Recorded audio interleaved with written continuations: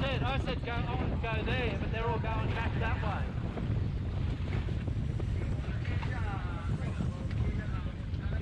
I suggest I want to go there, but you're saying go back.什么？不是下面升吗？我现在本标几乎是在航道了，而且我才点28。We're gonna move. There's no space there, so we can't go there. Okay.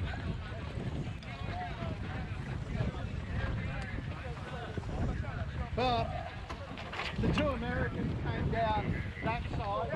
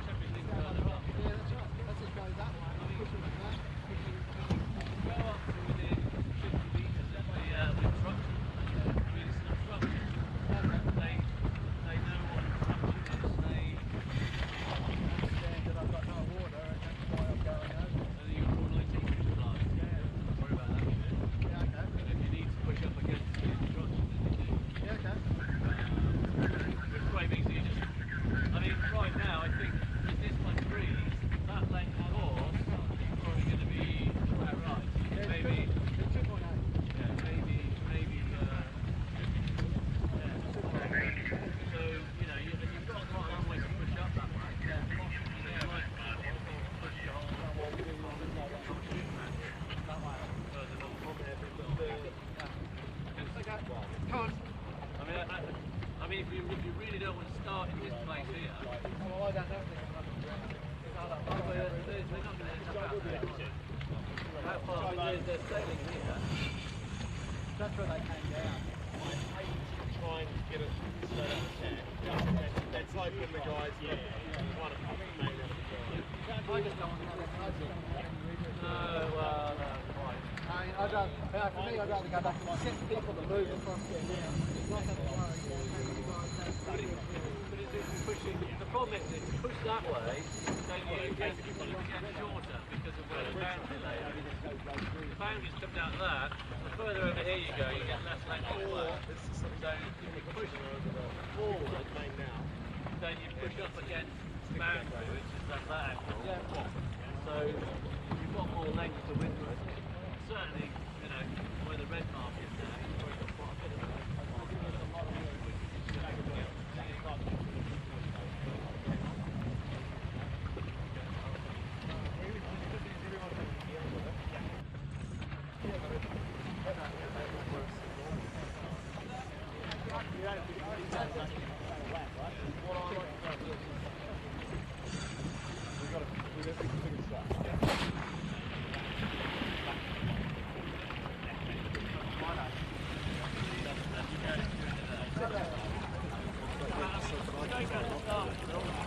That's right. So they're all coming back. They're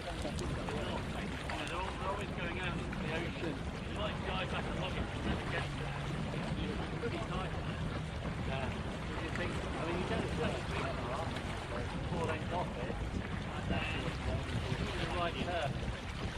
You're always coming off it, going away from it. Yeah, that's right. see if I can get them to move.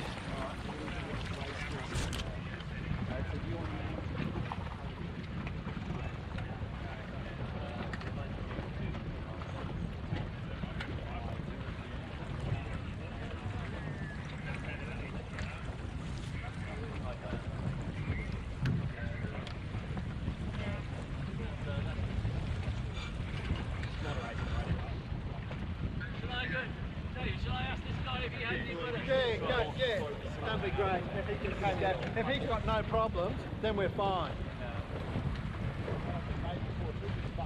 If he has, then I've got.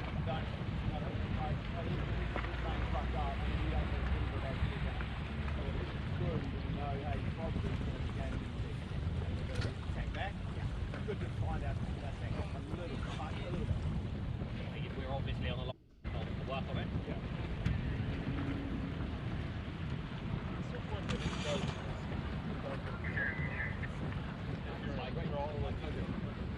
I think it stays in 2 tacks, it's a big deal.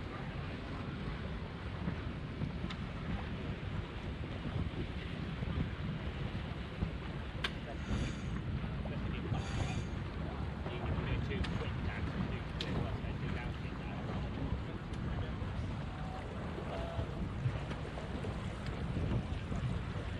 Still a long day, right? We are not be open-minded about how we do everything. Do you want to be round the back because of your work? Like round the front? Round the back, you're worried about the back.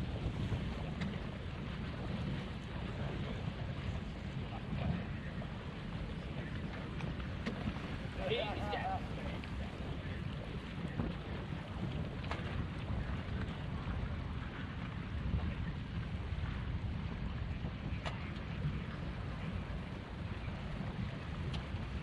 Short, really short. Yeah.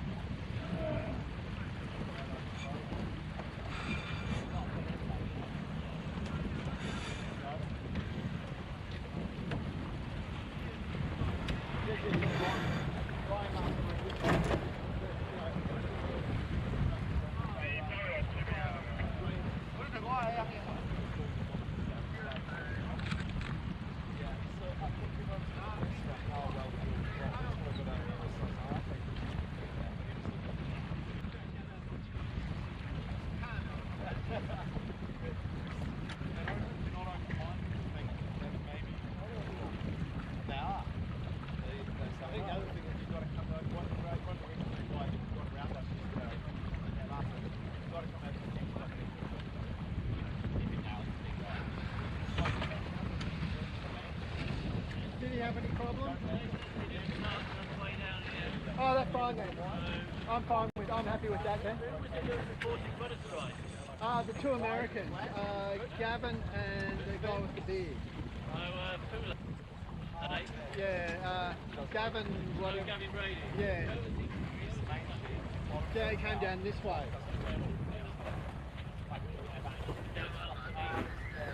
Yeah. I got. Yeah. Without picking up and moving right.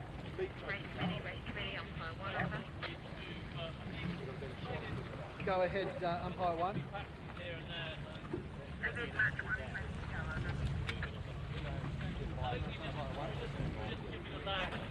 Sorry? Yeah, I think we've got to adjust. If it turns to shit, got to go back and reset, move up.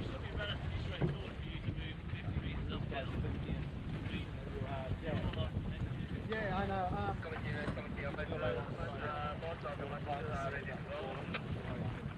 Thank you. Yeah, Leland wants me to go back, but that's actually going to make it worse. Exactly. You want to go? I want to go there. Yes.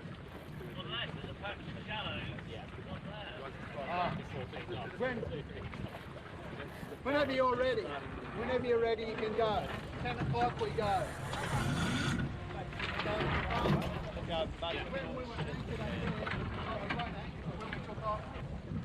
Okay, so coming on the MGM building here, go past it, okay, stop building maybe, turning up, 2, 1.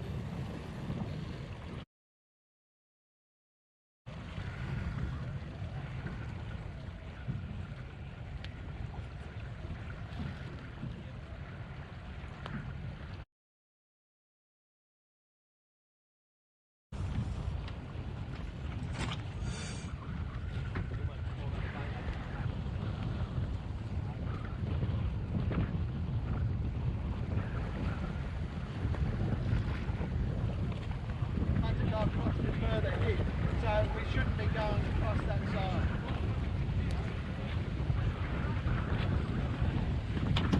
So whenever you're ready, as soon as 10 o'clock we go.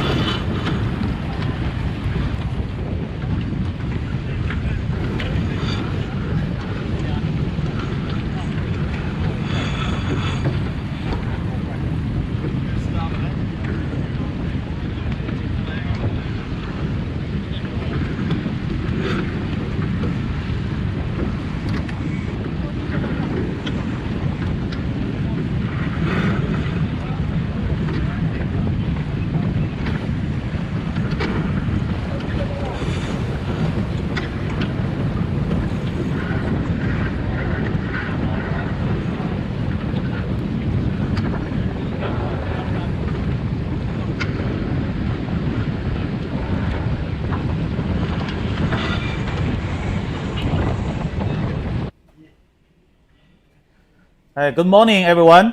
Welcome to World Match Racing Tour 2025 Macao Match Cup. Today is day 2.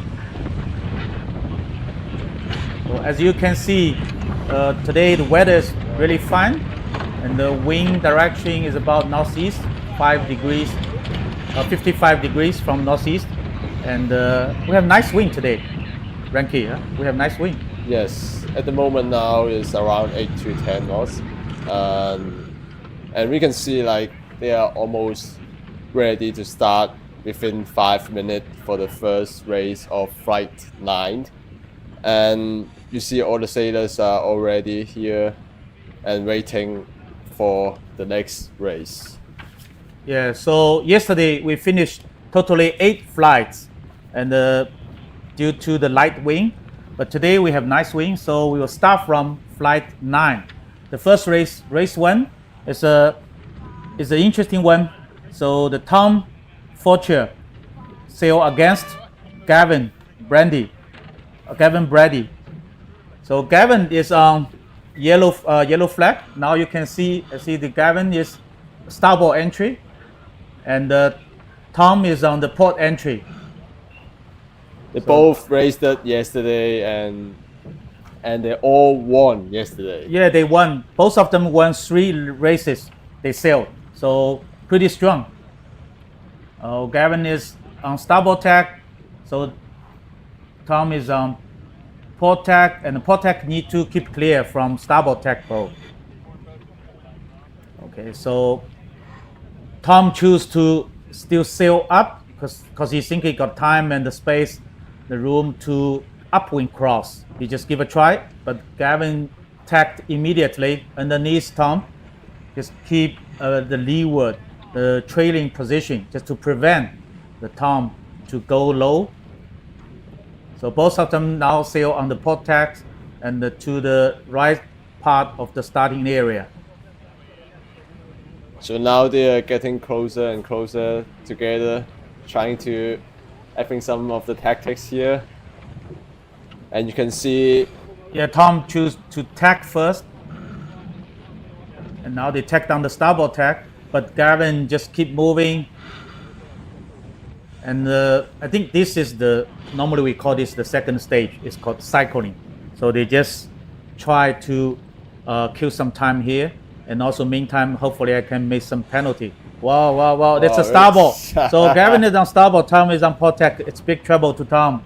Not sure, there should be a white flag from Gavin's boat, but let's see if there's any flags from the umpire boat.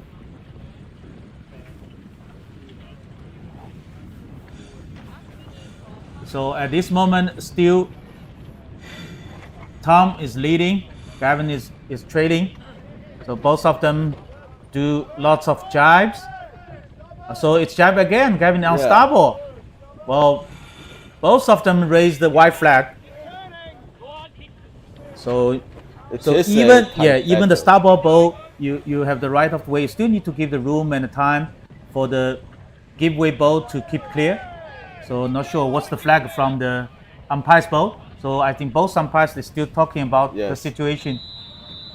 so that is a green flag. Yeah, it's a green flag. So that means umpire consider that no one breaks the rule.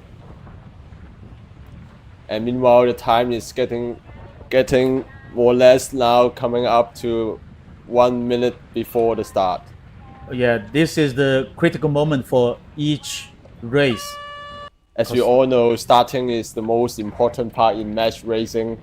And here we go. Now it's under 1 minute.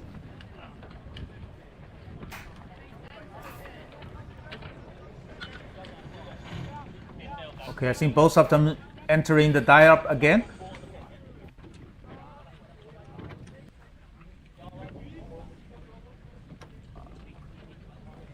Okay, and Gavin is on starboard tack.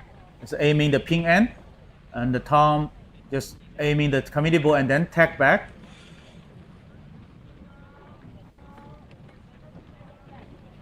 So it's 20 seconds to go. Not sure, Gavin. I think Gavin is right on time. It will start from the pin end. Well, Gavin choose to tack back, and then maybe he can tack again. Just try to get close to Tom so that he can fully control. Oh wow. They just start on pot and just cross out Tom boat. Yeah, but I think Gavin will take back. He will Yes. take back. Yeah, definitely need to cover. Need to cover Tom. So Gavin got a good start. Yes, definitely it's a good start for Gavin. And for Tom, it's being controlled. So just try to escape. So there will be lots of tactile during the first upwind leg. And yeah, today we are trying to focus more on the pre-start. So then we'll focus on the next start because all the match sail in one flight is back on back. So the starting signal for previous match is the class flag signal for the next match. Okay, so you So as you can see, we are now turning yeah, into it's the next 4 minutes. the The next 4 minutes race. for next flight. For next match. So next match is Oscar Engstrom. yeah, it's against- Instom. Yeah, yeah. Oscar Instom sail Against against Alex. Yes. So Alex is on yellow flag, the starboard entry, and what you can see is the Oscar boat. Yeah, he's on port. You need to keep clear. But I think today the starting line is relatively longer than yesterday, right? I guess it's about the win. Well, so it's a very good success for Oscar to have a upwind cross. So maybe we cannot see from here. Maybe the pin end is a little bit higher, so they can enter in the starting box and then just luff and sail to upwind close hole, and then they can cross. Now Oscar is leading, and Alex is following. Is on the well.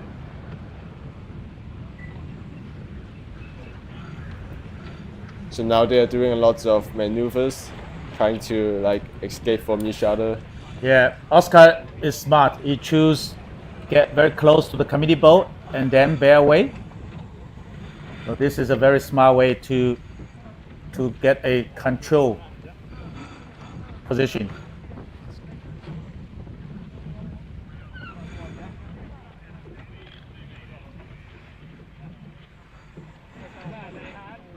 So Oscar do a jibe. Now he's on port tack, but the Alex is still on starboard tack, but the port boat still got enough room to keep clear from Alex.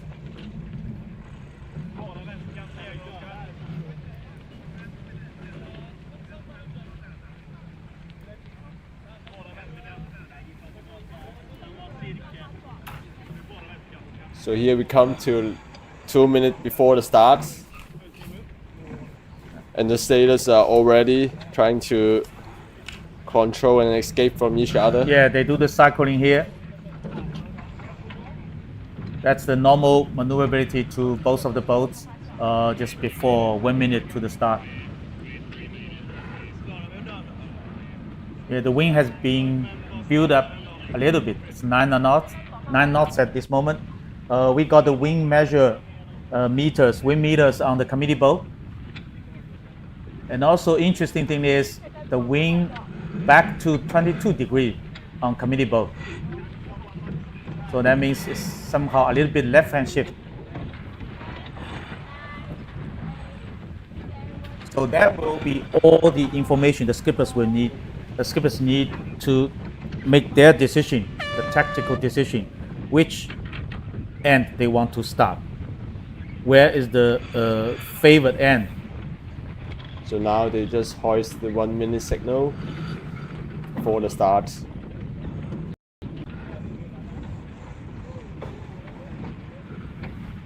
And you can see both are heading towards the committee boat. Yeah. Okay.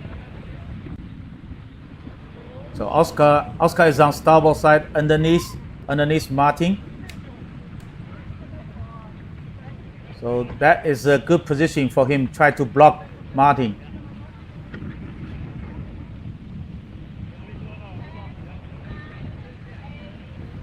Are they So- gonna make it? No, just try to push Martin. Wow, OCS. Yeah, because it's right on the starting gun.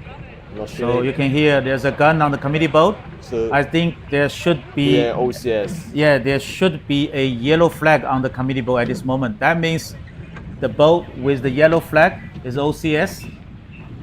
And you see Oscar is going down to the start Yeah, line. so you can see the yellow flag raised by the principal race officer, David.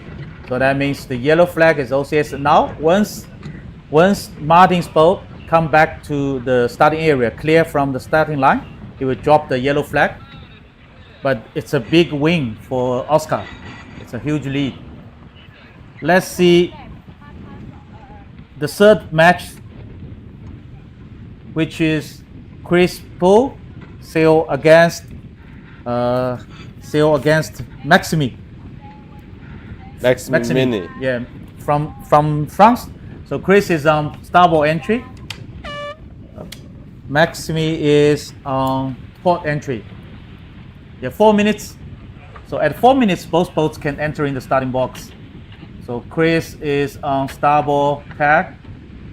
Yeah, today the starting line is longer. So it takes some time for them to meet each other. So Chris is aiming. This is also an interesting racing as they got a similar record yesterday in the light conditions, and today we got like 8 to 10 knots, which is slightly different compared to yesterday. The wind is more to the north side, and it's kind of tricky here in the Macao Bay as it is a bit gusty here. Yeah, see, now Chris is in the trailing position. Actually, he's controlling now. Just sail underneath, relatively below the Maxime's boat.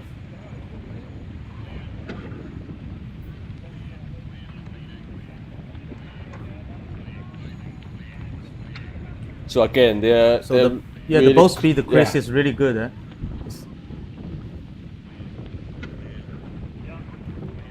But both boats, they are on same tack, port tack.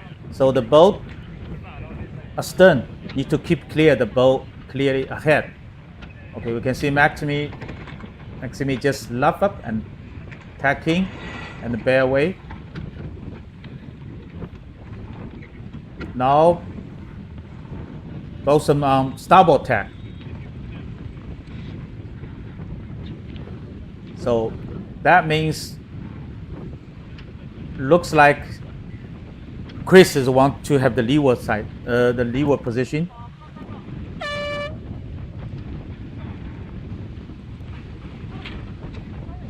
Okay, you can see, yeah, Chris just tried to block the way.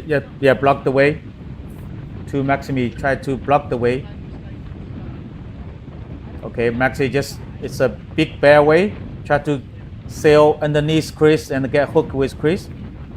Chris then it just push the rudder and then pull the rudder. Just try to break the overlap. Sorry, actually there's no overlap has been built, so it just prevent to get overlap with Maxime.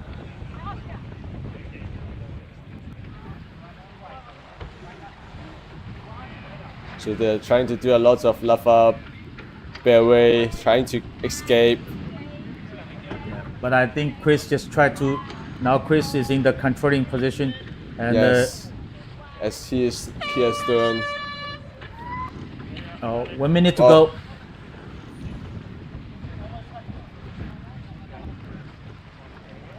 And both teams are heading toward the PN mark, and I guess today might be a better side to start on the PN.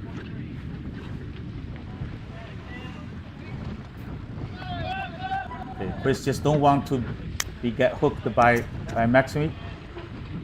Maxime raised the flag because there's almost a contact. I think there is almost a contact, and they avoid it, I think. So both of them are early to the starting Yes. line. It is a critical Okay. moment. Yeah, this is a And critical moment. So Both teams are rising Maxime their just flag. raised the white flag. It protests the windward boat. Need to keep clear from him. So now So you let's see what's the yes. flags from the umpire boat. both tag to the pot tag at the moment before the Oh, start. it's a yellow flag. So this is not good to Chris, because Chris is the wind wobble. Once he has been hooked by Maxime, he need to keep clear. But so the umpires think Chris is not doing as much as he can to keep clear. The wind wobble need to keep clear. So first penalty goes to Chris Paul. So they will do a You mean the penalty turn? No, Yes. it's okay for match race, which is quite different from fleet race. For fleet race, if you break the rule, or you think you break the rule, or you have a penalty given by the umpire on the water, so you must do the penalty exoneration as soon as possible. But in match race, you can delay. So the rule says you can delay your penalty as long as you can do your penalty turn just before you finish. It's okay. So basically, all the match racers, they will carry that penalty on, because their method or their strategy is we try to give another penalty to my opponent, so that in the match racing rule, if you have a penalty, that means a yellow flag to Chris at this moment. And if Chris can make another penalty on Maxime, so Maxime will have a blue flag, and then the umpire will raise Cancel. blue and the yellow, and then they put both of them down. That means It's just nothing. cancel each other. So So it's that's better why- to do like yeah. late. yeah, you better do it late, unless you have two. So now they split. Yeah, Maxime is on starboard side, a starboard tack, sail to the port side, the racing area. The other information for the current is today here in Macau. So the low tide is 10 to 11 in the morning. So it's almost low tide now, close to low tide, and the high tide is 17:50. So 10 to 18. That means during the whole day race, we are facing the flooding water coming out from the sea. I've heard some of my Macau friends. They said here in the Macau Bay, Yeah. it is very shallow. I'm not sure. Yes, so that's why I got information from the race committee. They said it's a little bit tricky for them to choose the racing area for the match race. So somewhere in this Macau Bay is really shallow. So they need to give enough space for both of them to have the room to Yes. fight against each other. And also they have to set up a race course. It's something like the upwind mark is about 0.22 nautical miles from the committee boat. So they need to find a right place, which they did very well yesterday. Yes, I think so too. So at this moment, there's a huge distance between Maxime and Chris. We are not sure which boat is leading at the moment. Yeah, I think they will have the first cross Yes. from here, cause Chris tacked on starboard boat, a starboard tack, and then both of them. Wow, Maxime is got a lift. I think he fully take the advantage yeah. here. I think he can make lane 9 as well. Oh, it's a nice It's a move. nice tag. Yeah, it's a nice move. So Maxime won the separation of the first upwind and just passed the first mark. Yeah, just bear away and hoist the spinnaker. Looks like they have some trouble. They have some trouble in hoisting. Looks like the wind dropping a bit here. I it's stuck- think they got the spinnaker stuck in the cabin. they stuck Yeah, in they the- have some problem. Now they still need to solve the problem. Wow.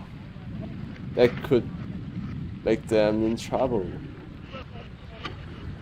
And Yeah, they got the spinnaker jam with the spinnaker sheet. So finally they solved the problem. But that is It's really cost not them good. Yeah, around cost them a lot. And 20 seconds. even so, Chris is in the zone now. Okay, start to bear away and then go for hoist. But now Chris is in really bad situation because he is behind. Meantime, he has a penalty. Yes. So they immediately jibe after rounding the top mark because they try to make some difference. You can see the wind here is a bit gusty, pitchy.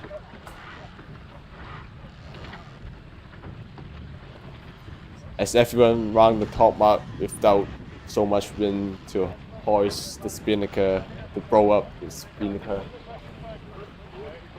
So both boats are sailed on starboard tack with Maxime leading something about 6 to 7 boat length. And the wind at this moment is quite stable. So, and also we have 6 boats racing in this area. Totally 3 matches. So they also need to think about how to select the course, try to avoid other boats. So Chris is looking for wind, because when you sail downwind, you always need to look back to check where is the pressure, and how much time it will take to arrive at your boat.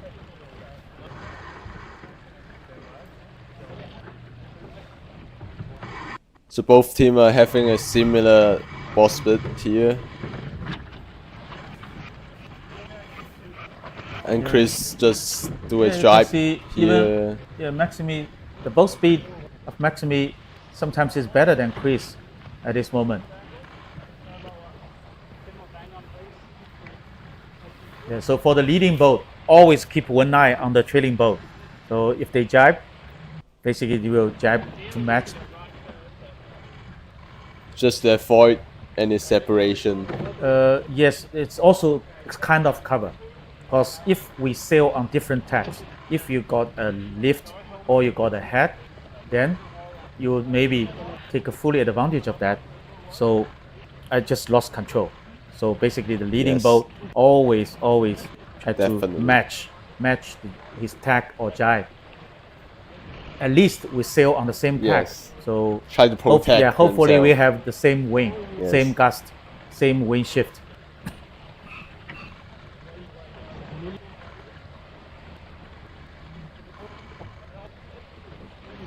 Okay, the first time they come to the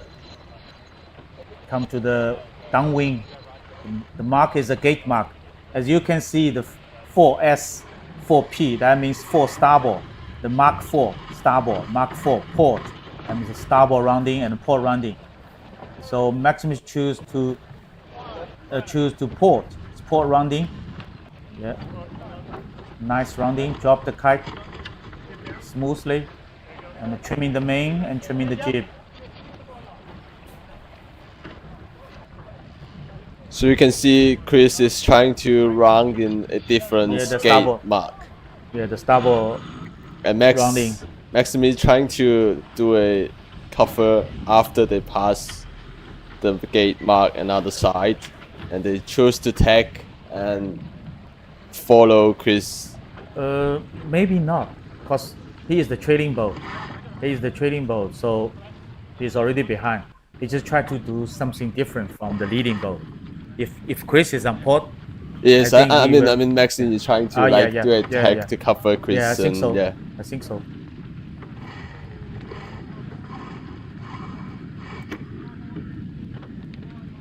Yes, Maxim is already did a tack. It's just a loose cover.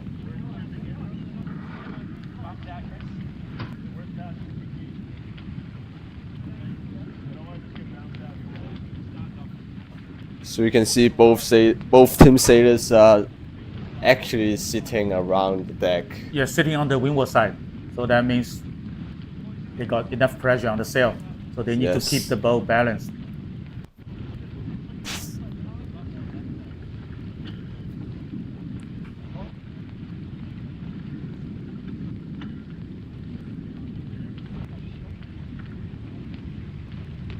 Okay, look at the angle. Looks like Maxim is sailing higher angle than Chris. Even they are so close. Not too much difference the wind, but still slightly difference on the angle.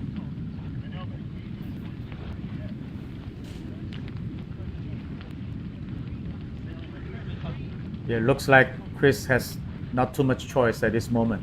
It's just all about both speed and angle. Just try to sail the ball as fast as possible. And he still got a penalty Yes, to go. yes, you can see the both speed and the angle. Chris is go relatively lower, and Chris go for attack, and then Maxime just match.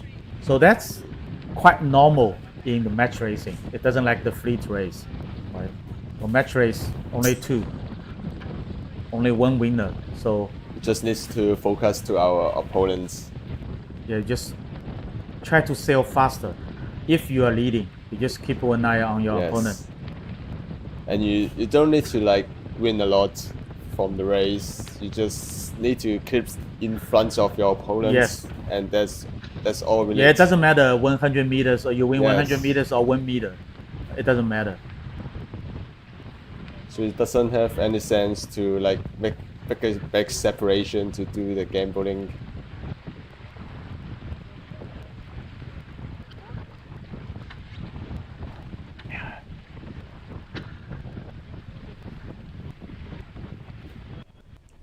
So now they are approaching to the top mark. And they are about to round the mark. So you can see the bomber trying to get the spinnaker out before they round the mark as they are approaching.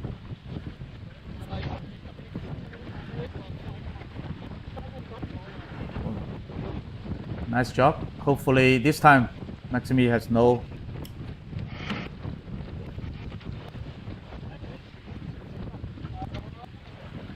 problem with the spinnaker hoisting. Looks Yes. like it's okay. Yeah, Yes, they go they're for a fine. jibe. Yeah, they'll directly go for a jibe. Because leading boat, sometimes you need to do an early jibe to protect. Because you need to anticipate your opponent's actions and his sinking weight. Because if you keep sailing on the port tack, basically the behind the bow, the trailing bow, they round the mark and they will immediately do a jibe, as what you can see here Chris is doing. Because at this moment, Chris is following Maxime, because Maxime already jibed. Okay, Chris will have the trouble with the jib because the jib just twisted on Flip the fourth around. stay. Yeah, twisted on the fourth stay. Okay, they solved the problem and dropped the jib.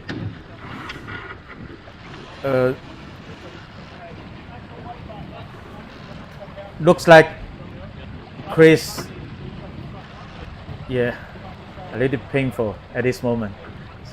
So Still got a penalty. yeah, still to have go. a penalty and just behind. The distance between them is something around 6 boat lengths, 5 to 6 boat lengths. It's not a lot, But it's very hard. It's very hard to catch. So Chris go for another jibe. I think you start to do the penalty or No. If you do a penalty, you need to drop the kite. Because in the match race, the penalty turn or the exoneration is you can hold it as long as possible before you finish. But if you want to do a penalty turn in your upwind leg, that means you need to do a jibe and then you sail back to on the close hold course on another tack. Or if you want to do your penalty turn in the downwind leg, which we call just like this, they are sailing on the downwind leg with the kite flying. They need to drop their kite and do a tacking. And before they do tack, they need to lower the spinnaker. The head of the spinnaker must be lower than the gooseneck. Otherwise, you are not doing a penalty so turn. basically they won't do that before they finish. So They just try to keep it as long as possible. Yes. So I guess they will wait until finish. Before finish, they will do attack and then. It's something different. If the leading boat have a penalty, right? If a Yes. leading boat has a penalty on him, it depends on the distance, how much is the gap is. If the gap is huge, probably I would do it Right away. on the upwind leg. Because the upwind leg, it's easy. You don't need to drop the kite, Yeah. so it costs much more less than you're doing a penalty on downwind leg. But if you are leading boat, but you are not, the gap between you and your opponent is not that big enough. So probably you need to think about you will try to do a penalty at the finish line, at the pin end mark, or there are lots of ways to do that. Or either you try to find a way to make a penalty on your opponent, try to even your penalty. So that's the first choice. If you cannot do it, if you cannot give a penalty to them, so you just try to sail as fast as possible to make the gap bigger and bigger in order to have the safe time to do a penalty turn. So that involves a lot of strategy actually. Yes, it all depends. It all depends. It all depends on the wind. Yes. Depends on the opponent how much is the gap. positions. Yeah. So okay, congratulations to Maxime. It's not easier because Chris Poole is currently the number 1 in the World Match Racing Tour ranking system. Chris Poole is number 1. So it's not a good race for Chris today in the second day of him. yeah, first race. So they need some time to warm up maybe. Yes.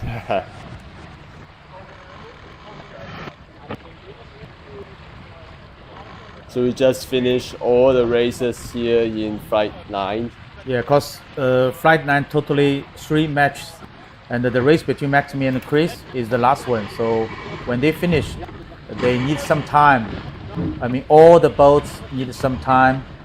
Some of the teams, they need to exchange the boat, or some of the team will get off the boat and the new team will get on the boat. So just be patient and stay with us. So we'll come back soon.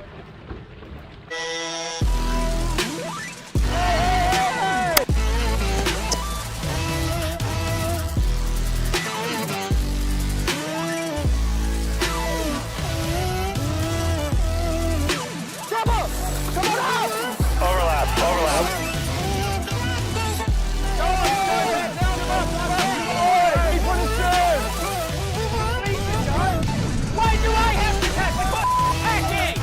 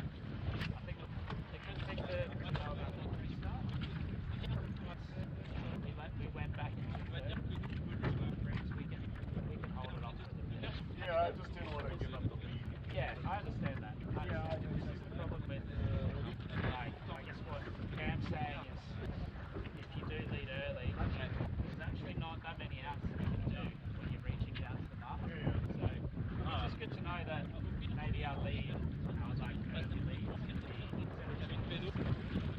early leads, let's say earliest is going to be maybe 2 seconds. Yeah. Something like that. Yeah. Because we had about 30 seconds that we lost there. Yeah. And that's fine. Like that's something we're going to learn early. But I think like even if like the 3 minute balls as we're peeling out, doing our first drive circle, we get that time right. We know where we are on the balls.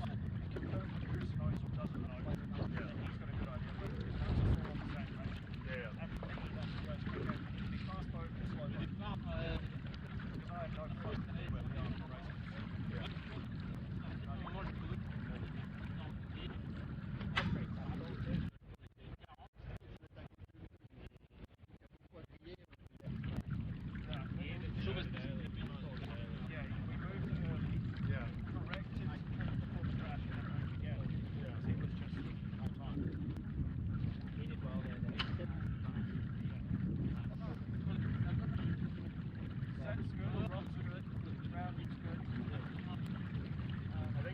Early jive isn't slow as long as you do it fast. Yeah. And I'm watching the turn, like I'm not going to turn until I see they've got fast a lot.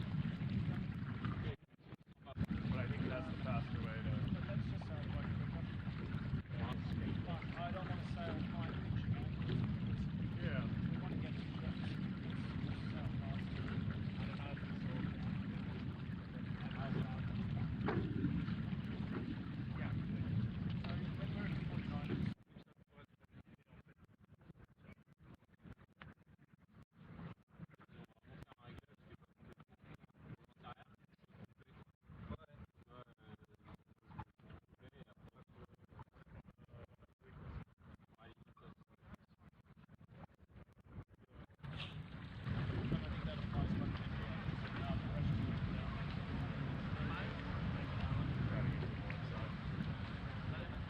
talked about was the same thing. Feel out, we were so lifted and like pressured on it. With not saying that. We just should have gone a few lengths and then just go back and attack. Just to keep it close. Because had he stripped the kite, we sat inside. And then you just go for the jive and rotate. What are you trying to do? What?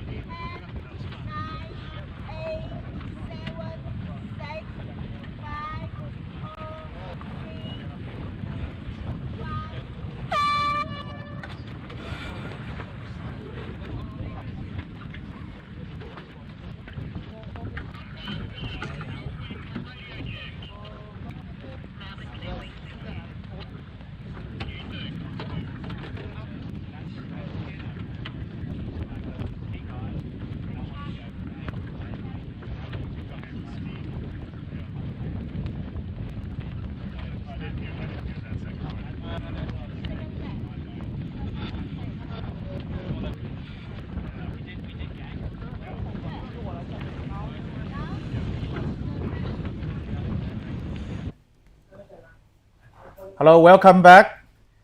This is World Match Racing Tour 2025 Macao Match Cup. This is day 2, the second day. Now it's flight 10. It's almost 4 minutes. The first race is Martin against Tom Fortier. So Martin is on port, Tom is on starboard. So you can see it's 4 minutes flags. So yeah, it's the Tom is on starboard entry. As you can see, he's on starboard tack. And then he push the rudder, left up, and aiming the port tack boat. So the port tack boat need to keep clear from the starboard boat. So you need to tack and onto the. So it's. I think it's a little bit slow, too late for Martin to tacking.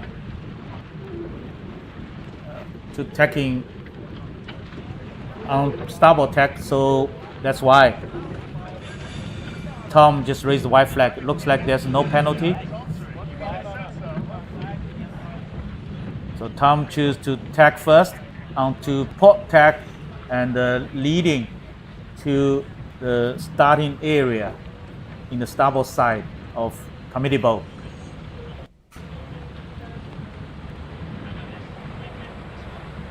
You can see there are 3 judges boat nearby, 2 boats trying to like witness all of the things. Yeah, that's the umpire boat. Basically, it's 2 boats for each match, especially for the pre-start. So 2 boats. One is looking for the overlap or not, and then the other one is the major one, is slightly behind them, so that it can have a whole picture, the overview of 2 boats. And both of them and the umpires, they will talk on their VHF channels, just talking, say overlap or not. So they contact or something kind of information. All those kind of information has been transmitted between the 2 umpire boats. And if there's a white flag, and they will just double check the facts which has been confirmed. The last certainty, what's the last certainty? And then based on that, they will, according to the match racing rules, so the chief umpire or the umpire 1 will make the decision. Okay, we give penalty to yellow or we give penalty to blue, or either there's no penalty. That means both of us agree, no one breaks the rule, so they give the green flag. So that's the basic procedure for the umpires. You can see the umpires, they need to have lots of experience and knowledge about match racing. They need to anticipate what's the what's the move for the next 5 seconds or 10 seconds. So they need to anticipate that, and they put them in the right position. So at this moment, Tom is leading. Yeah, you can see he just watch back, keep one eye on Martin's boat, because the boat clear ahead as the right of the way, and the boat clear astern. Need to keep clear the boat ahead. So that's why. So the leading boat just try to avoid being hooked by the trailing boat. I mean, hooked, that means the overlap.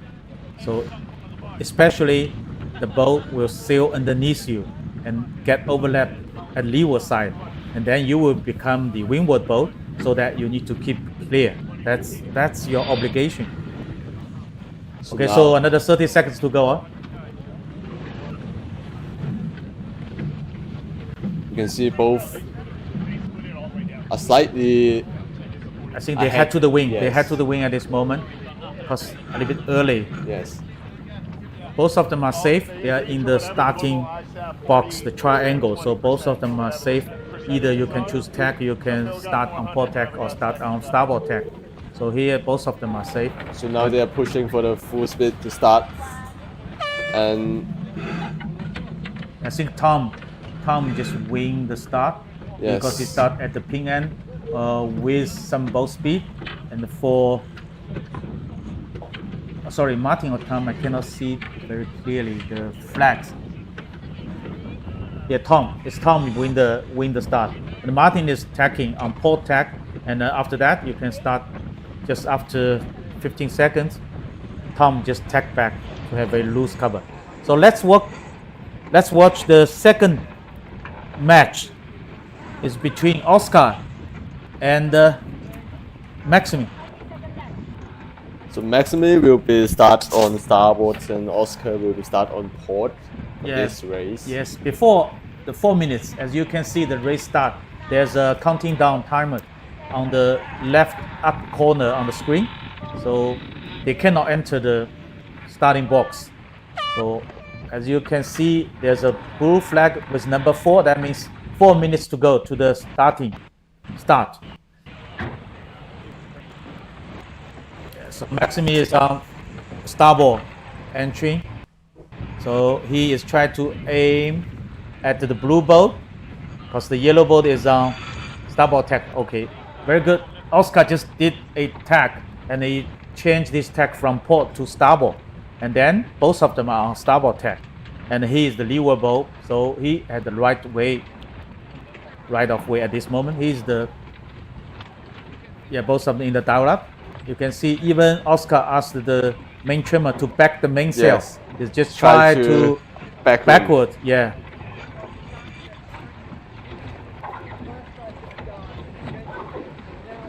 So now they're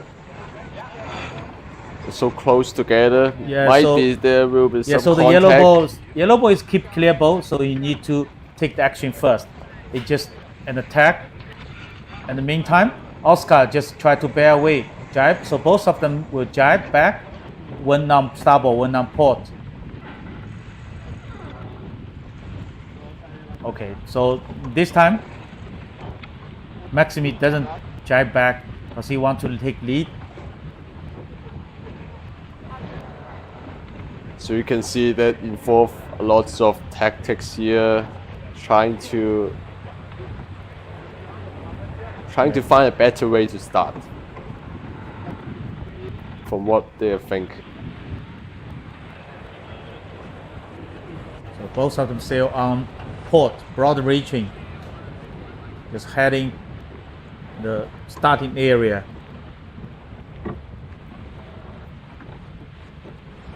So now it's approaching 2 minutes before the start. 2 minutes to go. The wind dropped a little bit, so Maxime just choose to jibe first onto starboard tack, and Oscar want to stay at the windward side, so he do a tack. So now they're starting to approach the start line. Yeah, but as the leeward boat just try to shut the door, but still there enough space. So you can see Oscar and Maxime. Maxime is leading, and Oscar is trailing. Just, and then maybe Oscar will sail low. Just try to get hooked, but maybe it's too far for him to get hooked.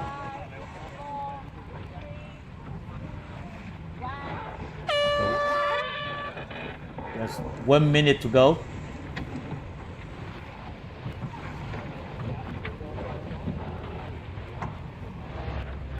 So both of them overlap, and Oscar is the windward boat. So Oscar need to keep clear. He just try his best to keep clear, push the rudder. And to avoid over. Yeah, I think both of them are a little bit early, so they need to kill some time. And both of them are in the starting safety triangle area, so they are safe. So 20 seconds to go. And Oscar trying to do a jibe. Or just No, sail, not jibe. Yeah, trying to sail they want to sail to the ping end, but Maxime just try to kill some time and sail low and then luff up. Feel the 3, speed. 2, 1. Okay, it's a pretty even start, Yes. but Oscar choose tack immediately. So it's pretty even to start.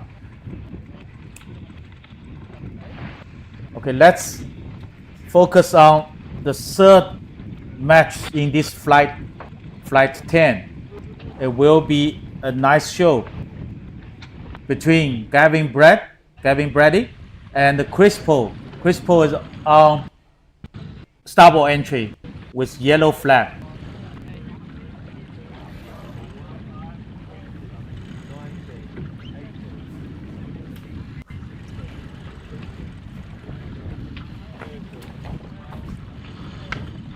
Yeah, talking about the Gavin Brady.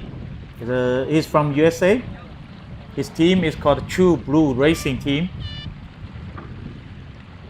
And Gavin is 51 years old. So you got lots of experience as well. Yes, we'll talk about him later.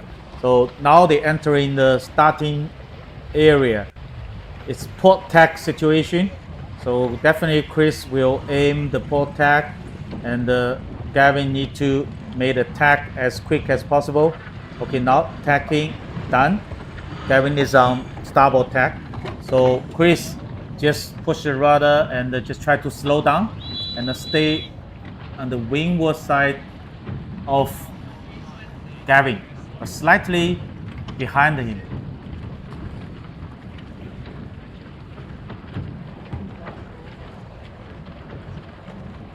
So both of them just Heading towards flapping. the They river. just keep the ship flapping because they Trying to kill the time and just stay close it's together. not only the yeah. kill time. They just try to see.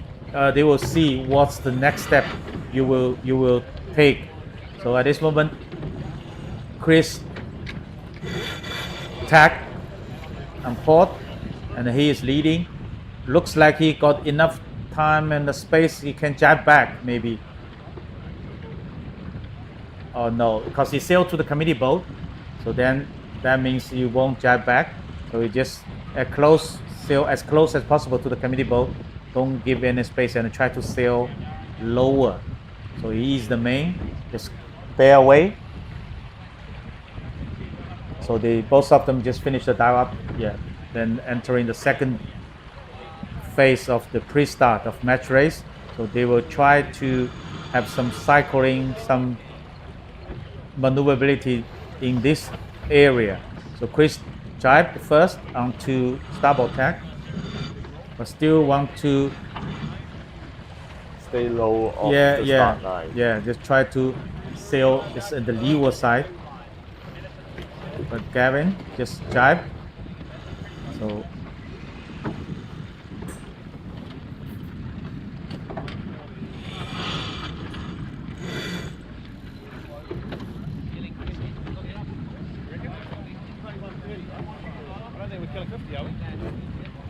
it looks like Gavin would like to be the leeward side of Chris, and it's already 1 minute 20 seconds.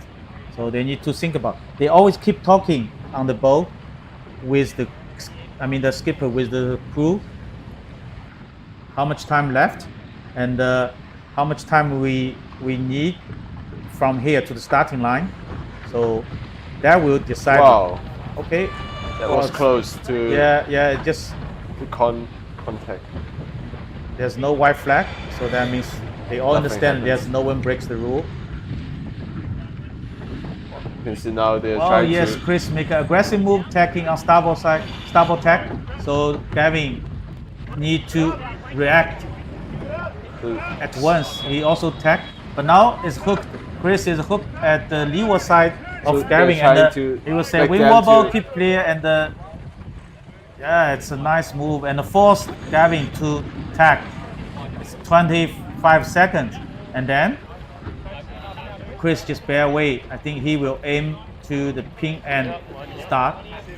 Wow, that was a nice move to make a separation in between Gavin and. Yeah, so it cost a lot for Gavin. Need to do a sail low and attack and on port starboard tack, so to start the Wow. race. So it's a little bit late.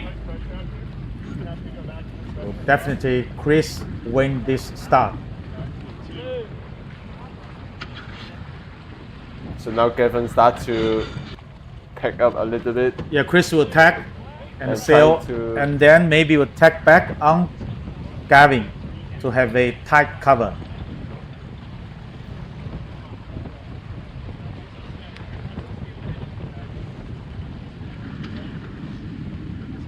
Yes. Yes, he tack. So then put the dirty wing on Gavin's sail. So Gavin was forced to tack onto port tack. Just try to escape. Let's see what Chris will do next. So Chris just keep going. So he don't want to do another tight cover.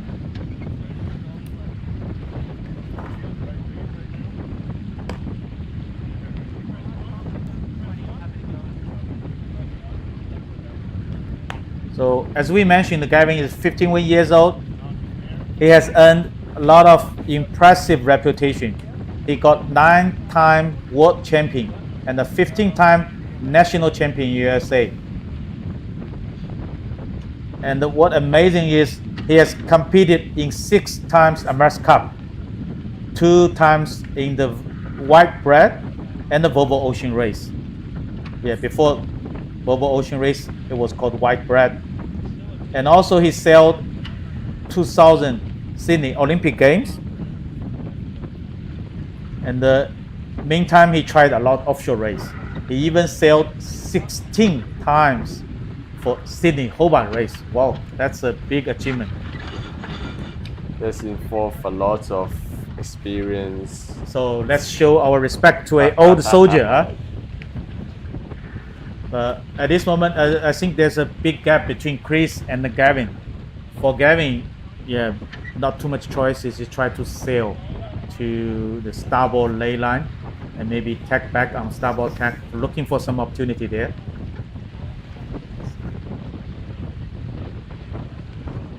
And Chris trying to. It's a loose cover. It just follow because at least even there's the gap is so big, but still need to sail on the same tack.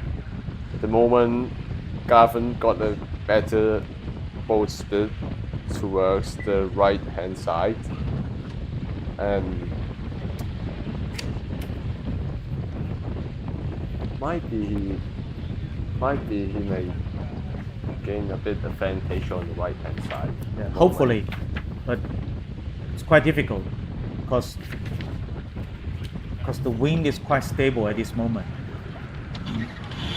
So let's see how is it going when they come Okay, back Gavin tack. together. Definitely, for Gavin, you cannot sail all the way to the ley line. That means you don't have any room to play there. tactics. So he just tacked underneath the starboard ley line to see what happened next. Now he is on starboard tack, but 100% sure Chris is in leading position because Gavin is the bad start, right? It cost a lot. Okay, look at the speed. Gavin, the VMG is 3.9, and meantime Chris Pro is only 2.3. Yeah, cause the angle.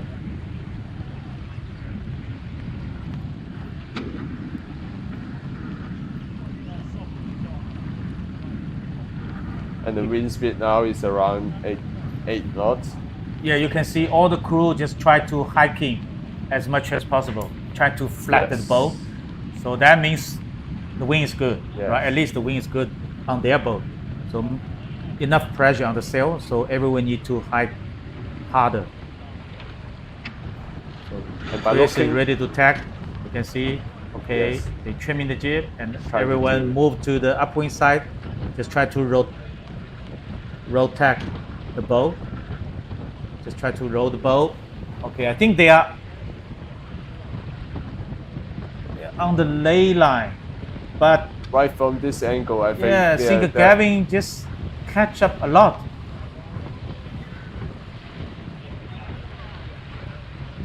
So let's see if Chris can make the Oh, that's a great, roundabout. yeah, great move for Gavin. And now Gavin even is on starboard tack. Yes.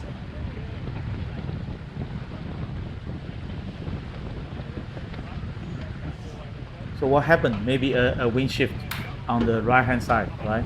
Yes. Okay, so Gavin is on starboard tack, Wow. so he can tack and got enough room and time to tack and bear away, and in the meantime hoist the spinnaker. Wow, what a big move!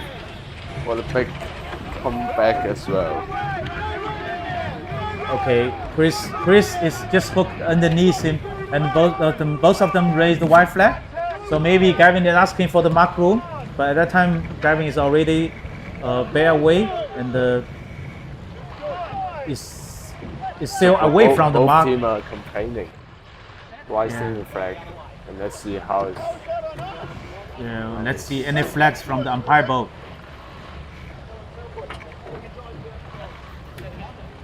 So Chris Poole is in trailing position. Oh, there's a flag. Wow. Looks like there's a flag. To Chris or No. So both of We are them, not still keep sailing. Yeah, so that's the professional sailor. No matter what happened, everyone need to focus on his job, like the jib trimmer or the spinnaker trimmer and the main trimmer. Yeah, it's You nothing cannot- to do with. yeah. You cannot affect by the incidents and You have just no stop. motion. Yes. Even it give you a penalty, maybe it's a wrong decision, but you still need to sail the boat.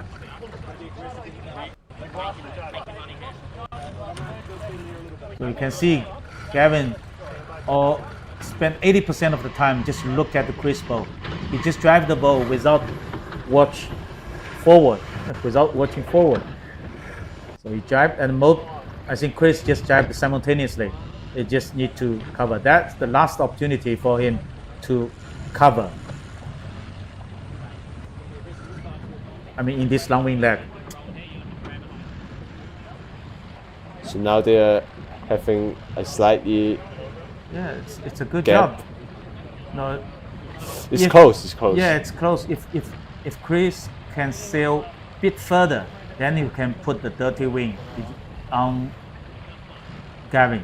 That means he can almost cut the wing. You can see the luff of the spinnaker of Gavin just flapping a little bit, Yes.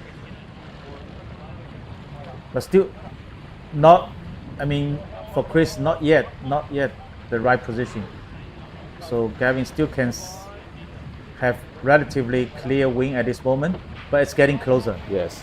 You see, Chris is trying to like Yeah, getting Chris, lower, yeah, getting Chris more is speed. lower and even a bit more faster than Gavin's boat.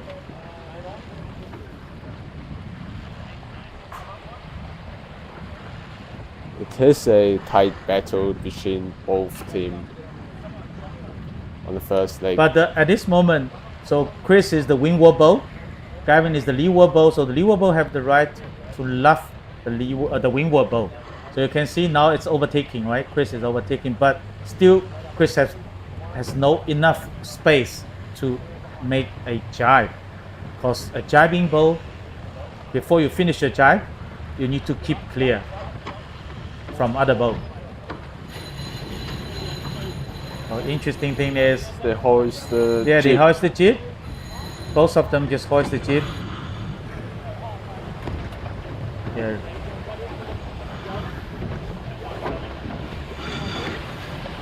Okay, both of So them both jibe. them jibe together. Yeah, that means it will be luffed by Chris. So Chris is very good move, aggressive move. Chris is jibe. He's the leeward boat, so that he have the right of the way he can luff. But they are not overlapped. So Chris is trying to get overlap with him. Otherwise, it will be big trouble. If Gavin touch the zone first, without overlap with Chris, Gavin will have the mark room. Wow. Yeah, it's up to umpire to judge. Gavin touch the zone without overlap with or not. So we'll see is there any flags from. So both of both Running just the split mark. away. Yes. Umpire still discussing.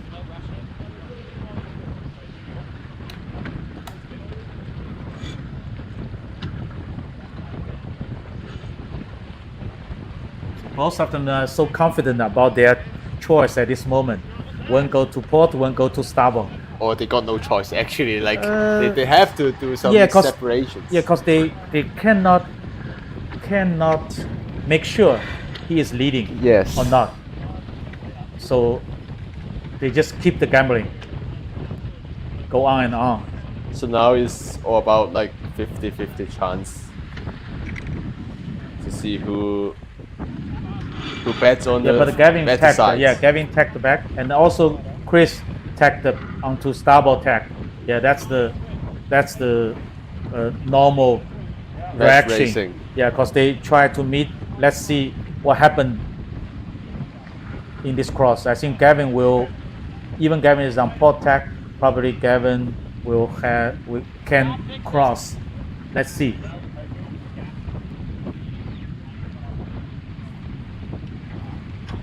Yeah, very close. Can Gavin cross? Yeah, the answer is yes. Wow. Well, so that means Gavin's choice take effective. So Gavin keep on going because he want to sail to the starboard side of racing area. So keep going. And both boats keep going. Because Chris know he is behind. Yes. So he also don't want to tack. Because he just try to sail on different tack. Both teams are having a very tight distance. That's why they doesn't want to do any cover yet. Yeah, but what we want to see is they tacking, and then another one tacks is They tack try deal. to attack Yeah. and escape. Make lots of fun to all the audience. Okay, Gavin takes back.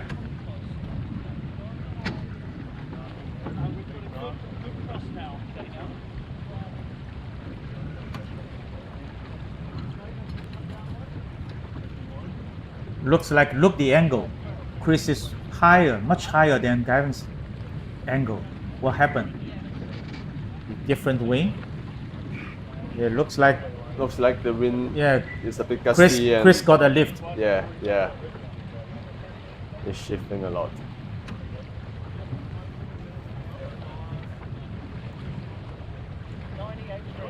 So you can see like Chris is also looking around for. Yeah, because you need to judge the distance and the Yes. angle between him and Gavin. 'Cause at this moment, I think Gavin is. You can see the track, huh? It's lower than Chris.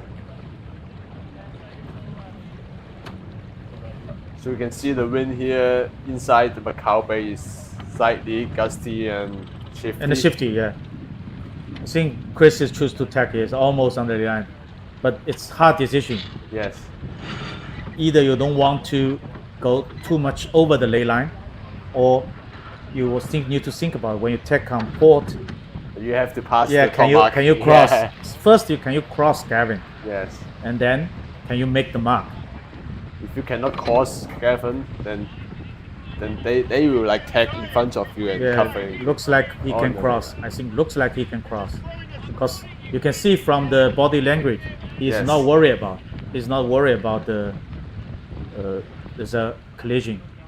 Even somehow they are on collision course, but yeah, as you can see from the track. So Chris made a good decisions on the second half of the upwind legs, and Yes.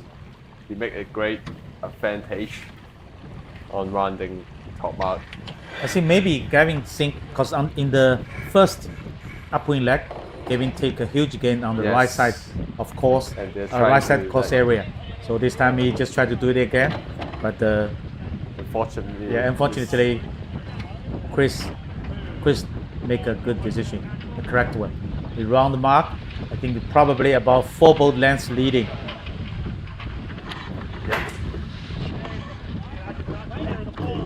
He hoist the spinnaker and drop the jib.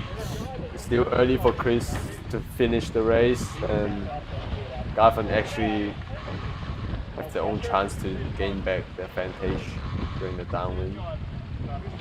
Yeah, Let's it's see how about it's going. 4 to 5 Yes. boat lengths lead. So, they got problem with the spinnaker. Spinnakers. Yeah, looks like they are doing different process for hoisting the spinnaker against other teams. They send 2 person. One person is over there to help to pull the tack all the way to the spinnaker bowsprit, and the other one is at the mast to hoist the halyard. They're trying to make it as fast as possible, maybe. Yes, Because- looks because like it it's works. stuck a bit, Looks yeah. like it works. Especially, they have some problem with the Yes. spinnaker, so they have more manpower at foredeck. They can solve the problem as quick as possible.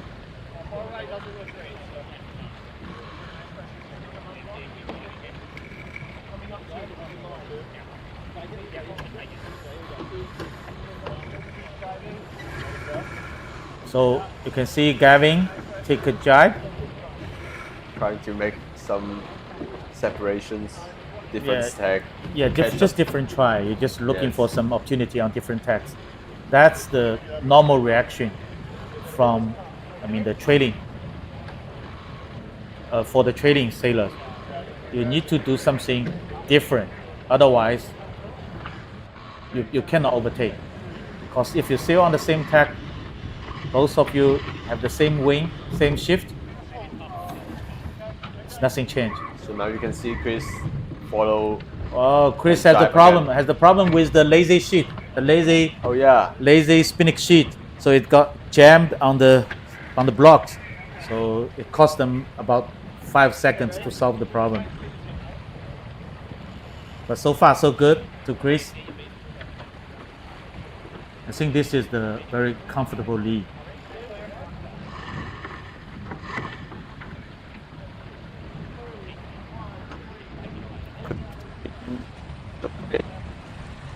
here, and Gavin having their first loss of. Yes, Gavin did very well yesterday. Yes. Yeah, let's have a look on the yesterday. Yesterday, Ian Williams definitely is the number one in the leading ball because he sailed 5 matches. He won all of them, so he got 5 points. And yesterday after that, we have Tom Forcher and Gavin Brady. Both of them sailed 3 matches, and both of them win all the matches they sailed. So also pretty good.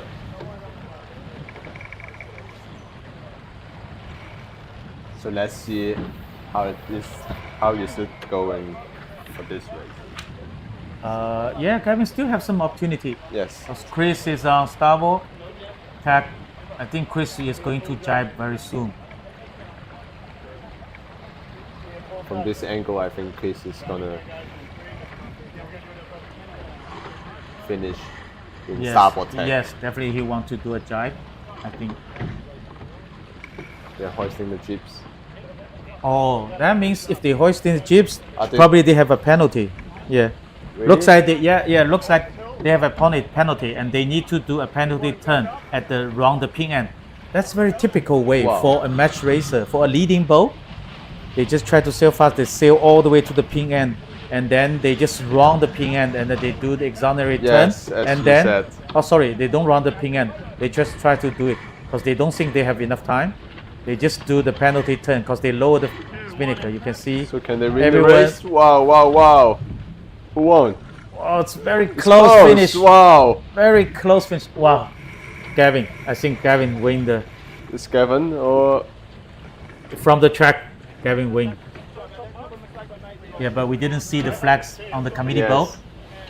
they're not sure yet? Yeah, not sure yet. 'Cause if you look So you from can the see- body language, So you can see a penalty is really Yeah, important. the penalty costs a lot.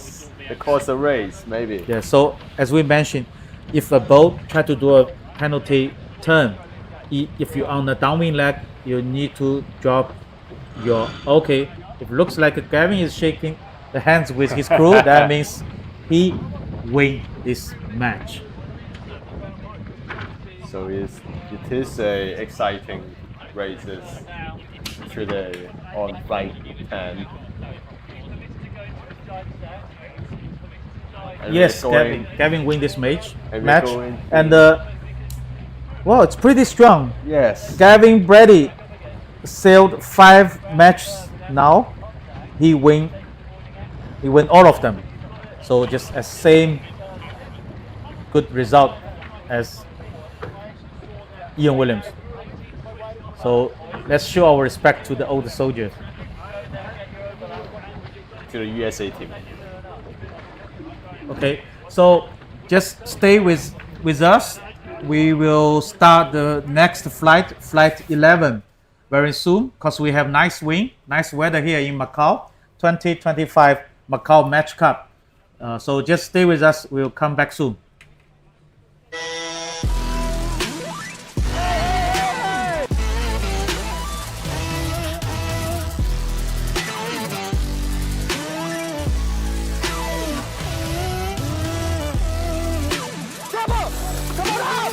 Overlap.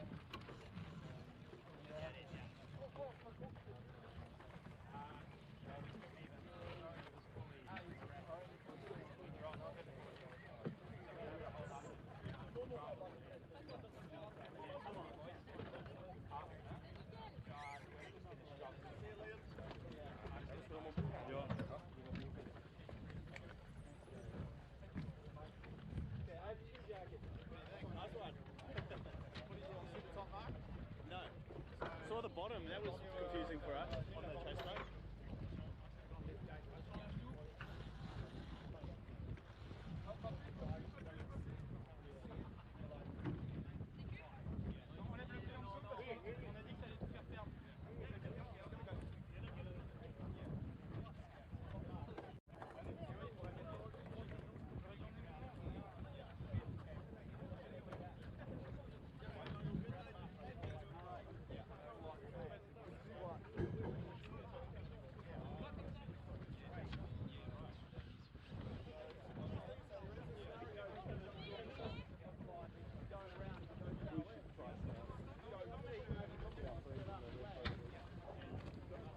Yeah. 75% left. But be careful, there is occasional riding. 75 left. Yeah, 75 left. But you've got to come out of the left on your turns. Yeah, don't get nervous because he's over there. Yeah. You just have to come out of the turns. Yeah, got me.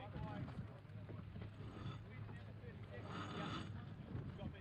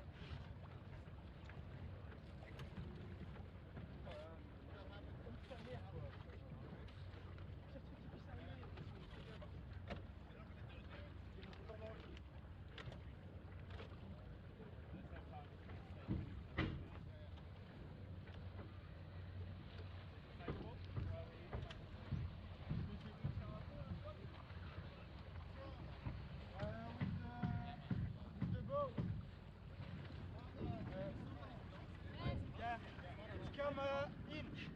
We have a contact with another boat and it's coming. It's okay.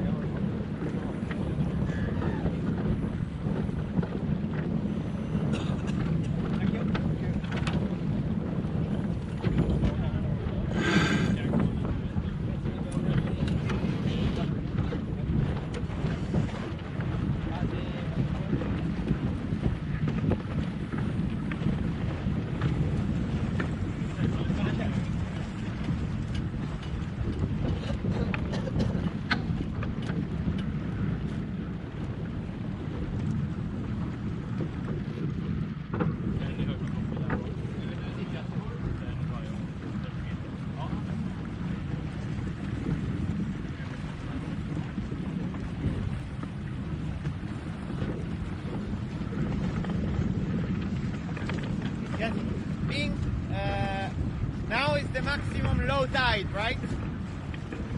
So, could you ask the committee if they know which are the area to avoid? Because I know that some other crew already touched the bottom, so I would like to avoid low tide area.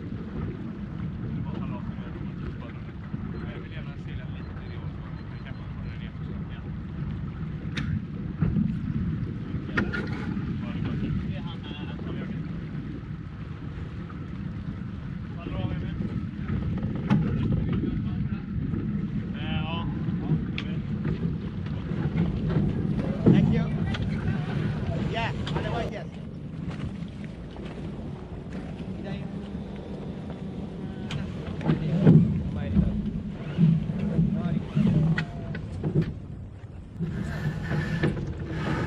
Hello. Yes, you can.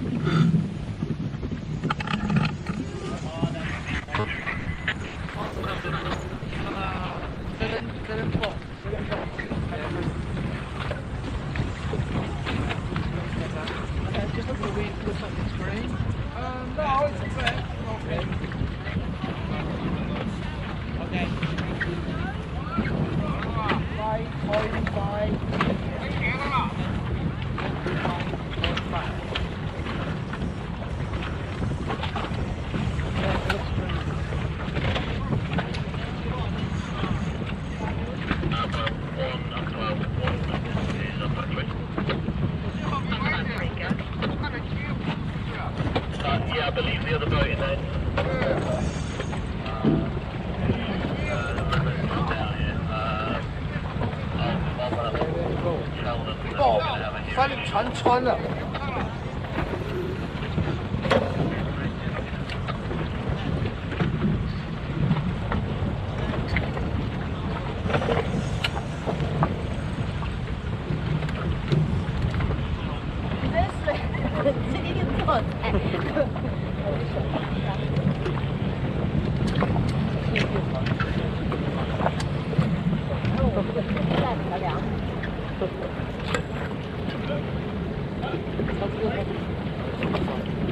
接一下，接一下，丈量表。不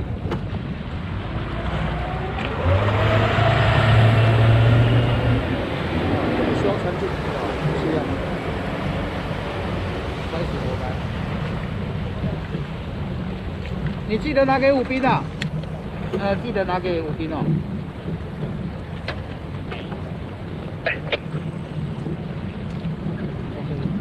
Number 7, I have a question.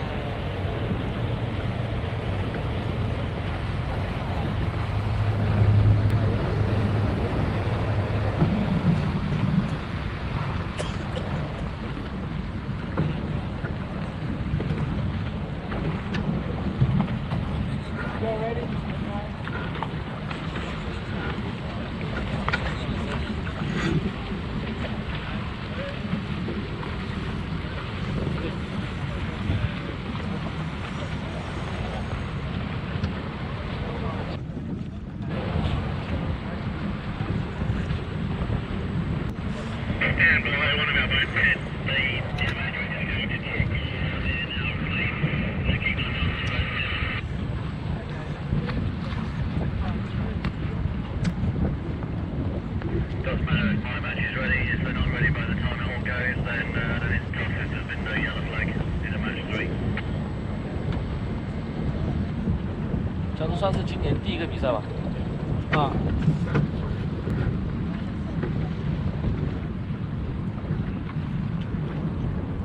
要算国内的不算，国内海口调赛季。哦。1月3号。哦，对对对。之前万恒那个新年杯也是你去做的吗？朋友？像新年杯吗？没有。今年初四好像又有。那个是梅沙杯。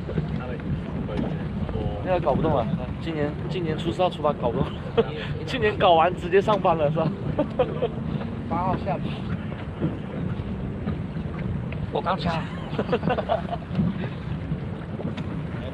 这个老泰山很猛的哦，一般提不住啊。泰山很猛啊！我班长以前我当兵的时候，我班长就抽这个，我靠！以前我可能抽1个人，抽一个这个直接猛起来，很猛啊！还有一个蓝色的老泰山，抽起来像中华一样。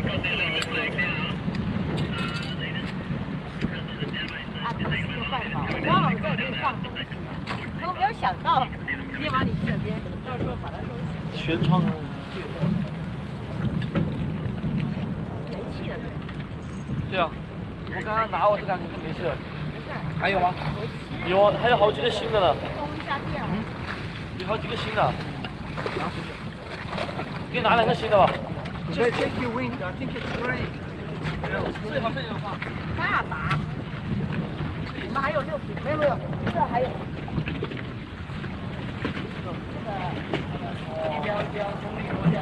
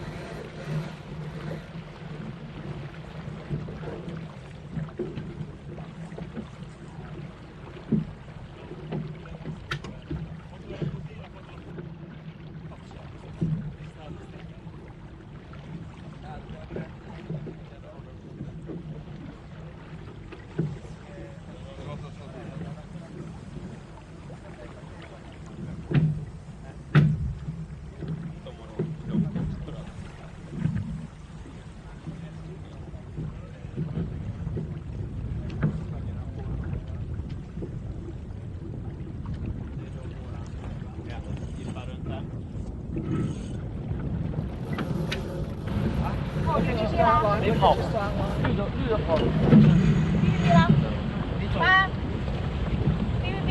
哔哔哔。人标调好了没有？人标调好了，都调好了。人标那个不对啊！我靠！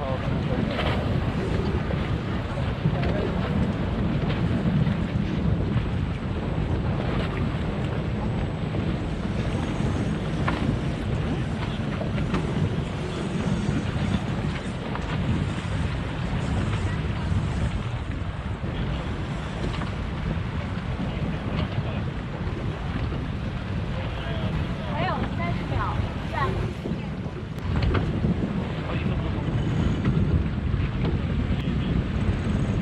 他在过去。还有20秒。不要再动，马上就位。目标也是10多米，马上就位。9、8、6、3、2、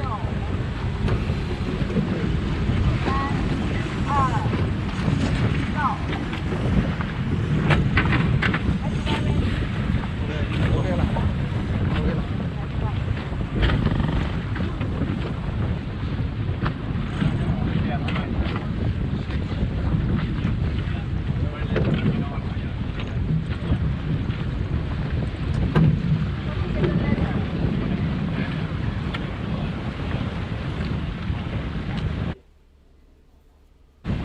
Welcome back. 这不行的是吧 This is World Match Racing Tour 2025 Macao Match Cup.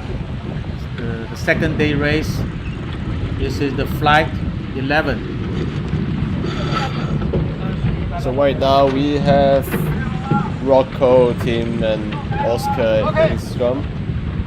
Yeah, Rocco against the Oscar. Rocco is with the blue flag on port entry. And, Oscar is with the yellow flag on starboard entry. 1。 So yeah, it's the 5 minutes for the first race.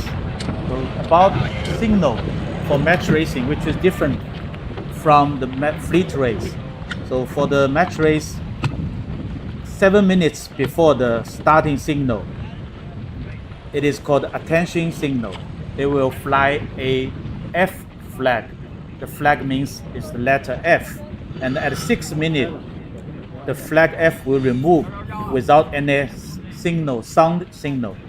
Then at 5 minutes, they will come with the numeral pennant.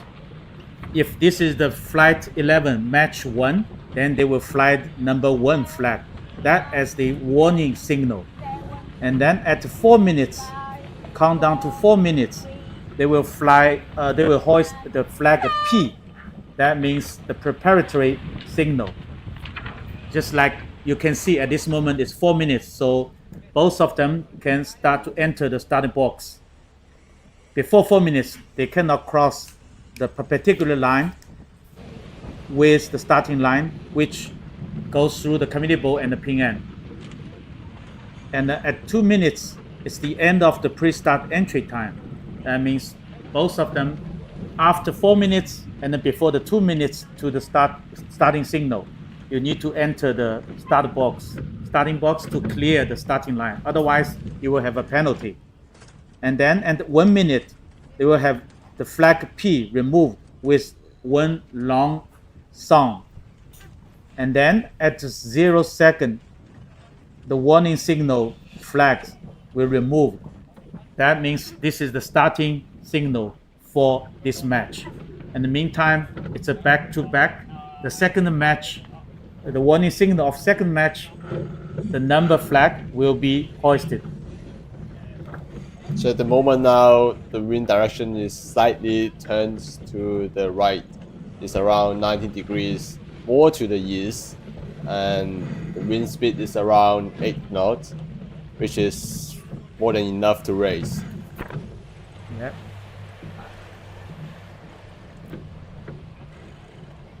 And Rocco boat is in blue flag, and Oscar is in yellow.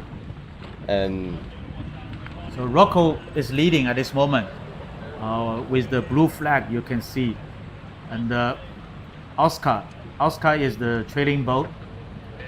So about 2 minutes to go. So they need to kill some time here, and meantime they need to think about which position on the starting line is my decision to start my race.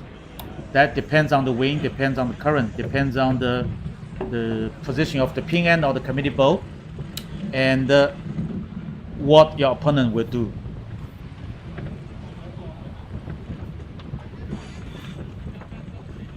So both teams are having a 1-4 result at the moment, and they're looking for the second bullet for flight 11. And now they're starting to approach to the start line before heading to 1 minute to go before the start.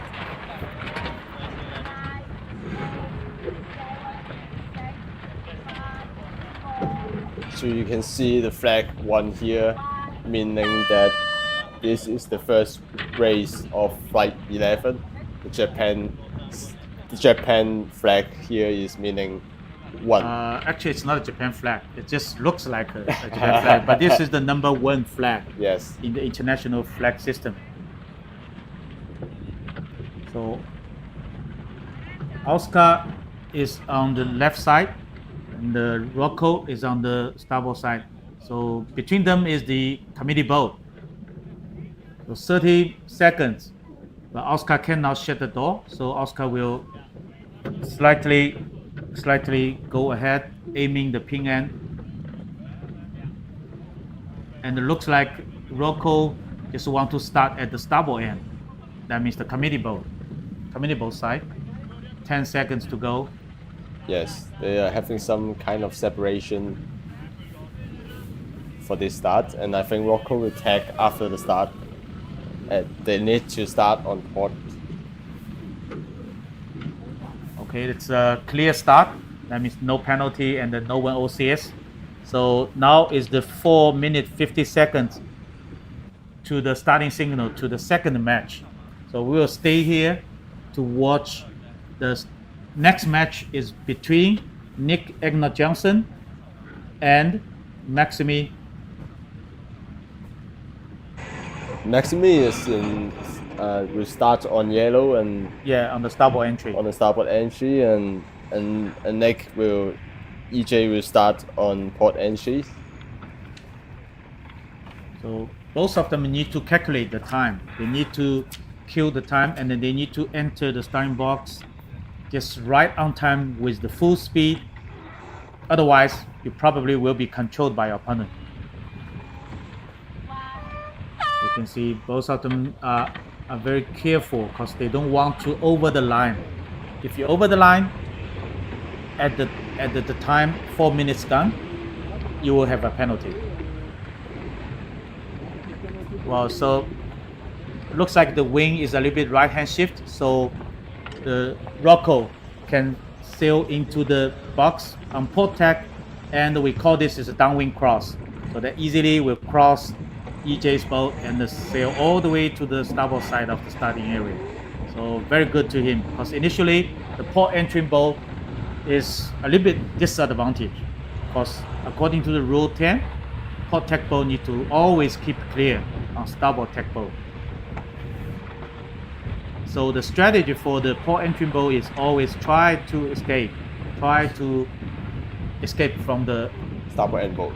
Yes, and then he can sail to the starboard side of the starting area. That's his strategy.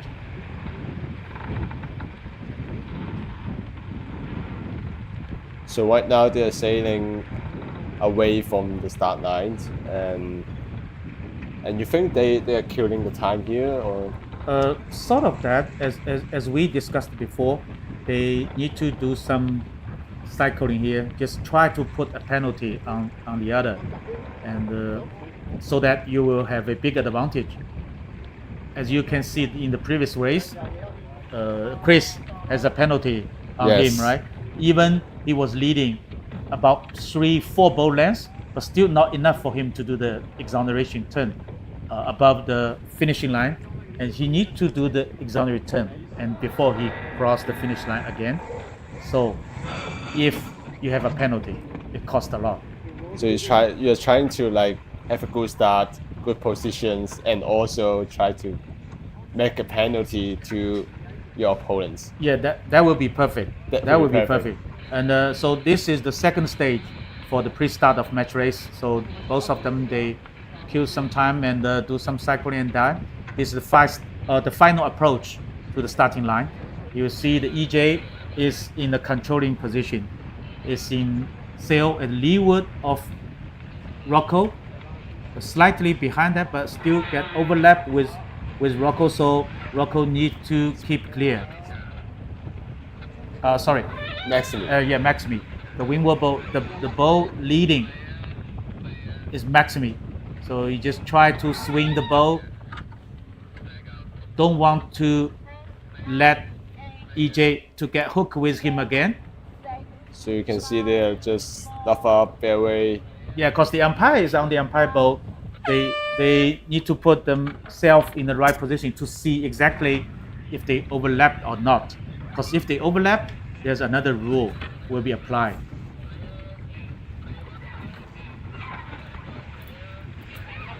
Oh, now seems overlap a little bit and then break.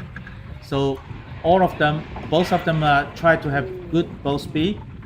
And Maximi tag, EJ follow. So still 30 seconds to go.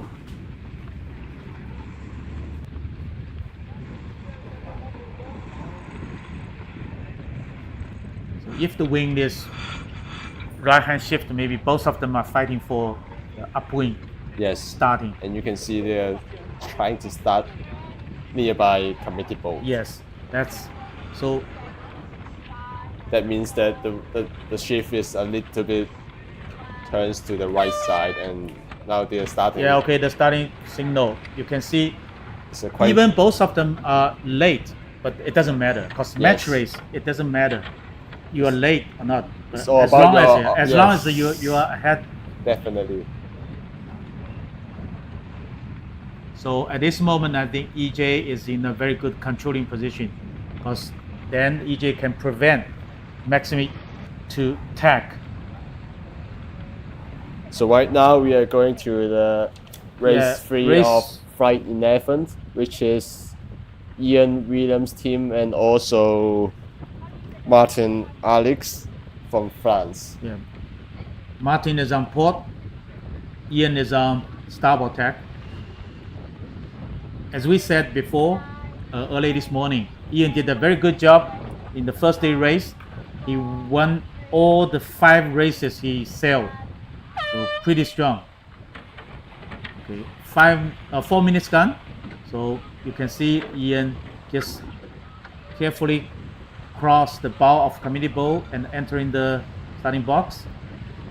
This time, Martin doesn't think he can downwind cross. So he tacked on the starboard tack and then he left. So both boats into the dive up. That's a typical one.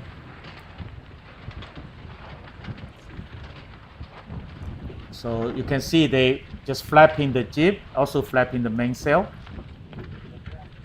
Now Ian just feeling the main, have some speed and get close, but Ian need to keep clear. So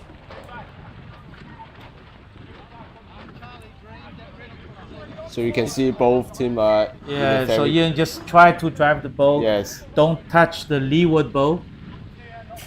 So this time Martin decide to jibe first, and Ian decide to follow and on starboard tack. Wow, that's a good move.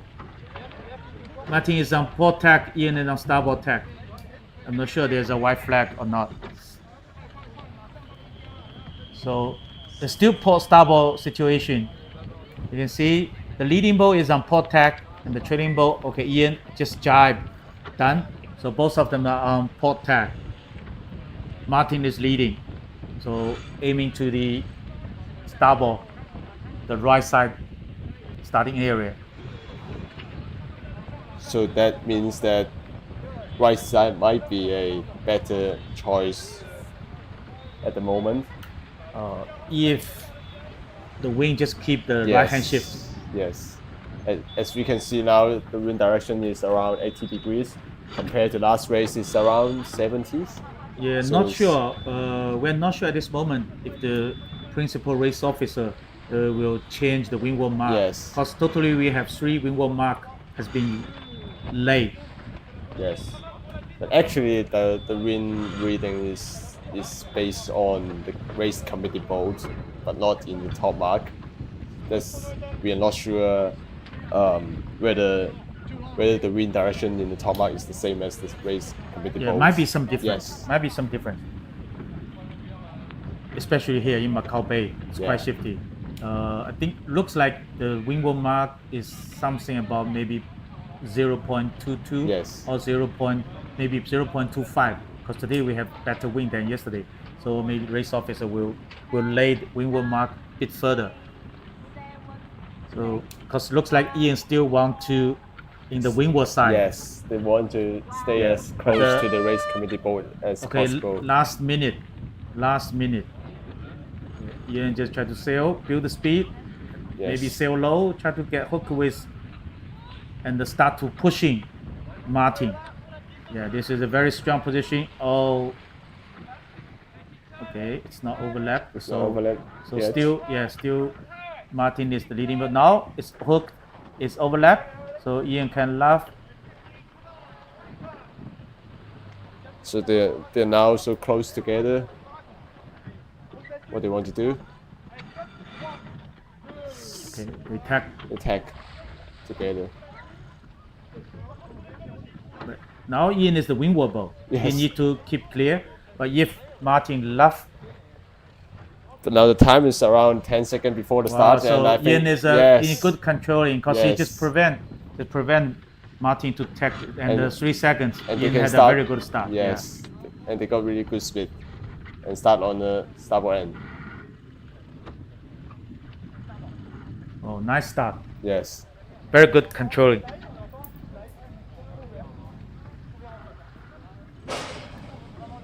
That's all about experience and how you control your opponents before the start, and you can see like now they got a lot of separations just because of the start. Yeah, I think Martin should tag maybe Yes. in several seconds. Otherwise, it will make Ian so Yeah, easy Martin to tag. control Yeah, the Martin feet. tag, and then Ian just follows. It's a covering. It's typical cover the leading boat need to do. So say it again. It's match race is quite different from fleet race. So it doesn't matter, right? You win 100 meters or 200 meters or only 10 centimeters. It doesn't matter. So you just need to control. You don't want lost the control on your opponent. You So don't I want to gamble to make separations. Yeah, so Ian will tag again onto Martin. Try to put more dirty wing on Martin, and Martin tag that way. So it's the typical tag deal happen in the windward leg of match race. Meantime, you can see from the screen, there's another 4 boats. Actually, there's another 2 matches, which is match 1, match 2. They have raced, try to round windward mark. Okay. So Ian tag again, trying to Yeah, just try to cover. Yes. Yeah, just make sure just to make sure you're within my control. Yes. And everything is in my control.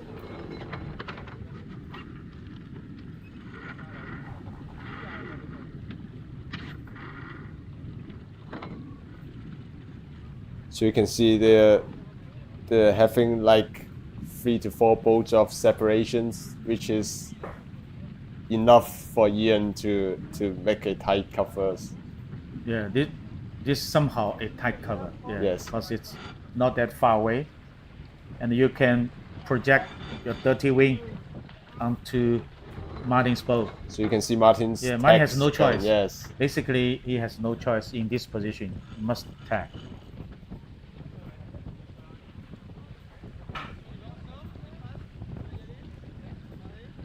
So you can see the umpire boat just stay in the middle so that you can have the whole picture of what happened.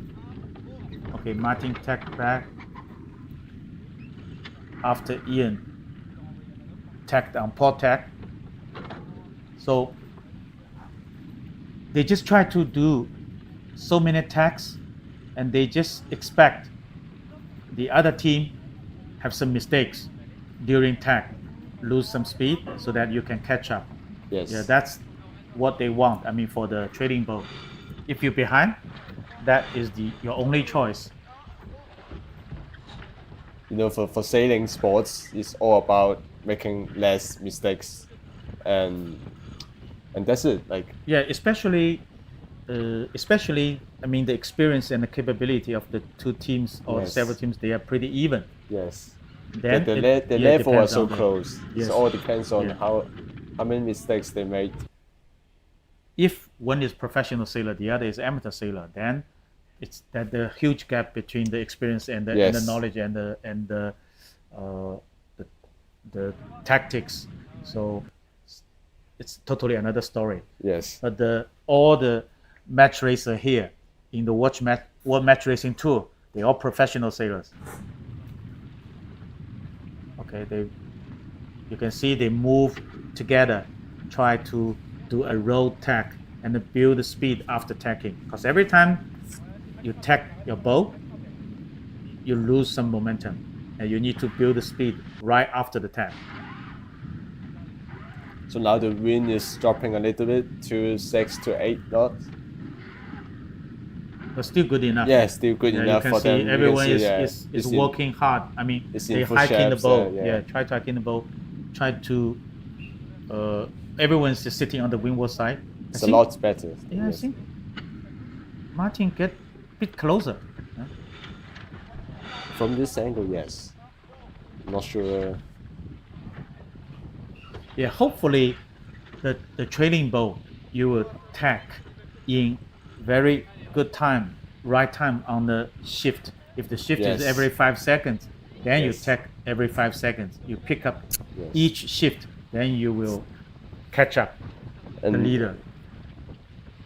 And normally, from an audience perspective, we want the trading boat to Well, chase back. Like, Ian is already in Oh, the yeah, zone round the yeah, mark. wow, They they set got- up the spinnaker. they got a really good ley line. You can see round the mark. Yes. So Richard again, the bowman, is hoist the spinnaker, and then And dropping meantime, jibs. someone just open the clutch.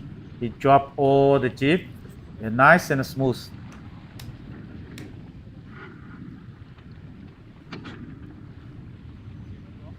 So they just sail away from the top mark. It's in a very comfortable lead.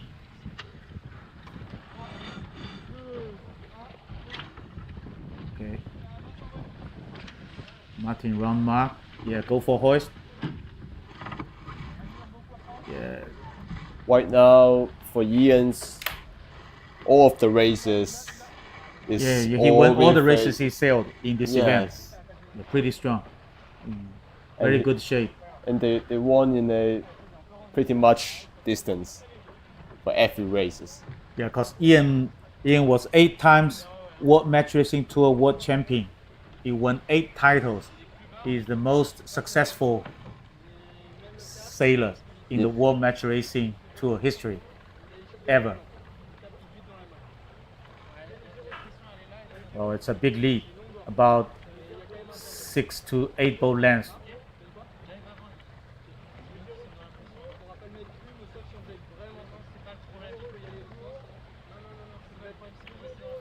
So you can see the sailors here are trying to squeeze in to the front side of the boat, trying to making less drag on the water. Yeah, because it's relatively just light wind. Yes. Yeah. Maybe between light and medium. Okay. Martin jibe first.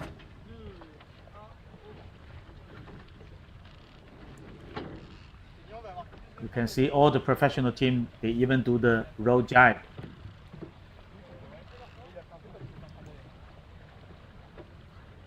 I think Ian will jibe on his lay line, because it's a huge lead. No worry about to cover As at the this sailors, moment. yes. Yeah. Okay, Ian jibe. Yeah, you can see that Ian jibe on starboard tack, because he is on the lay line. And they are having a better speed as well towards the gate mark. I think they will do the port rounding. Let's see what's his decision. They already hoist the jib, and okay, they just jibe the kite, and the meantime, at the same time, they just drop the kite. Yes. Very smooth. And they're going yes, to jibe. they do a port rounding. Yeah, because this mark is favored. And the wind now is more to the right side already from the coming the boat, and you can see Ian doing a pretty smooth mark rounding. Yeah, because there's no pressure on him. Yes. He can do a wide in, narrow out, Yes. and trimming the sail accordingly, and move the body weight, and just accelerate. You can see that they're doing that like in an easy way, but as a sailors, you know that it requires a lot of practice to be Definitely, like, yeah, definitely. to make it more You smooth. think it looks like very simple. Looks like Yeah. easy. Huh? It's Even- easy job. Even like a tag, like a roll tag, like a drive, it looks easy for them like to do it like smoothly, but actually it requires a lot of practice for them.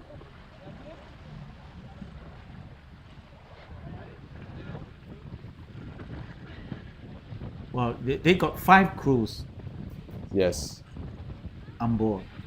I guess the looks crew like- is a little bit lighter than the others. Yes, definitely. So they don't exceed the weight limitation. Yes, that's why they put one more manpower. Okay. I think both of them will tack on starboard tack. Looks like they have a female crew. Yes, Looks like they have a female crew. Wow, the female crew even keep the winch handle yes. in his t-shirt.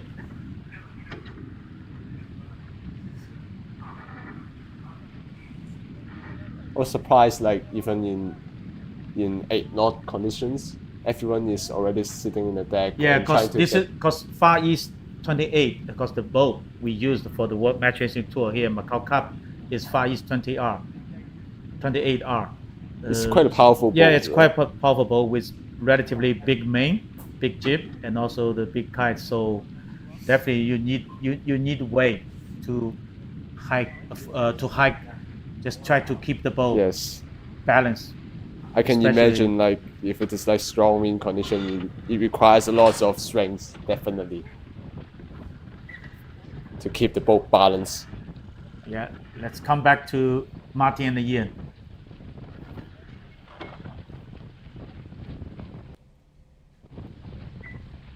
So even they are on different tack, Ian still had a huge lead.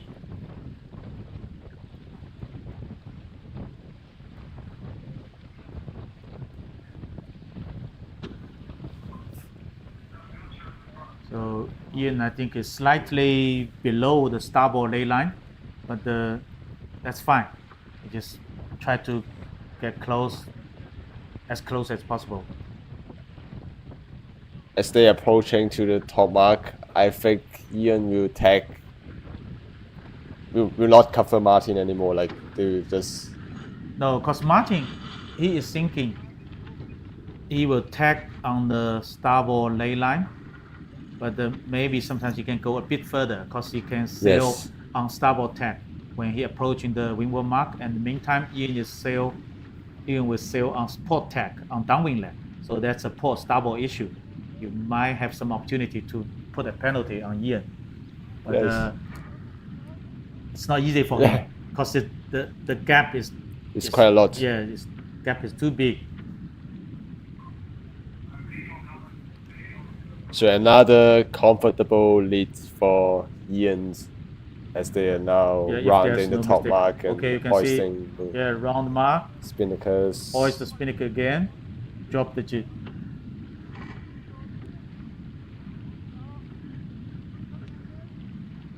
Yeah, nice.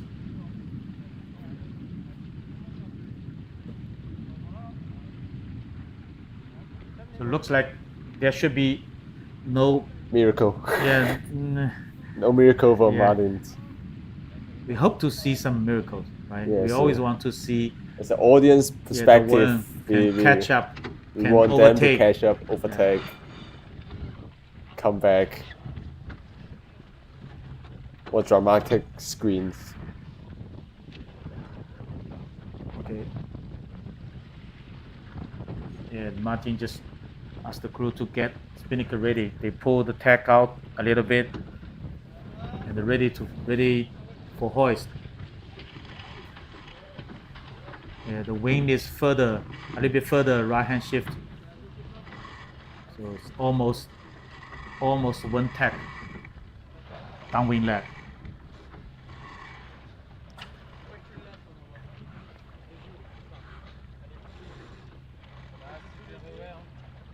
So Ian has drive to starboard tack already. Yeah, I think this just for practice. Just protect. There will be a early jibe, and then you see what you will do. Yes. Then I will take next move accordingly. Because if there's another shift coming from the left side of course area, You want to be the first Yeah, one to, yeah. to take the lift. Because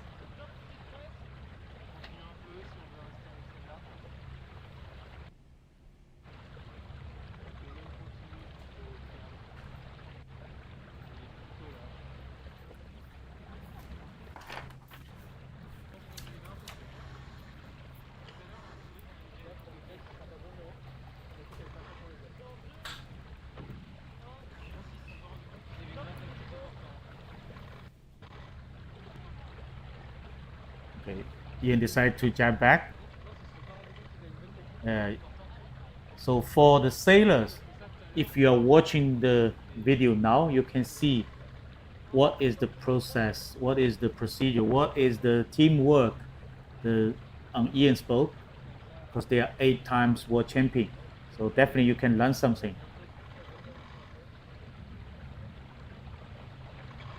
So meanwhile, EJ just won the last races in Flight 11 to has won Maximi and got one more bullet, and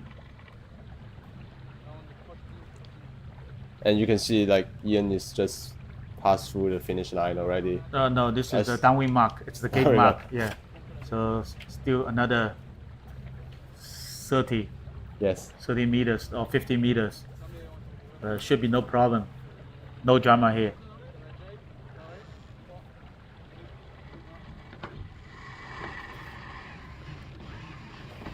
Okay, well done, Ian. I think it's the 6th win in the Macao Cup event here.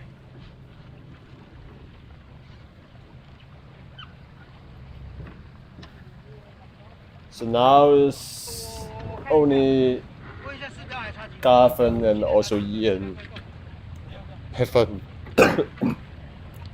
haven't lost any of the matches Yeah, yet. so both of them are really in good shape.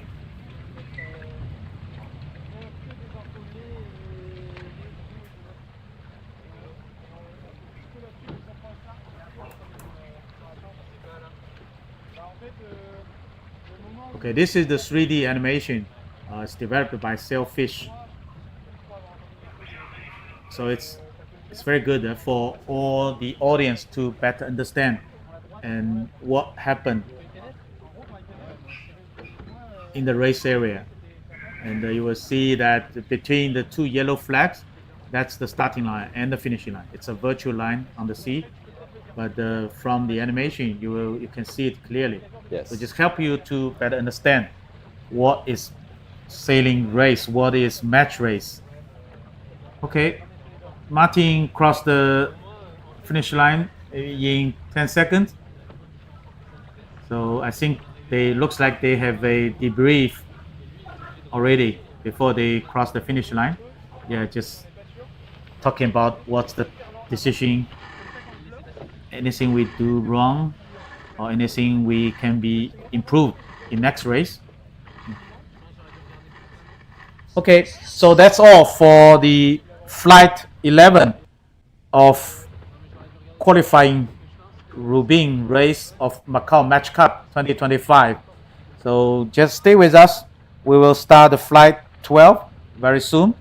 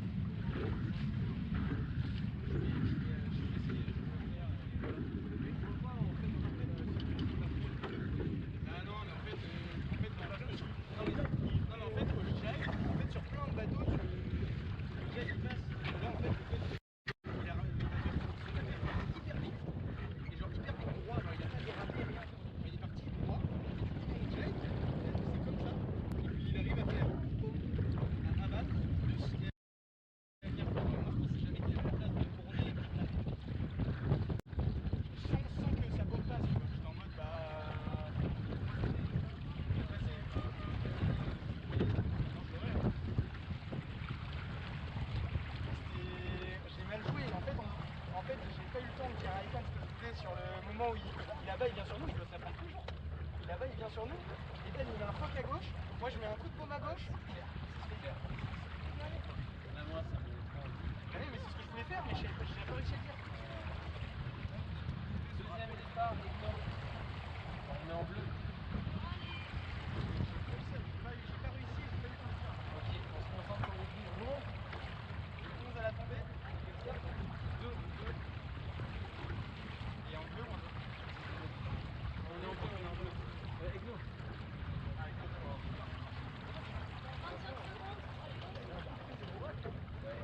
Allez, moi je me fais mal, c'est comme ça, chaque match. Encore un gros match.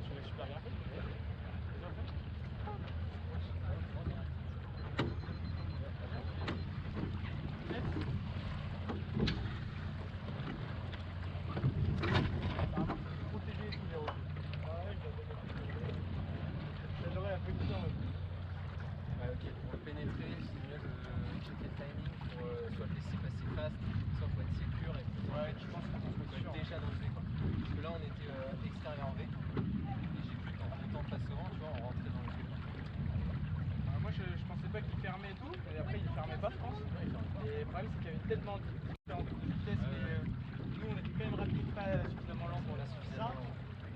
Je peux virer, sinon je pense que je peux virer direct, mais après ça veut dire qu'il faut que je rejive et je pense que c'est un petit passe. Je pense que c'est pas sorti passe, c'est jive direct, parce que si je vire derrière, je vire dessous, il est bloqué. Du coup je pense que c'est jive et il faut que j'aille vers ma queue, il est rapide et tout. Maintenant je jive devant, et là c'est là où tout à l'heure il a réussi à faire ça. Il aurait pu se faire mais par contre il serait arrivé d'abord, donc du coup il serait parti, il aurait viré derrière, là où mon jive.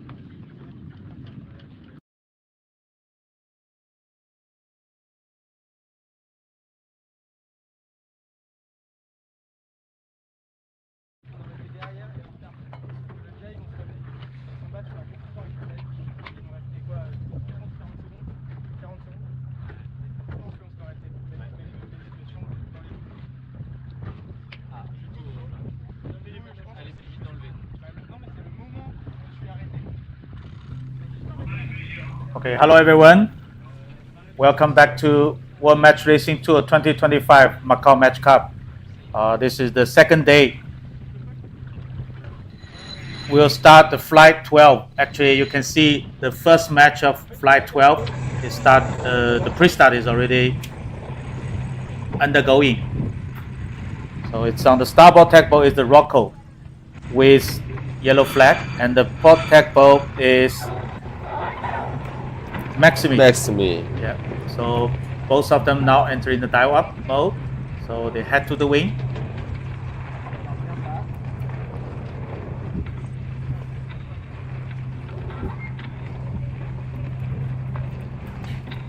Right now they're having a similar result, which is 3-3 together, and they're looking forward to have another bullet this race.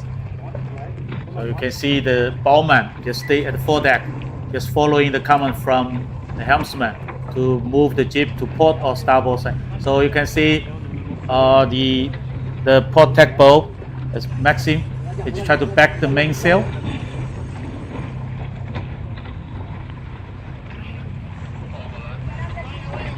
Just yeah, I think it's a protest. It's a white flag because the Maximi just moving the boat backward. So they just have some contact, and Yeah, if the boat is moving backwards, you need to keep clear with other boat who is not doing that.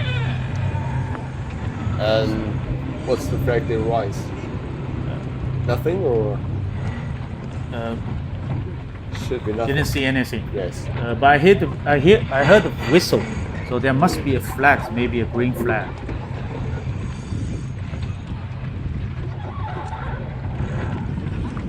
So right now they are Yeah, Rocco just sailed boat on port tack.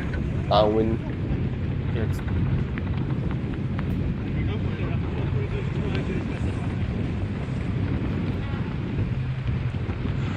And they're heading back toward the starboard end side.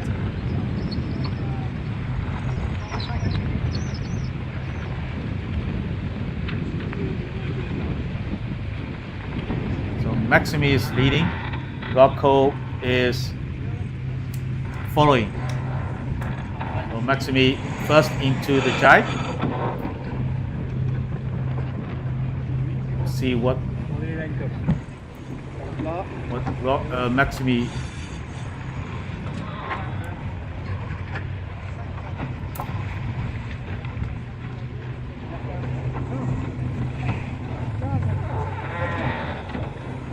So right now is 1 minute before the start, and both teams are having some cycling still, up and down, trying to escape and control each other.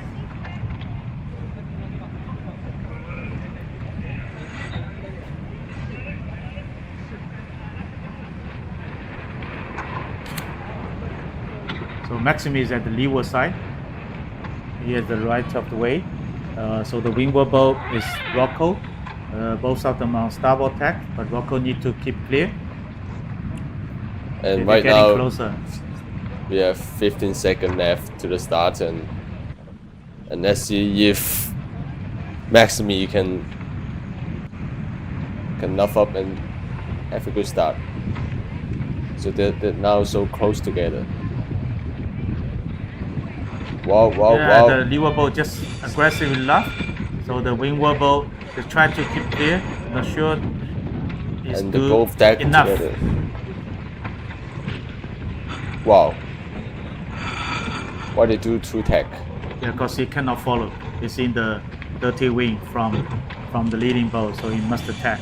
And then the leading boat just tack back. It's just a loose cover. But they're still waiting for the penalty. Oh, sorry. I think this is the second match, which is my team against EJ. So EJ is on starboard entry with the yellow flag. And Martin is in port entry with blue flag. Yeah, I think it's close to 4 minutes. So both of them ready to enter in the starting box. Yeah, you can hear the song from the committee boat. That means 4 minutes gone.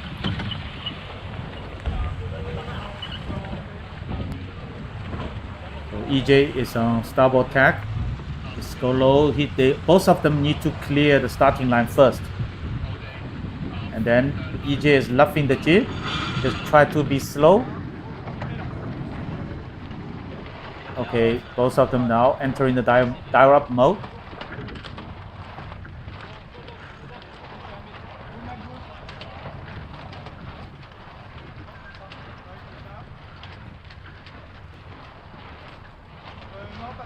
So now they are looking each other to see who will move first and what they're gonna do. Yeah, so EJ just try to back the main.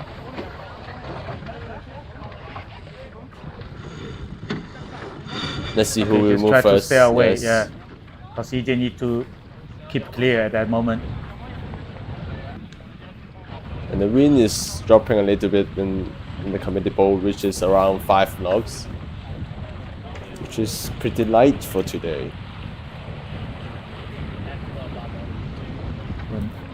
Martin just follow, but look at the boat speed. What's the difference? EJ is really faster.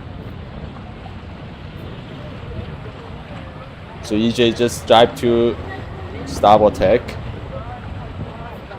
and let's see what will Martin doing here. Oh, EJ jibed on the starboard side and then tacked on port tack. And then drive again. Yeah, ready. just try to get hooked with Martin. And Martin jibe. So this is typical cycling here.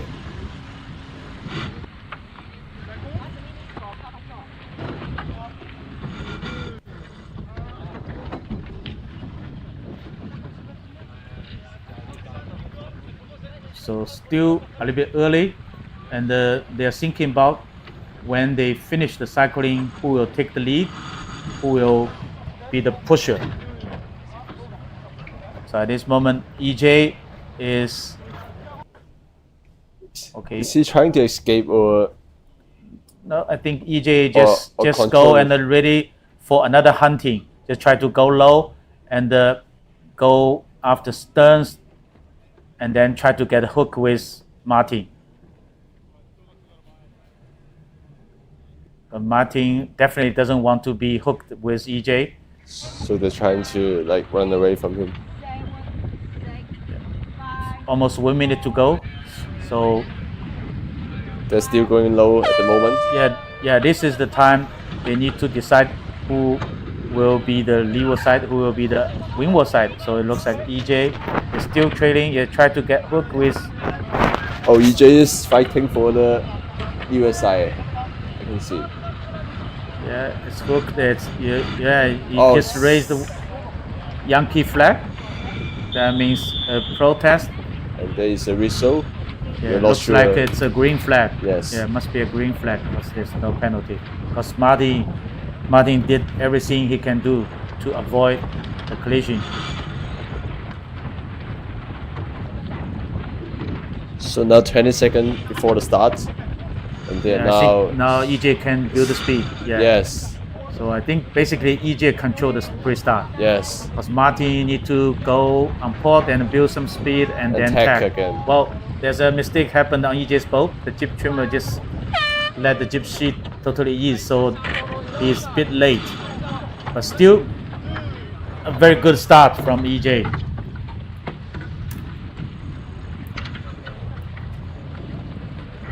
A good starboard start from EJ, and Yeah, they make a big lead. a big lead after the start, and Alex just covered by the committee boat without any wind, and they need to tack, and that costs a lot of seconds for them to pick up the Okay, speed. that's all for the pre-start of flight 12, match 2. Let's focus on the last match in this flight, which is between Ian Williams and Oscar Engstrom. So Ian is on port, Oscar is on starboard. So let's see what Oscar will do. Sail against the 8 times world champion. And let's see how Ian's will use his experience to control the start and to have a good start using the tactics and We'll see. strategies. Yeah, we'll see.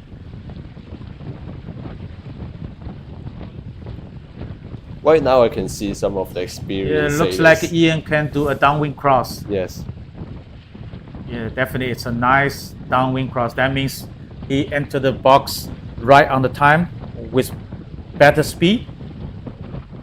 So, okay, after cross, Ian just luff up because he know Oscar will jibe and follow. So he just luff and tacking and jibe. Then he is in a control position to follow Oscar.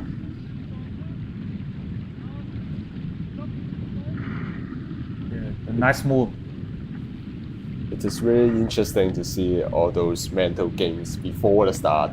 Yeah, yes. The battling for the positions, trying to let their opponents feels that wow, they're in great trouble. Like, Because you need to think about lots of tactics, move, and the plans, and you need to react yes, within half second. Because and you got to predict. You got to predict what your opponents wants to start on. Like, how is his style of sailing before the start, and that's require a lot of experience.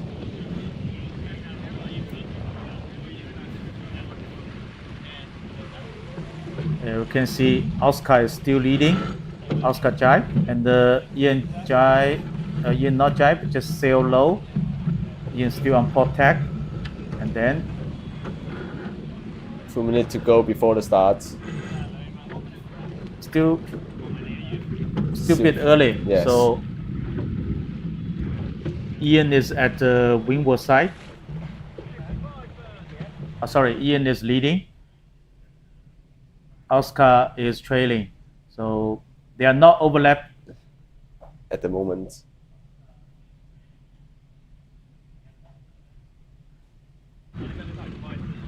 So at this moment, the leeward boat at the right of way, he can block the windward boat.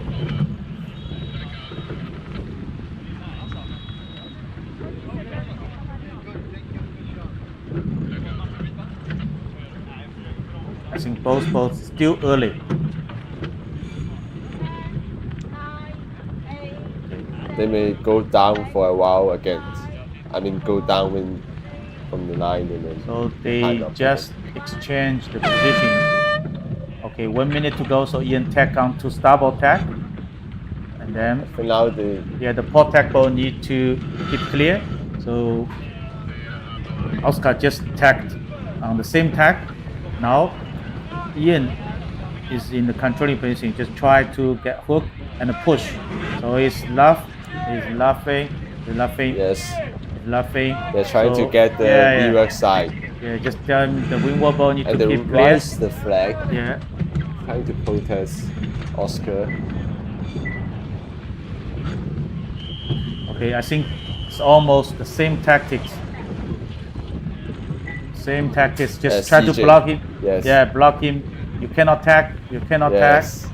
Yeah, you cannot tag. Are there any overlines or Yes. really close to the No, start line? yeah, it doesn't matter. It doesn't matter. matter. Yeah. Wow, wow, Ian, wow. Yeah. Yeah. Even the guns for the starting signal, Ian will take. So Ian is slightly over the line, but he is the first one to. Yeah, we are not sure he is over the line or not. I don't think he over the line, but he just sailed all the way to that point. It's it's nice move, really nice move. It's quite a similar case to EJ last race. Yeah, so that's Just all let- about the tactics. Yes, You just make their opponents to stall and picks up a little bit slower the start. Okay, then it's a typical scenario happen. So the trailing boat need to tag, and then the leading boat Ian just tag, make a cover.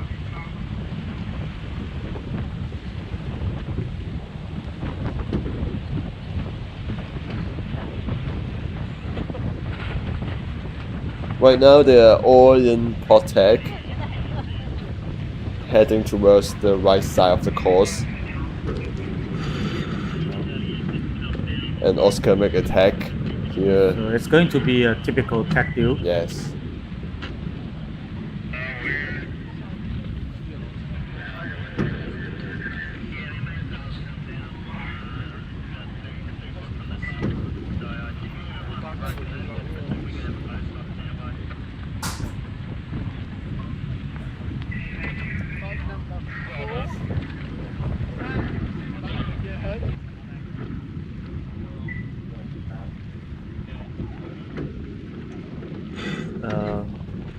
There's not too much tactics. Here, Yeah, not much chance, not much choice for Oscar Yeah, actually. For Oscar, just keep tagging. Yeah, just keep tagging, keep trying.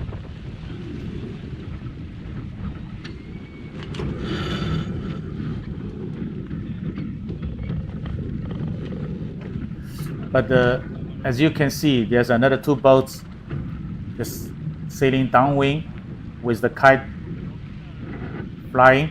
So that means you will have lots of bad air underneath the kite. So that's why both of them need to take away, sail away from those boats with the huge kite. Because sailing is all about the wind strategy. Okay, Oscar attack. I think Ian will match. Because on the port tack, Ian will. This is a tight cover. So that's why. So It's like a the Oscar juice. must attack Yeah. away. Yeah. Yeah. But on the starboard tack, the position like this, it's a loose cover. It's not a tight cover. So they can sail a bit longer. But this time, Ian decided not to cover very soon.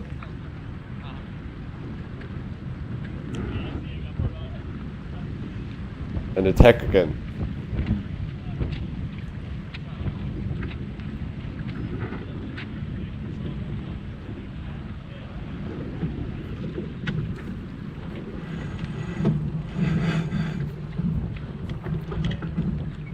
Basically, all of the top boats, they always kill their opponents in the start. Is it normal things in match racing? To be honest, it's quite normal. Right. If someone is stronger in the experience, in the teamwork, in the boat handling and the boat speed, definitely they just try to give the penalty on the opponents before the start, before the starting signal. That will be perfect. And then you just sail the boat, even you are at the same speed with your opponent, still in very strong position because they have a penalty. As we talked before, if you want to do a penalty exoneration turn, you Yes. must have at least 4, 5, even more boat lengths, the gap between two boats. Yes. Otherwise, you will lose the game. So I guess they took a lot of time to practice the start, like trying to win on the start. Like you think it's like more than 50% if they got a good start. Like, Oh yeah, yeah, that's for sure. So they are closing to the windward mark of the first time in flight 12, match 3. You can see the Ian's crew has already set up the kite. He pull the tack out in the right position and just wait. Yeah, meantime, Ian just grabbed the main sheet in his hand and eased the main by himself, and the rest 3 crews just help to hoist the kite and pull the tack line, and someone pull the bowsprit line. So you can see how good they are on hoisting the spinnaker. meanwhile, Oscar just passed the top mark and doing the same as what Ian does. Yeah, looks like, oh, they do a jab set. Yes. Yeah, they do a jab set. Not so bad. Yeah. It's a smooth drive. and So luck let's well see. done. Ian will match. Yeah, definitely Ian will match.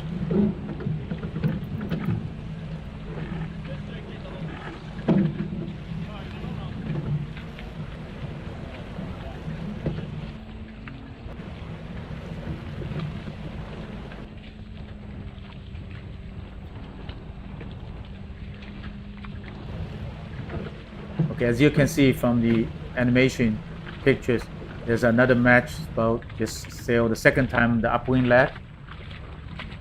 Just goes through between them. Sometimes, as an audience perspective, it's better to look like this kind of animation overview. Yeah, so that they can know where is the boat, Yeah. in which area of the racing What area they're the boat doing. is. Yeah, and yeah, if you look at the data now, looks like Oscar has better speed. Yes. It's the SOG, speed over ground, is better. VMG is also quite good. So is there any miracle will happen in the first downwind leg?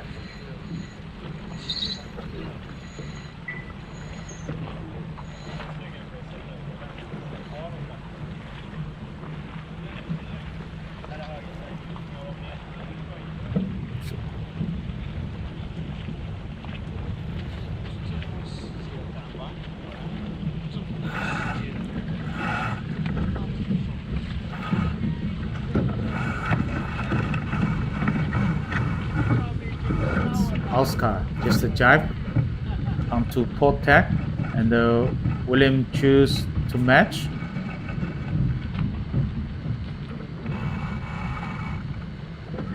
William is approaching the downwind mark.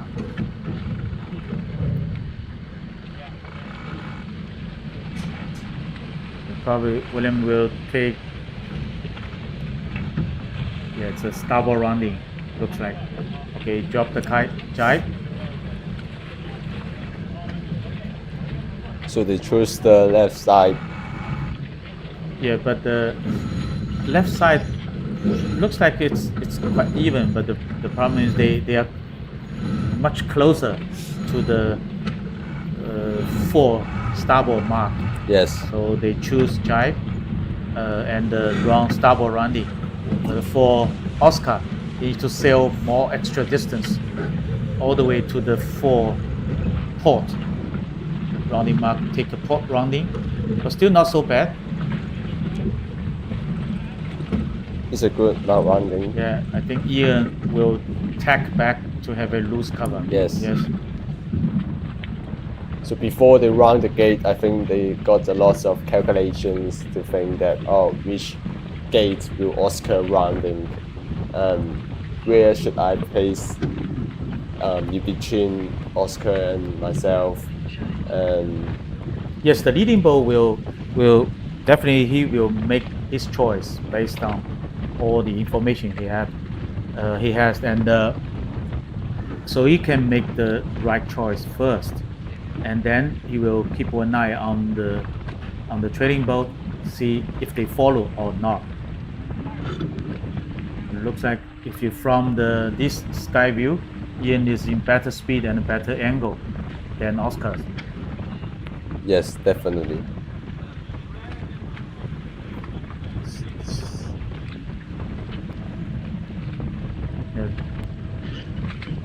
I think Oscar should tag. Yes. Otherwise, it looks like no chance for him to Because they're minimize having the gap. Yes.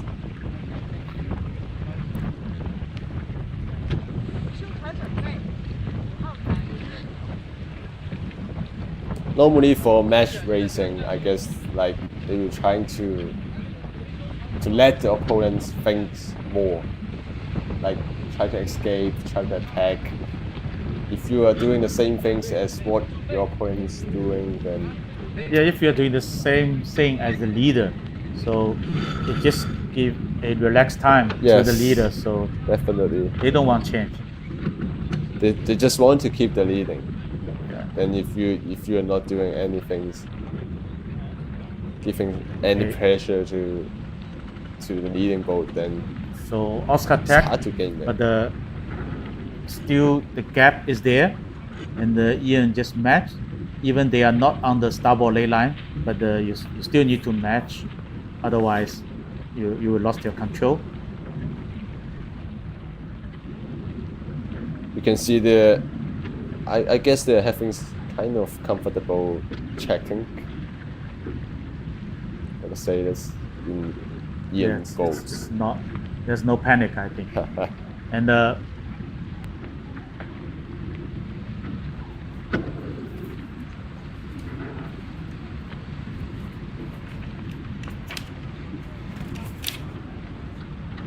so they'll sail all the way to the port lay line.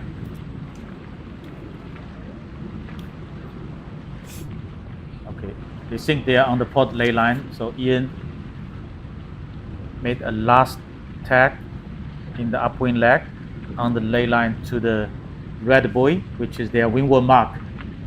For match racing, they need to round the mark on starboard side. You can see they just prepare the kite. I mean the mastman, the bowman, and the pitman. Yeah, so they're very close to the mark. There's no rush. You can see Ian just, as usual, take the main sheet by himself, and he is the main. The go for hoist.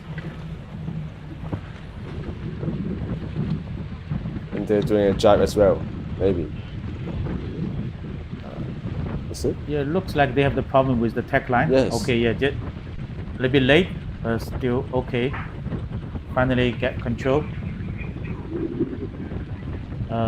It's about 10 to 12 boat lengths, even more, maybe 15 boat lengths Ian had at this moment.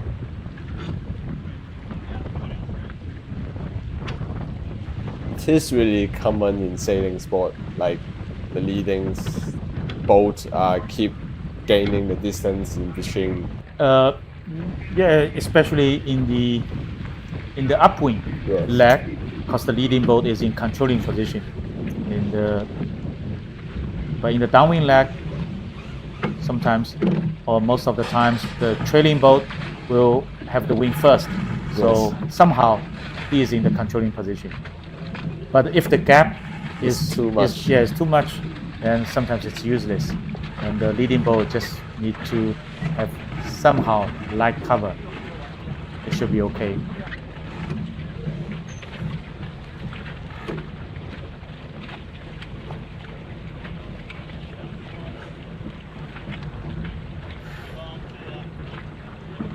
It looks like the wing come back a little bit.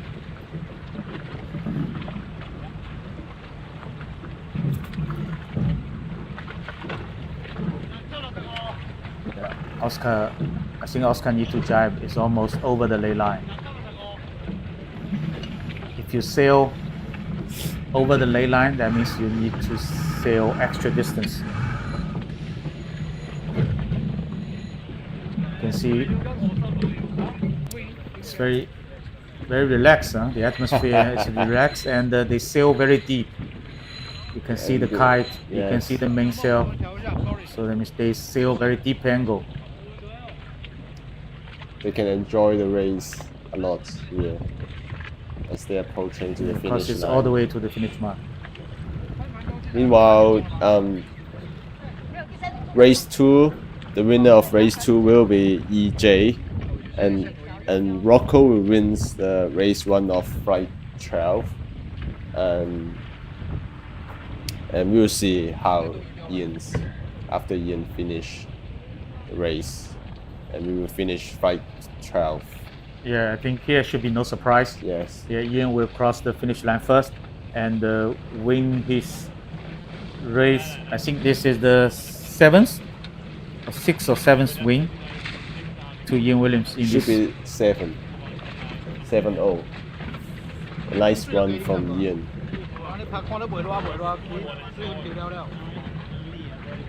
Yeah, this is the 7th win. Okay, Ian will cross the finish line just in 2 seconds.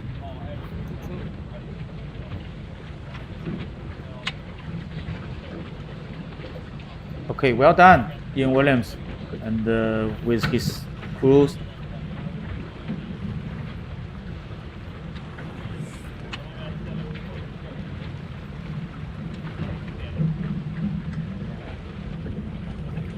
And Oscar is heading to the finish line as well. Hopefully he can get another bullet today. Yeah, but not this race. But it's normal.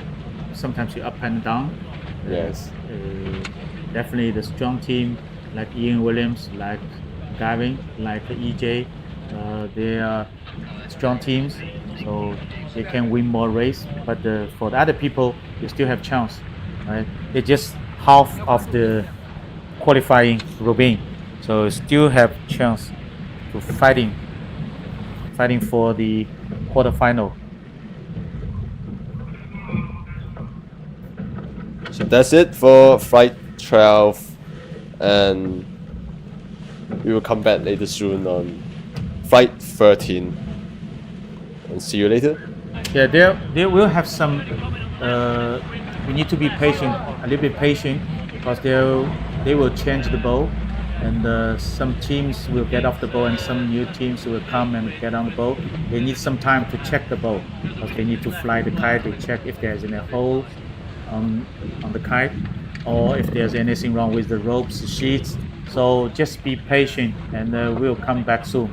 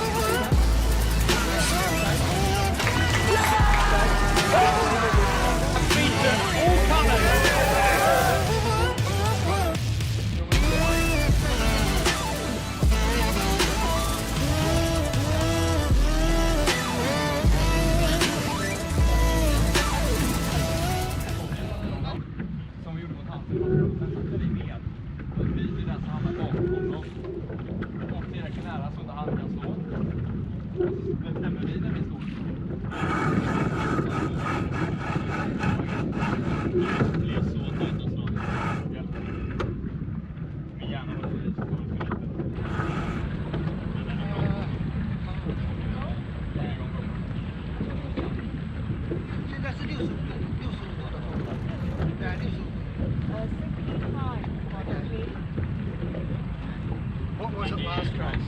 Have we moved it from the last race? The last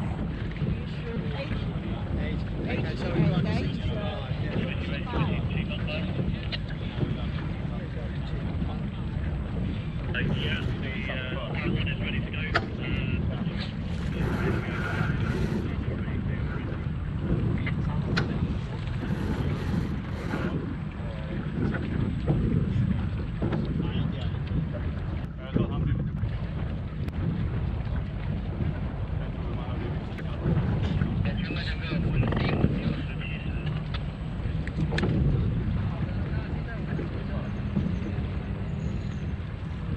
Try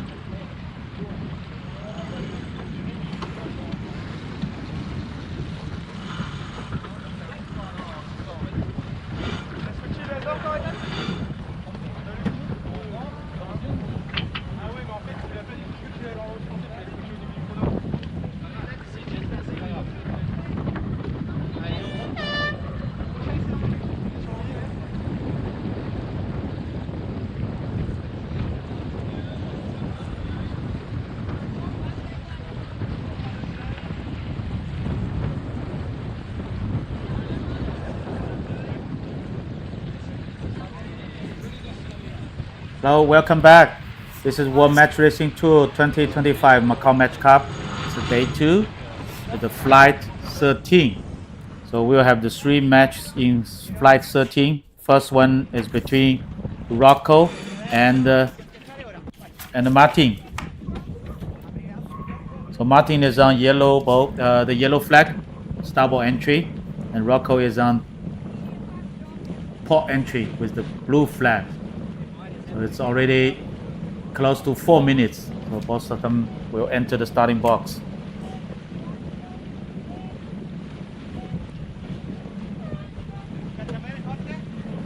So Rocco is doing a great job today, winning 2 of the races of the race, and they're trying to maintain the rhythm to get 1 more bullet today.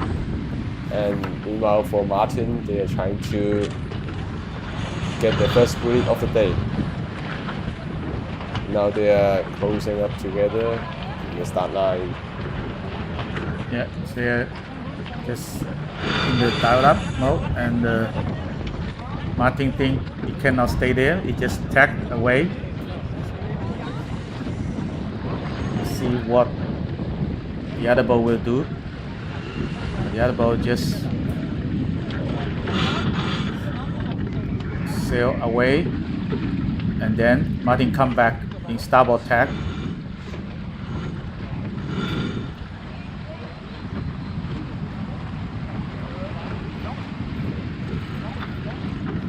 So now cycling, stopping here in the peanut mark.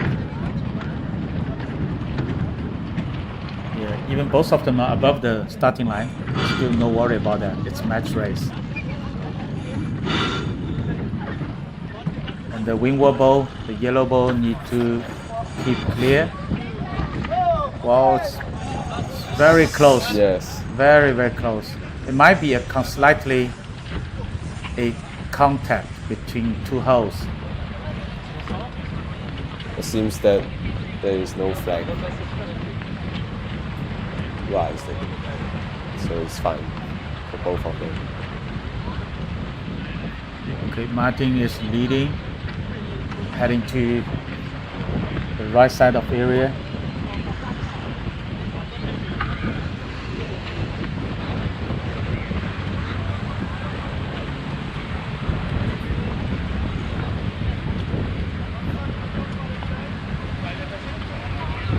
So right now they are sailing in port tack, heading towards the right side. Yeah, you of can the see course. Rocco is really smart. Even he is a trading boat, he's trying to Yes. sail low. Because he knows the yellow boat is going to drive, and then he just luff up.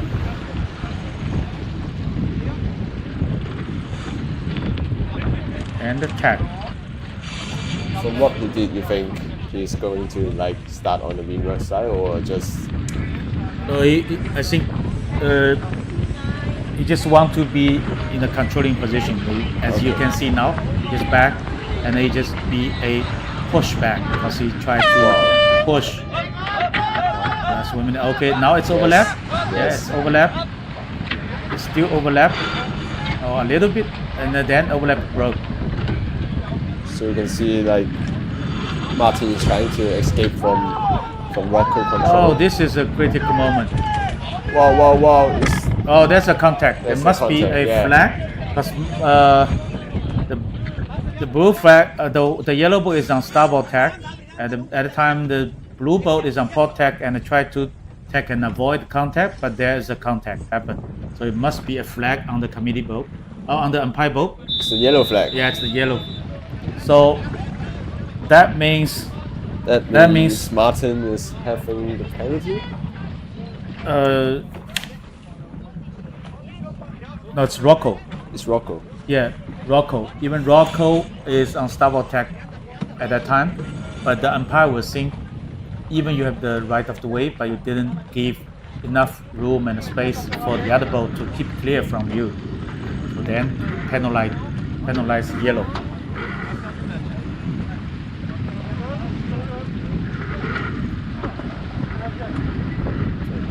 Both boats are late, but okay, Rocco tack. It's a split start, with Rocco has a outstanding penalty on him. Okay, let's focus on the second match. It's between Martin and Nick, EJ, and the EJ is sorry. It's Ian and yeah, Maxime and Ian. So Ian is starboard entry, and Maxime is port entry. Yeah, it's almost 4 minutes. Okay, you can hear the signal on the committee boat. There's one sound. It's 4 minutes. So and now they are approaching to the starting line after the 4 minutes signal. So Maxime need to finish the tack, sound starboard tack, and then head to wing. Most of them head to wing at this moment is a dart up. But Ian is keep one boat length away from the leeward boat. You just try to get a little bit closer to. It's kind of like a To Maximi. mental game. Yes, Yeah, yes. because both Okay, teams are and so then close together. and Ian thinking. just try to tag, because Yes. otherwise he cannot keep clear from. It's very close to have contact here. But yeah, Maximi did a very good move. Just back the mainsail, and the meantime Yes. push the rudder, so the boat just backwards turn the boat and help him to sail on port tack as quick as possible, and then on the trailing position. So Ian just round the committee boat. So once again, let's see how Ian's will do tactics on Maximi before the start. For the last 2 races, Ian's kills his opponent during the start already. Yeah. I think at this moment still the upwind side favor. That means the committee boat favor. Yes. So you think they're gonna use the same strategy as the last 2 races they did to Yeah, others we'll teams? see. So let's see how Maximi could escape from Ian. Yeah, this is the cycling.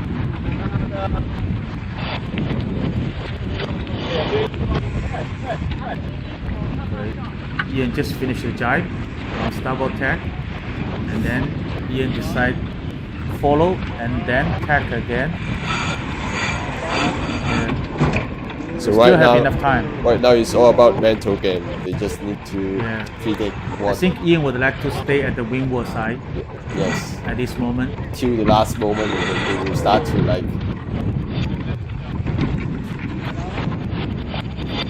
Ian just entering another jibe.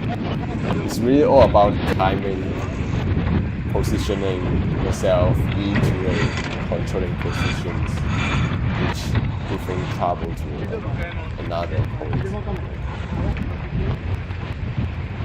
Yeah, this is a nice view. It's a sky view Yes. from the drone. You can clearly see what's the relationship between the 2 boats. And just behind the 2 boats, there's the rib is the umpire boat. Okay, Ian just get hooked, overlap at the leeward side. So 1 minute Ian to have go. the right of the way. He just try to push, and push, and hopefully he can push the boat over the starting line. So Maximi is trying to escape from Ian as Yeah. they do attack, trying to get back to the boat. And let's see how Ian reacts. Yeah. This time Ian didn't follow. He just Yes. come here, just try to block Maximi to prevent him to do the tack. You can see like this in this angle, it's all about boat handling. You don't want to touch. You don't want to hit your opponents to get penalties, but you want to stay close, make them. Yes, now it's overlap. Ian is in the windward boat. Wow, wow, so wow. Must keep clear. Oh, Well, there's a there's a contact. contact. Wow, wow, wow.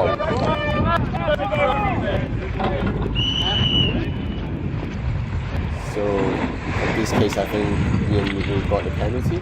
No, it's a blue flag. It's penalty Maximi.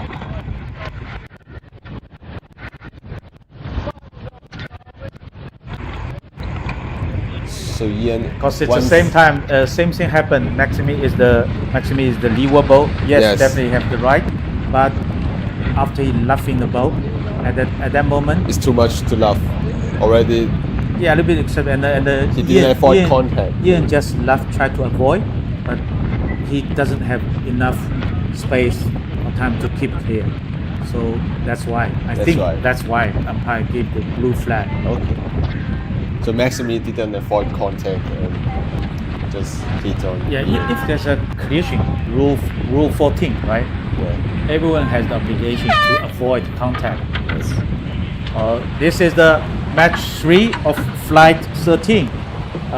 We have the Nick Agner Johnson sail on port entry, and Oscar Engstrom sail on starboard entry. Now both boats is met and now it's into the dial-up mode. So EJ is leeward side. So can see Oscar just slightly back the main on port side. And EJ just follow. So once again, they're predicting each other what they're gonna do after.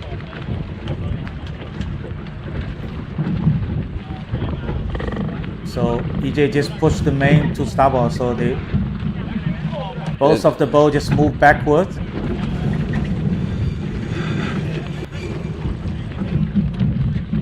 And now both of them Starting. stop moving backwards, sailing on the port tack.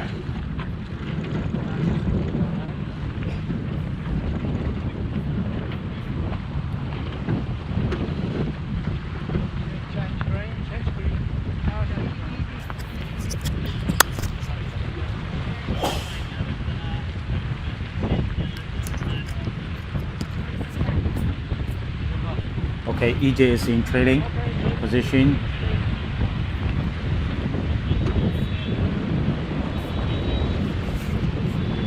So let's see how EJ will trying to control the starts. Oscar jack first. Yes. See if EJ will follow or not. It's so funny to watch, like, all of the experienced sailors.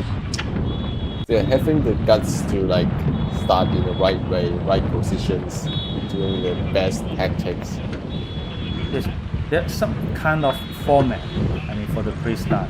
So it's all in their mind. Yes. So they just depends on the situation. Yeah. At this moment, they just select one and take it. They just make stick on it. They just make it so easy to control their opponents, starting on time, pick up faster, and yeah, it's all about experience.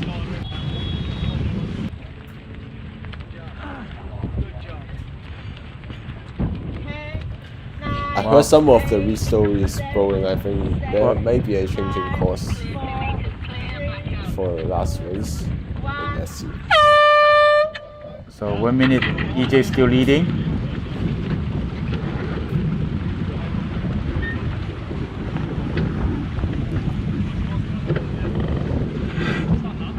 So now they're heading towards the starting boat.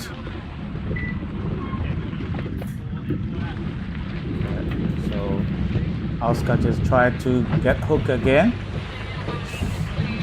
And EJ doesn't allow him to do that, trying to like stay astern. There's lots of teamwork, you can see. You don't need to have any command from the skipper. Say trimming the jib or trimming the main or ease the main. So everyone knows once the helmsman push the rudder or pull the rudder, they know they need to ease or trimming. So right now they're starting quite evenly. But I think Oscar did a good job. Yes. Oscar is in good controlling position. I think for the last approach, maybe it's very easy for you to misjudge the time to the starting line, because you all focus on the fighting. Yes. Sometimes you will forget the time, and then it's not good for you to have a good start. But at this moment, you can see Oscar is at the windward side. It's really a nice controlling position. So now it's all And about EJ speed. cannot attack, right? Yes. EJ definitely cannot attack. Maybe EJ can luff, but the gap is not that small. So you can see slightly, Oscar will take the advantage. So right now it's all about speed and the angles. Yes. If EJ want to escape from Oscar, they have to like. So start from this position. EJ is in the dirty wind a little bit. I mean, It's really in trouble. yeah. Then it's going to be slower and slower, as you can see. Yeah. So now they're starting to tack. Yeah, and then Oscar will match, and once So- have speed, EJ will back. Probably EJ will do a fake tack. Yes. It's also very famous for the tactician in the match race. So now it's all about the speed of tacking, how smooth you are to maintain the lead. Wow, Wow, strange. Oscar didn't tack back. Yeah, Oscar even let him go. Why? Why Uh, they need to do that? Like, because maybe I'm not sure because the speed of tacking. Yeah, if you are really confident about your teamwork, every tack you won't lose speed. Every tack you will do better than the opponent. You will keep the game on. But if you are not that confident, or if you think you can see the right wing, the current of the wing in that area is better than this area, so you can aiming for that.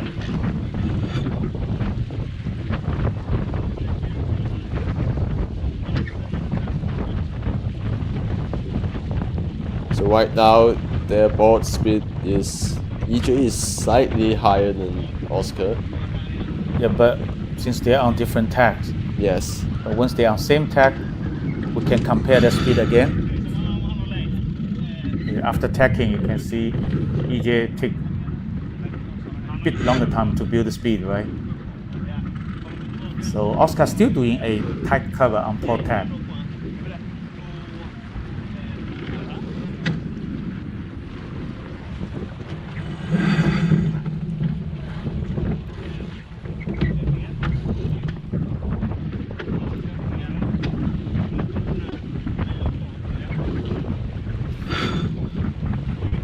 So Oscar is doing a great start, and now they are leading the way towards the outwind. Yeah, EJ just keep tagging, trying to escape from Oscar. Wind speed is around 8 to 10 knots, which is slightly gaining. And the wind direction is around 80 degrees, which is more likely northeast.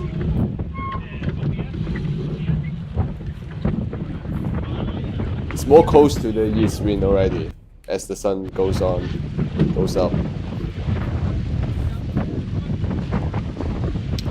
And now they are approaching to the left hand side lane 9. I think that both teams can't make it to the lane 9. But I think so far Oscar is doing so well. Yes. Keep the controlling position. So Oscar is about 24 years old, and he used to sail a lot on the 29er class, and after that he moved to the Olympic 49er class for several years. Just after 2020 he's made the decision to spend more time on the other sailing items, and after 2021 he just moved to the match racing, and he participated in the youth match racing world champion.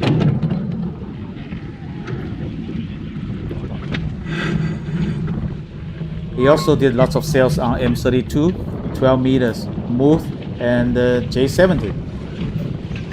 So both of them are really young sailors.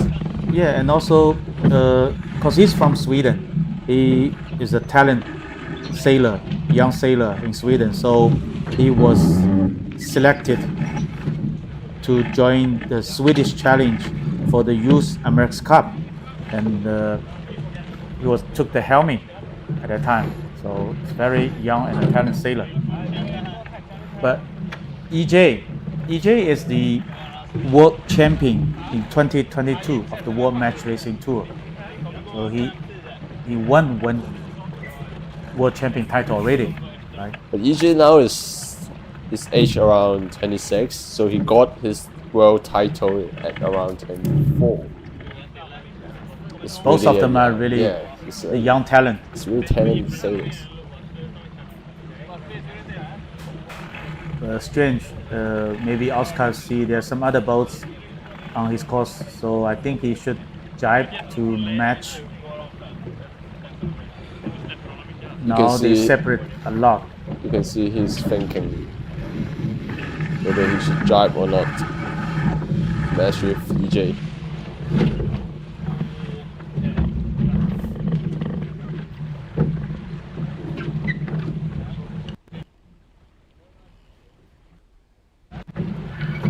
You can see different skipper, different weight up. Oscar just sailing downwind. He let the mainsail. It's really eased a lot more than other helmsmen.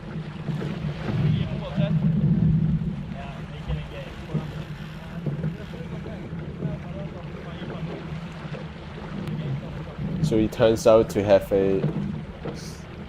but actually he got quite a good speed compared to EJ. Yeah, I think EJ will jump back because he won't sail too much further to the left side. I'm not sure if Oscar made the late line of the downwind. No, looks like he's not on the lay line. Should have another jibe onto port tack.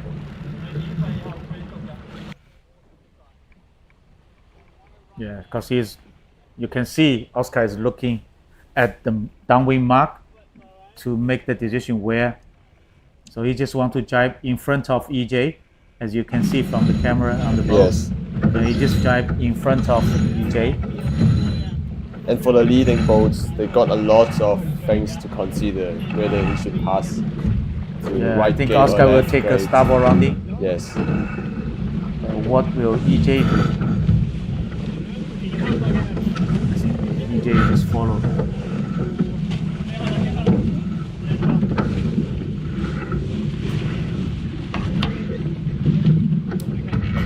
EJ choose to sail to another mark, but there's a bit more extra weight. So you can see Oscar is keep looking at EJ, trying to lose cover after the rounding mark, but still they're not tagged yet. Might be they got some separation for this. It's a big split. Yes.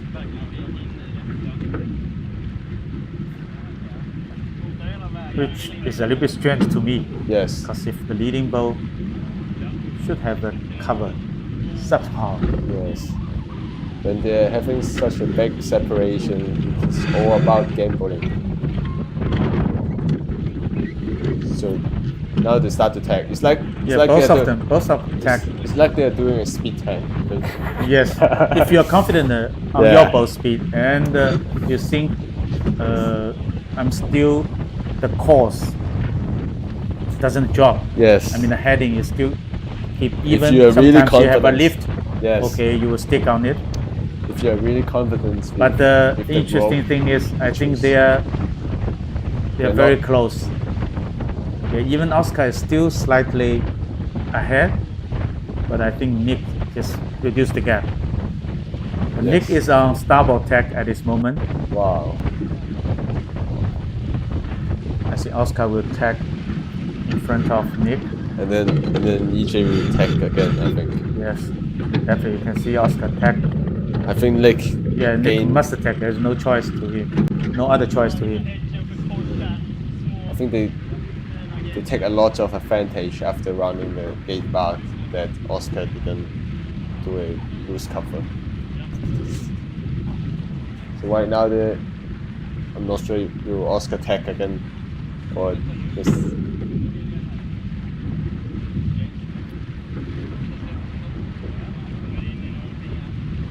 Okay, EJ chose to tack back on starboard tack.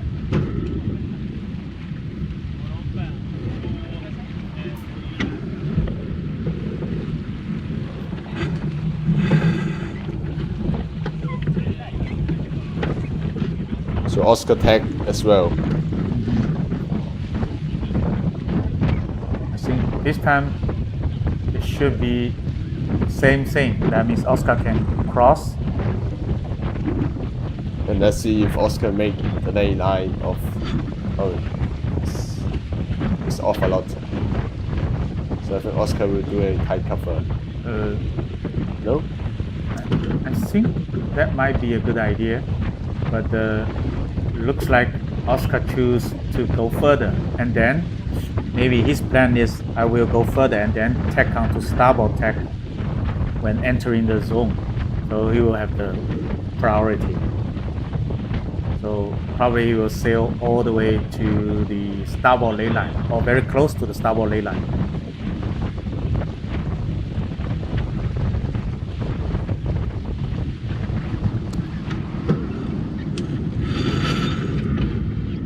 Yeah, I think he is on the, yeah, looks like he is on the starboard ley line.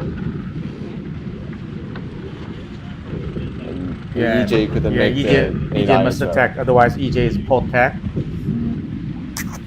So still Oscar is leading, but The gap between both teams is slightly less than the first leg. yes, I think so.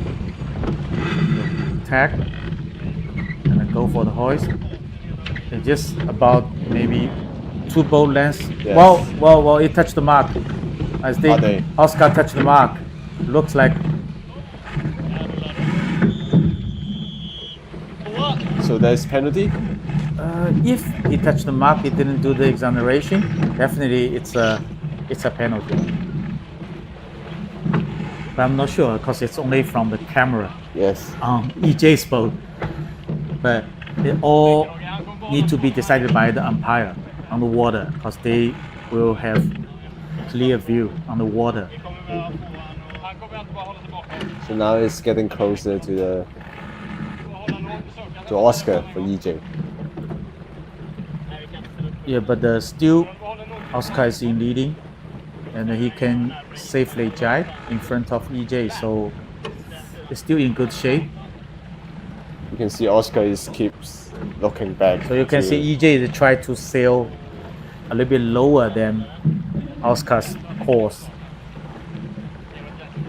Hopefully he can prevent Oscar to do a jibe.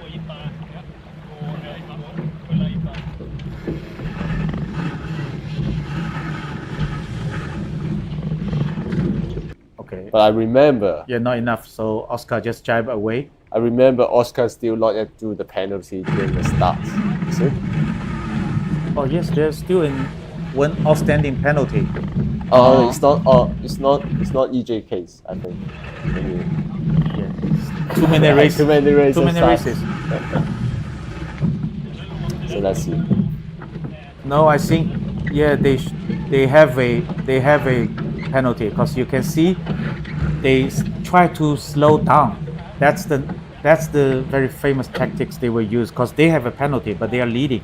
So you can see now they try to sail not as low as possible, but the speed should be slow enough and wait for EJ to get hooked with him so that he can be a leeward overlap, and then he can luff up and make another penalty on EJ, and after that he just even the penalty and then he tried to cross the finish line first. So this is the interesting thing happen. So you can see the leading boat, the yellow boat, try to sail slow. So right now at the moment, I think EJ is trying to escape from.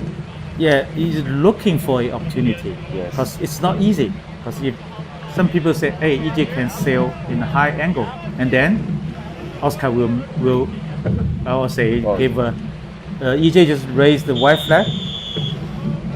It should be a green flag, I think. Green flag. Now they get overlap.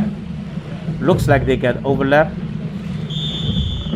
and Oscar just tried to break the overlap, but now they are close to the finishing line. I'm not sure EJ. So what? There's some whistles on the water, but we cannot see if there's any flags. So are they gonna finish or? We cannot see the flags on the committee boat. Let's see the angle. So they didn't do any. What's that? Yeah, if this is the blue flag, that means the blue flag boat win this game.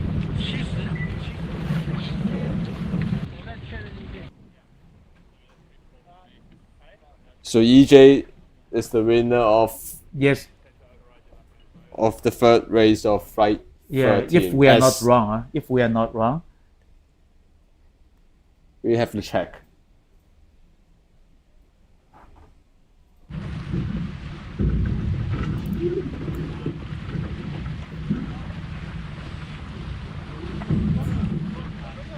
Okay, so we're still waiting for the final result.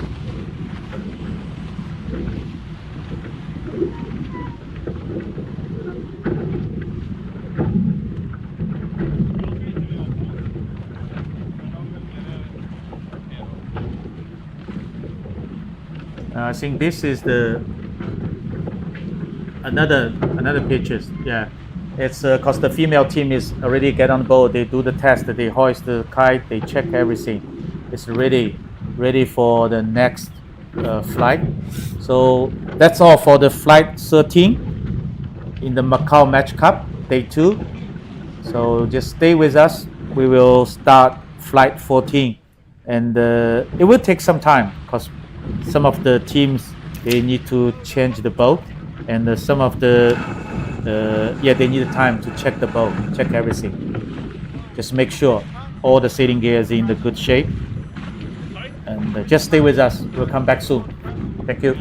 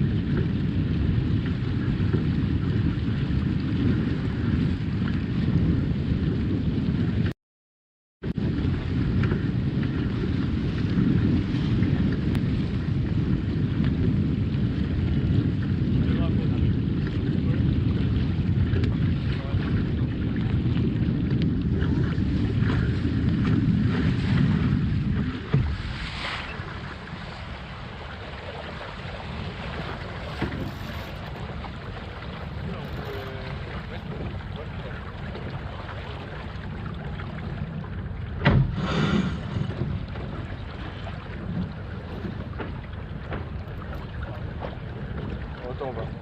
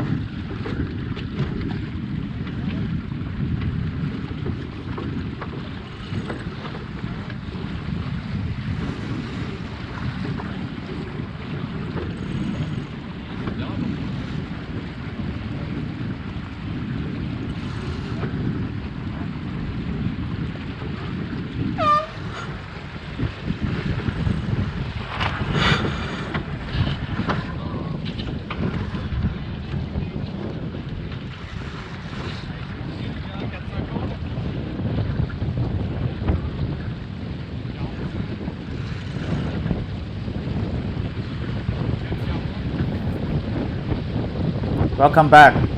It's 2025 Macao Match Cup, the opener event of World Match Racing Tour in 2025. Here is day 2. Now it's flight 14. So for the first match, it's between Max Pohl, sail against Tom Fortune. Max is on port entry, Tom is on starboard entry.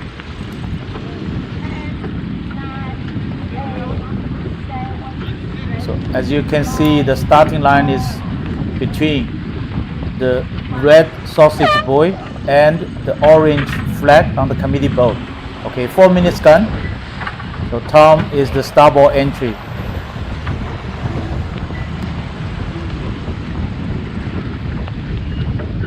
This angle can clearly see that how the boats are doing the tactics. Yeah, okay, so Max is protect boat, so you need to tack to starboard tack and then come back, so both boats into the dial up, a little bit separated from each other.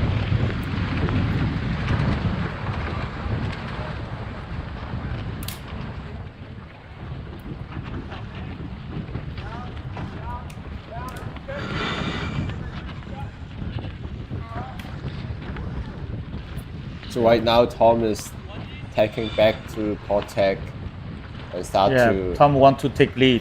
accelerate again towards the committee boat and to the right side of the start line.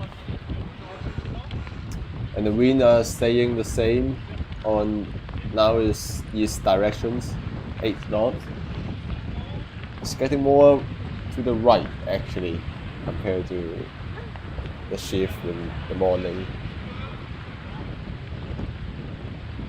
Still plenty of time before the start, more than 2 minutes, and now Tom is starting to drive right away.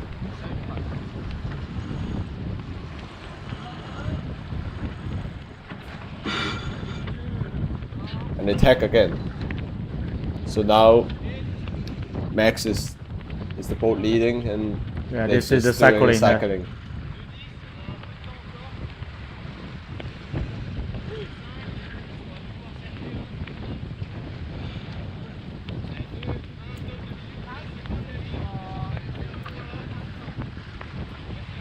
Okay, so still early, so both of the boats still cycle here.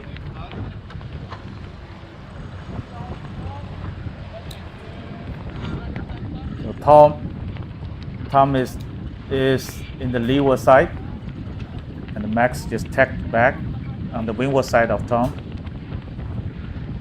For most of the races today, the sailors are aiming to start nearby the committee boat. So actually the strategy are quite similar.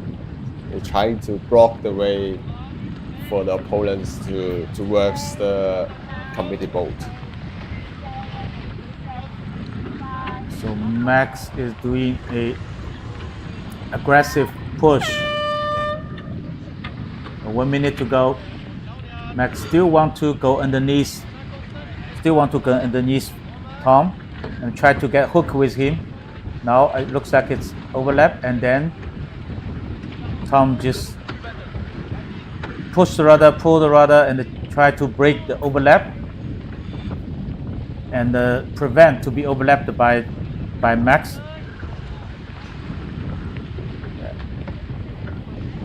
So 30 seconds before the start, and both teams are so close together. The Max is in the windward side. He's the windward boat. Need to keep Yes. So it's quite hard for Max to accelerate at the moment. there. Yeah, maybe Max should tack. Yes. Yeah, he should tack. Otherwise, he just Yes. got stuck there. And attack and build speed, and then do a tack start.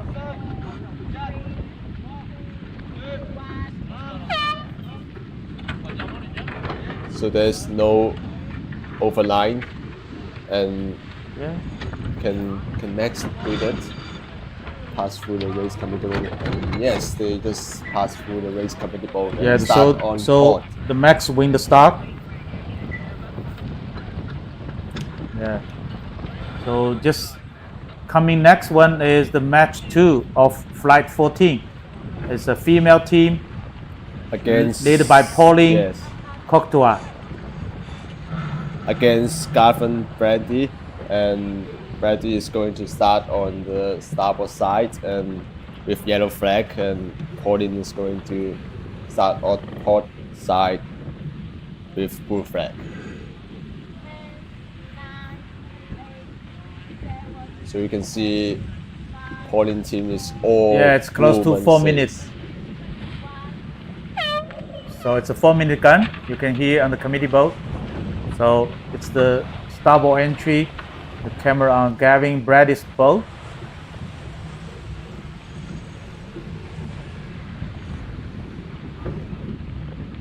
Okay, so the port tack entry, Pauline just tack onto starboard tack and then back. Both of them had to wing into the downlap.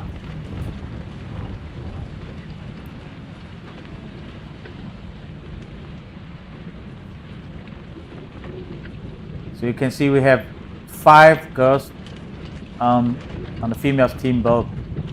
I have a question. Like, Yes. are they communicate together between two boats if such a short distance at the moment before the start? Definitely, they don't communicate. They just They look at only you. argue. They only argue, but They they just don't. look They don't at you. communicate. Okay. Yeah, They just look at each other. yeah. They will say something like, "No way, you cannot tack. Wing wobble, keep clear." So Yeah. So right now they're all sailing in port. okay, And David did a very aggressive move, jibe onto starboard tack, but at that time, he on starboard tack he need to give the room and space for Pauline to keep clear. So there's no penalty here. Pauline is leading, and then Pauline got enough space and jibe back onto starboard tack and tried to attack. Still not enough, and then Pauline tacked underneath Gavin. So you can see the Gavin is really very relaxed. Huh? He just stand Yes. on, hold the tiller in the hand, and just check the starting area. right now at the moment, Brady haven't lost any of the matches yet. And let's see if he can get one more bullet against Poland.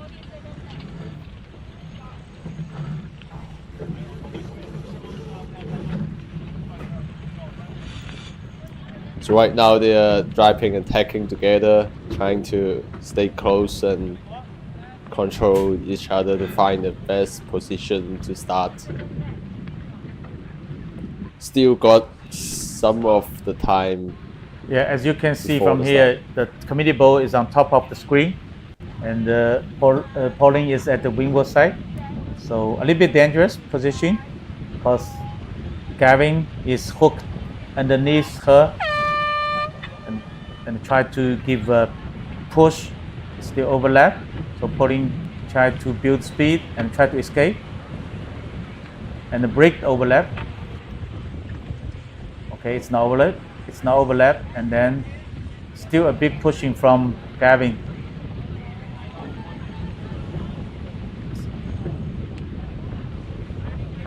I think both of them are early to the starting line. Overlap again, and the brake.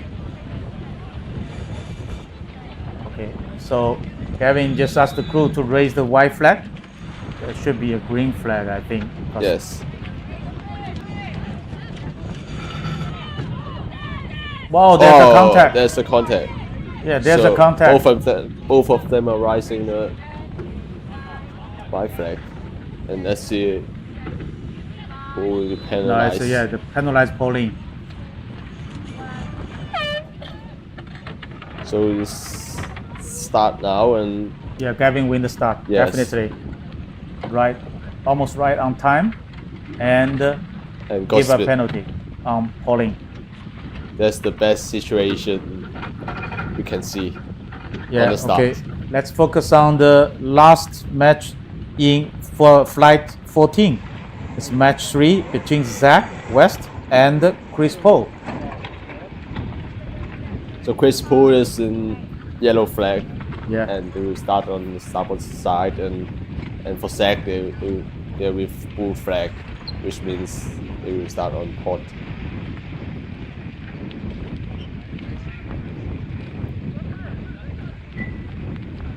So it's very close to the 4-minute gun.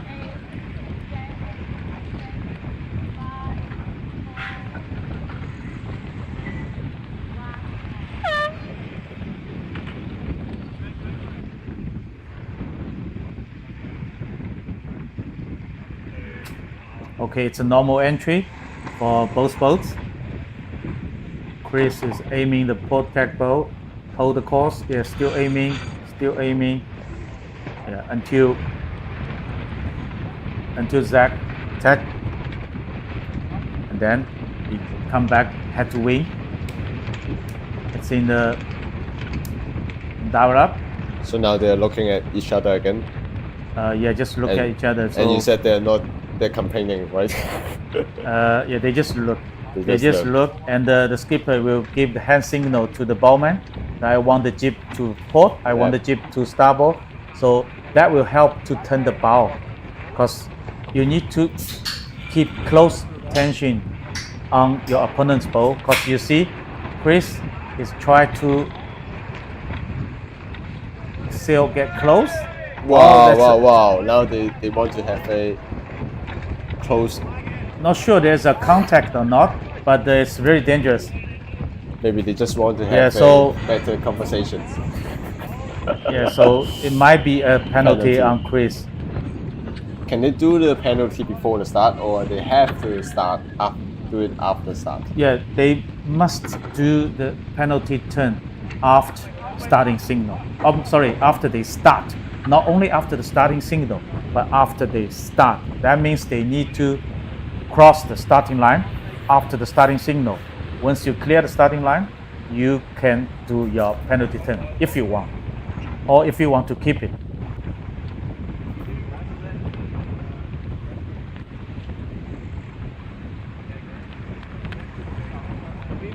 Wow, it's very close. 2 minutes.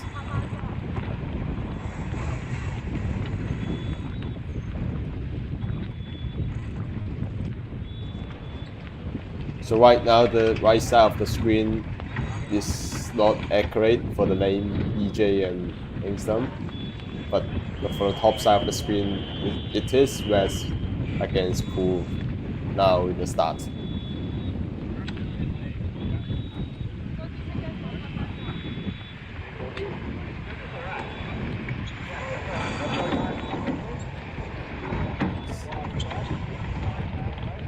Still got 1 minute. So Zach is trailing. He's tried to give a push, and Chris want to take the lead. It's got lead back, and also same thing. Zach want to get hooked with Chris. Definitely Chris drive the boat, upwind, laugh, and bear away a little bit. Just try to break or try to avoid being hooked by Zach. Now Zach is hooked on the windward side. That's a good position for Chris to control Zach. Chris is in control. Yes. Because it's still early. Still early. I think West Chris can want try to go. Want to go with so him. So they both tag together. Yeah, just prevent Zach to tag. And okay, I think Zach did a very good move to do a jibe. Yes. And then try to sail the boat underneath Chris. Hopefully can get a hook. 14 seconds to start line, to starting.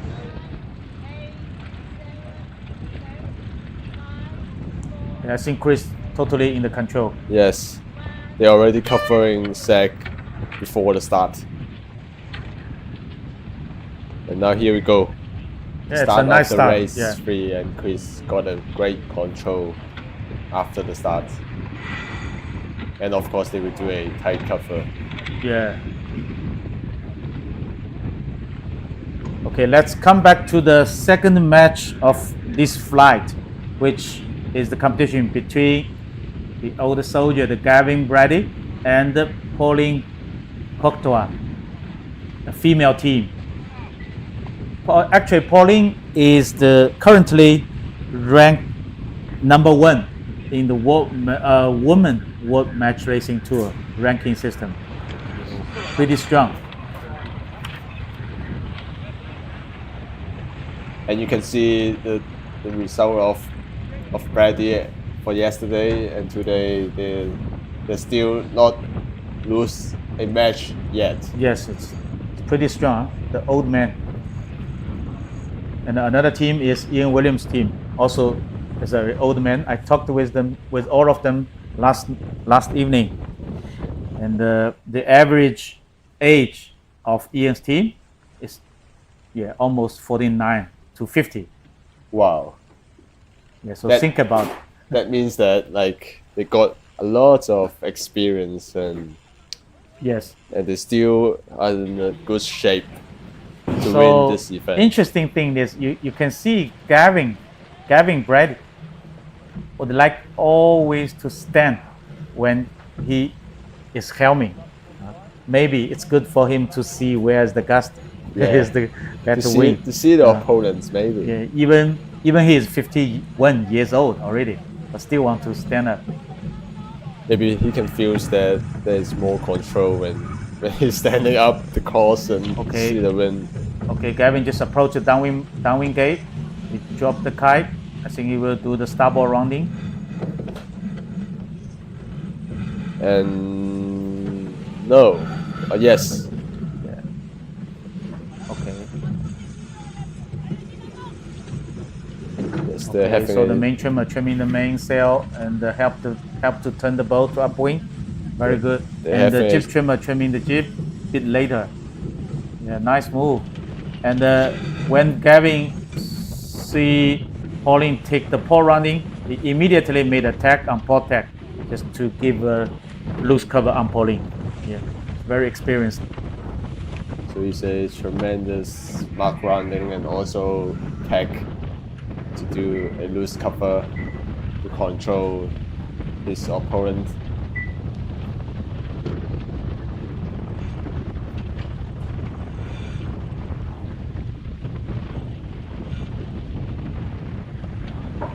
At the moment, the wind is picks up a bit to 11 knots.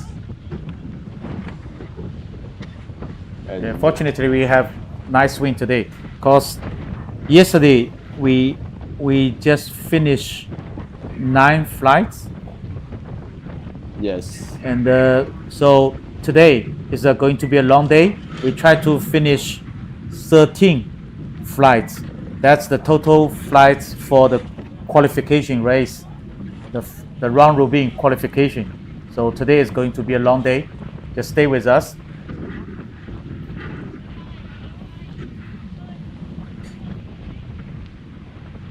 So you can see from the animation there is someone downwinding. That is the other races of flight 14. Yeah, if the wind has been built up to 13 knots, so then it will be a little bit tough for the female team because they need to work harder to hike.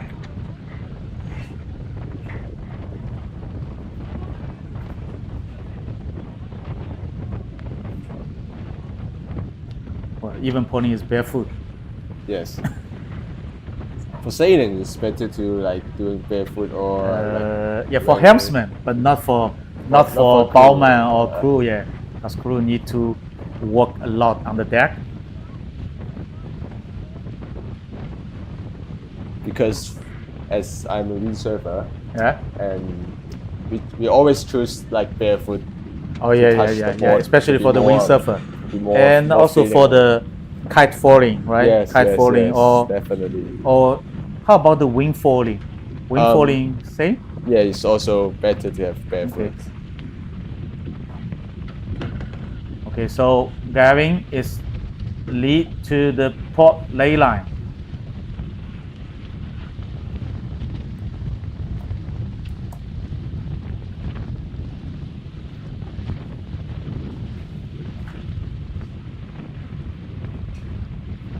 It looks like they are having a great separations, great distance.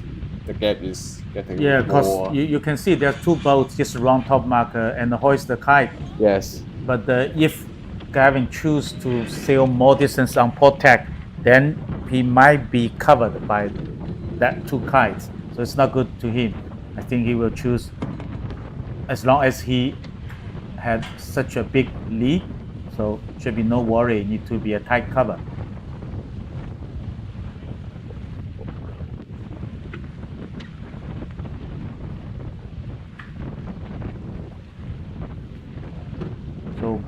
Gavin is leading about 5 boat length. Rounding the mark.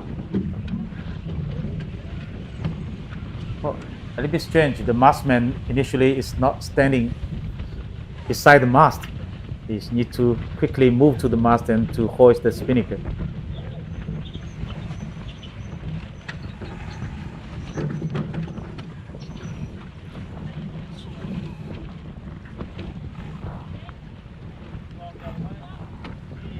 Seems that they are having some trouble. That's okay. Hoisting. It's okay.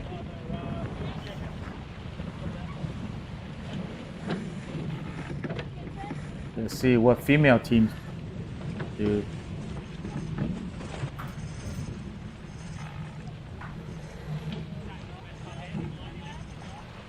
Looks like there is some wind, huh? There is some wind. Wow, you can see Pauline was sailing so deep with the mainsail. It's really, they ease the mainsail so much and they just rotate the kite up to the windward side and try to sail as low as possible. Look at the angle, right? Okay, once Gavin jibe, Pauline just matched.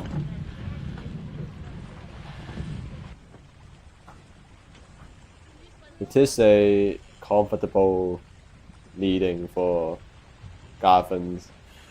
I think Gavin maybe sailed too much on previous port tack. So they are slightly over lane. Yes, slightly over the ley line. I think Pauline is, yes, just you can see from the track, right?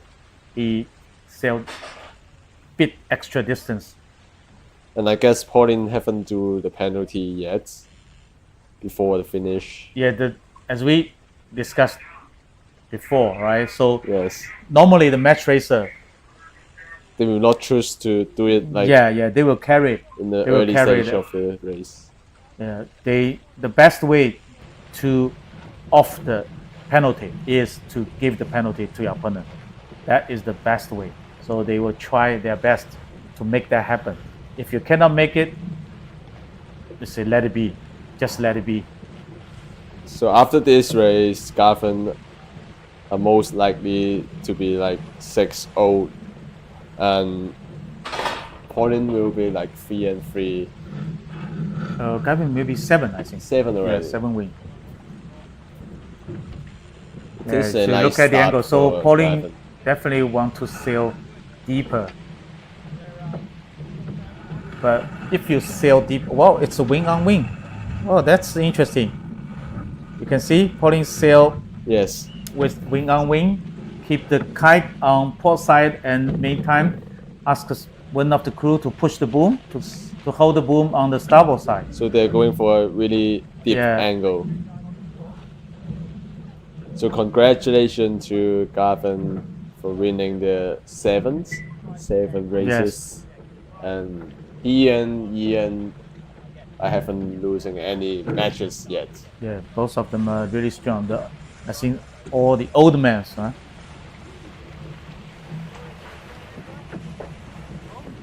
Okay, fantastic. That's the finish, the race of Flight 14, Match 2. I think you can see there's another 2 boats is still racing. Zach against the Chris. Chris currently is still leading. They are on their second windward leg.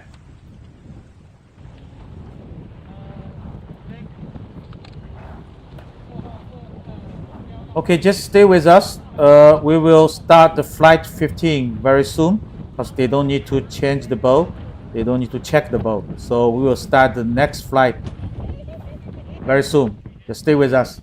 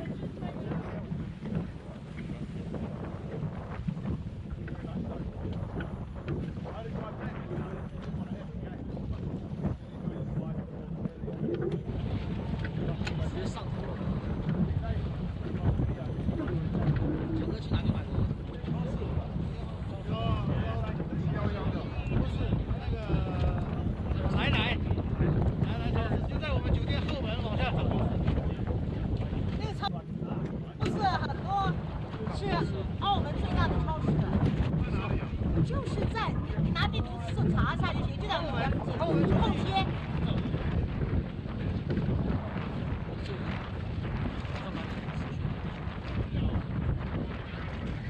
地打来的，啥都能到的。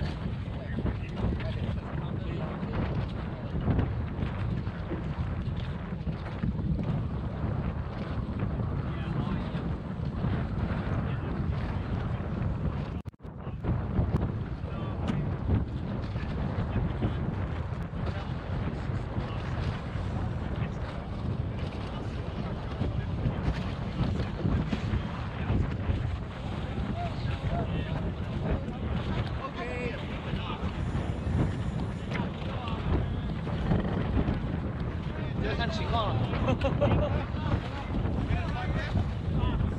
还满足了，天发冷。调到60，现在是多少？70。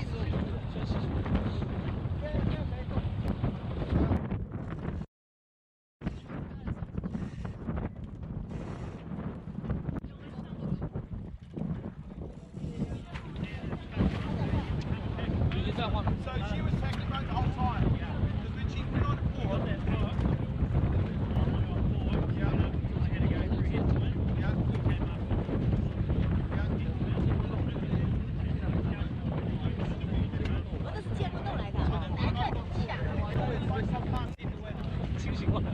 I was trying to stop her from getting back on the start.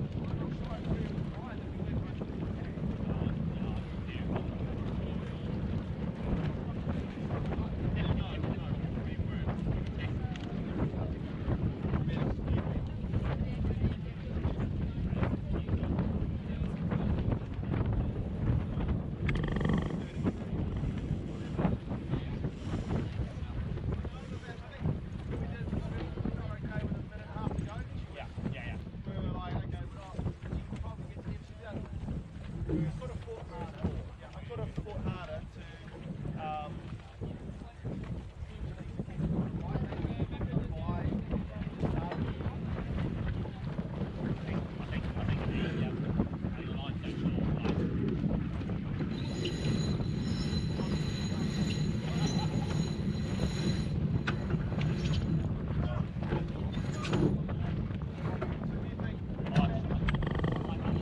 bad enough. Like, I think the line's so short. If you're tight to learn and she's not, you've got the right anyway.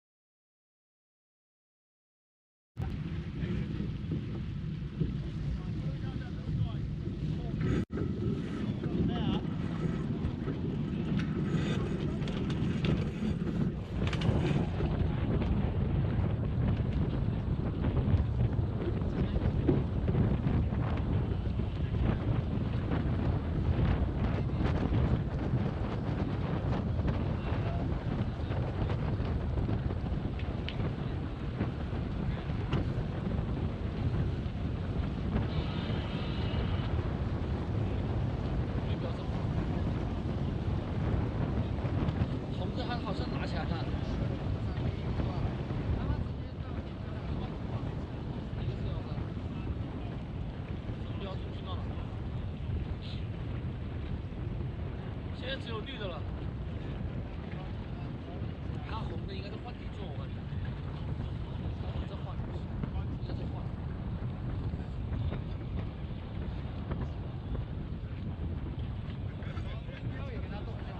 标的话，它那个通讯断了。给沈哥打电话。喂，沈哥，那粉的通讯又断了。粉的通讯又断了。喂。好。好的。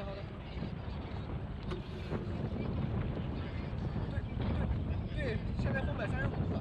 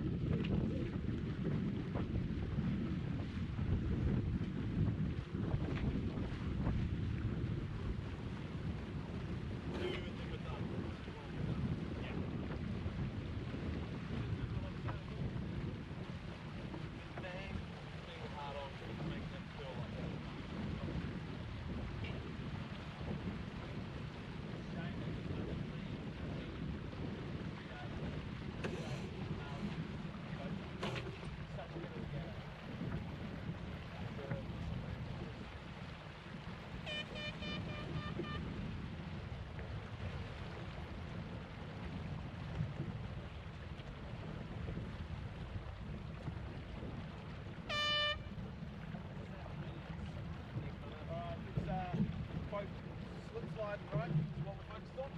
Yeah.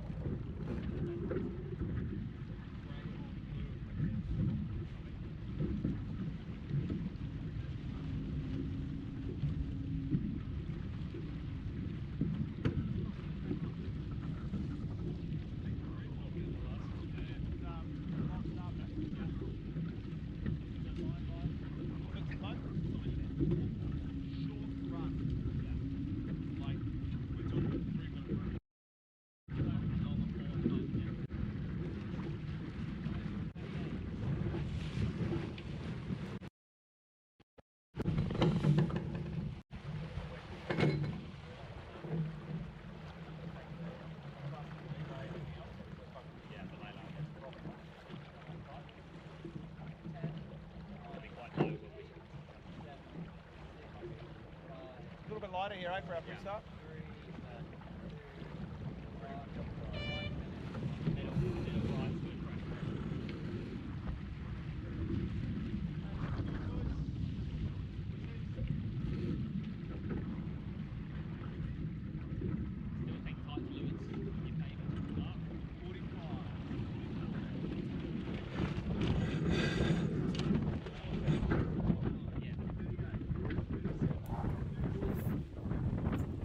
Hello everyone, welcome back. This is the day 2 of World Match Racing Tour 2025 Macao Match Cup. Now we are at flight 15. So the first match in flight 15 is Gavin against Max. Max on starboard entry, Gavin on port entry. You can see the flags, then you will know the wind here is quite good. So it's 4-minute gun.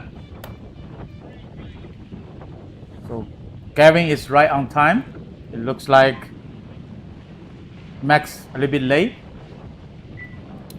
We are waiting for a while before because the wind is slightly shift back to the north side, to the left, and it picks up a bit to 12 knots around.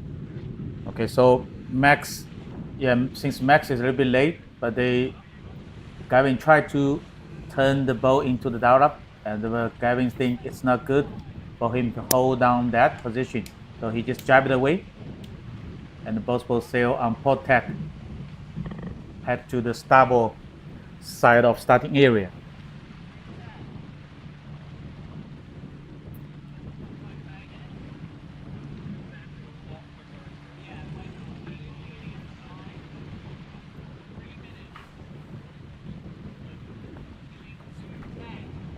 Still got plenty of time to go, and they're still heading to the right side of the course with port tack.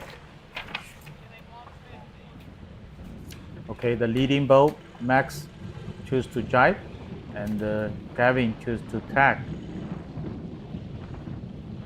So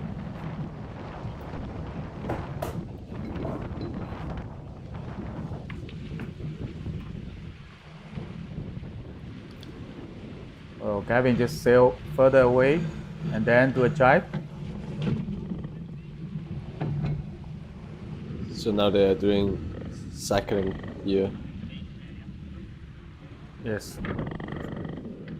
I think both of them are quite far away from the starting line at this moment. So now they are heading back. So Gavin is in the leeward side, and Max is at the windward side.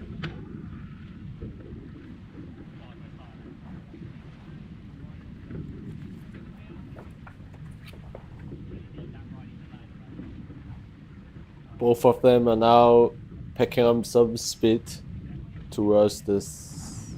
Yeah, actually both of them are above the committee bow starboard ley line to start, especially Max. Max is really over the ley line.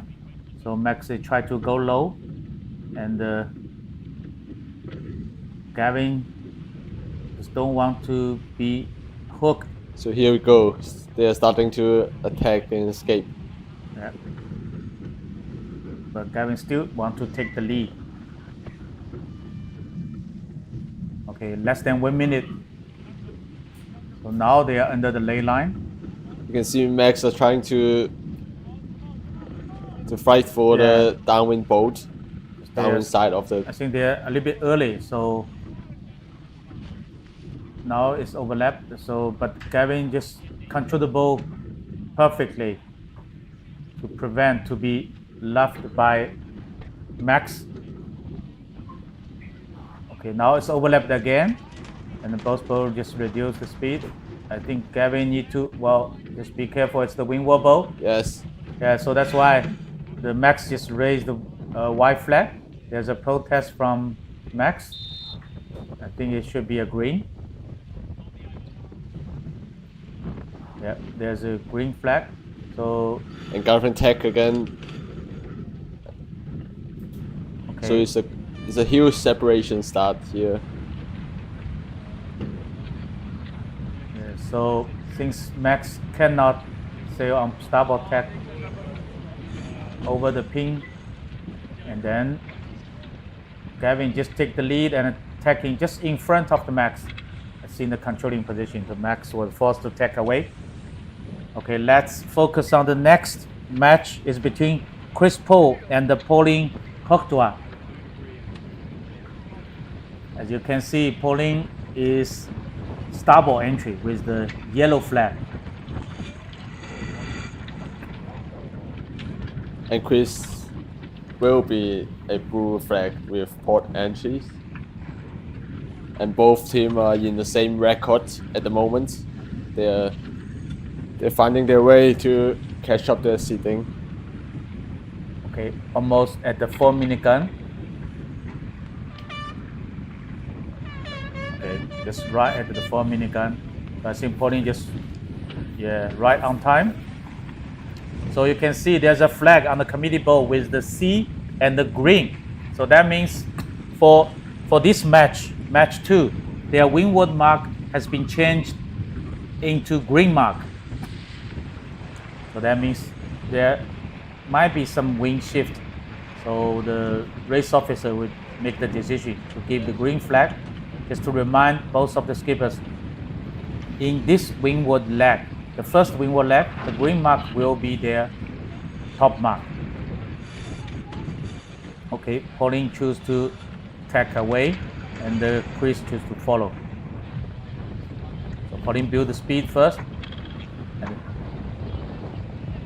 and Chris, as usual, just try to go as low as possible.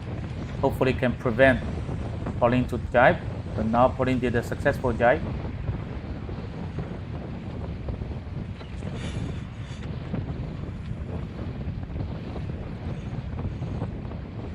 Oh, that's a poor starboard issue. Yes. So Pauline need to be careful. Okay, yeah, just try to avoid. And Chris tack done and become as a trailing boat. So still early. I think they will keep sailing further away.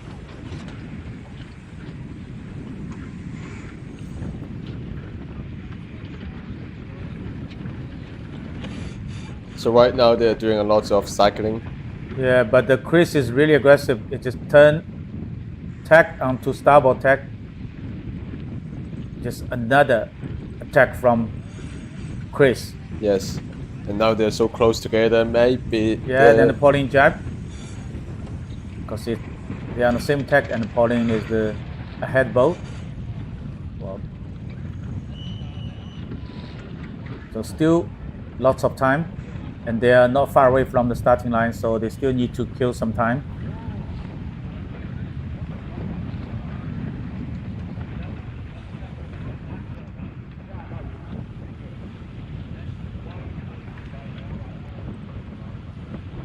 You can see the sailors are looking at each other, trying to like look after how is the opponent react before the start.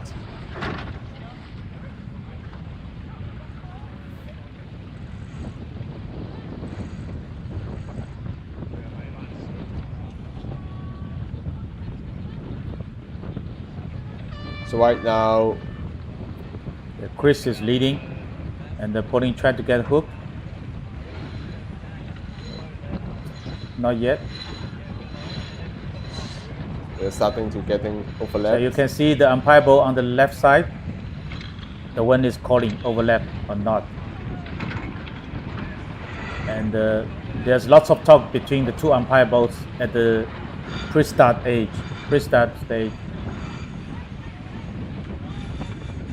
Okay, Pauline just So now both are doing attack. I think Chris is still in a very strong controlling position. Yes.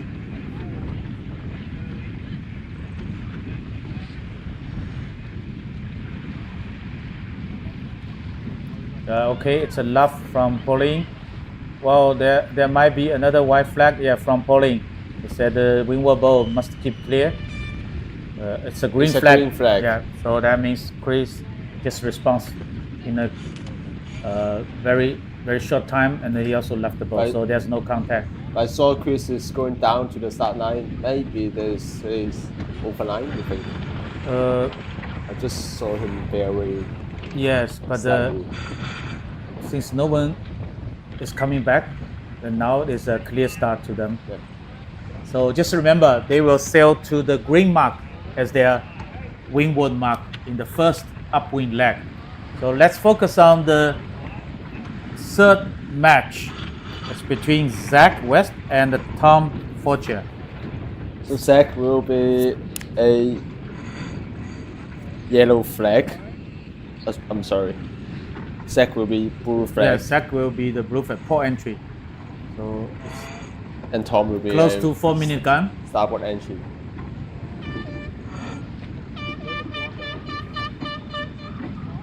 Okay, you can hear the continuous sound signal. That means they change the mark. You can see there's another C flag with over green flag. That means also same thing happened to this match. The green mark will be their windward mark in their match in the first upwind leg. It might be changed in the second upwind leg if the wind come back. So the race committee will inform them on the water by giving a visual signal and a sounding signal, so that it might change back to the red buoy. It depends, but at least for sure the first upwind mark is green mark. At the moment, they're looking at each other again, maybe arguing.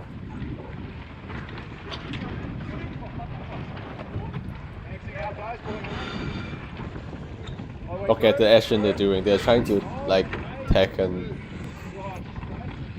Yeah, Tom just tagged. He just take lead. Zach is followed.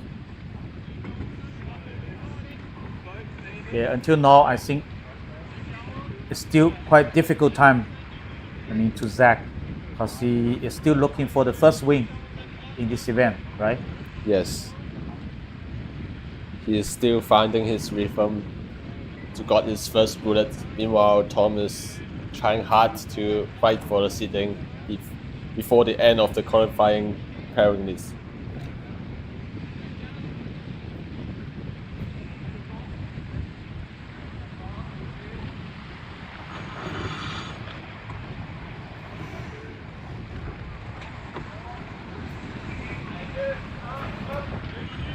Okay, 2 minutes.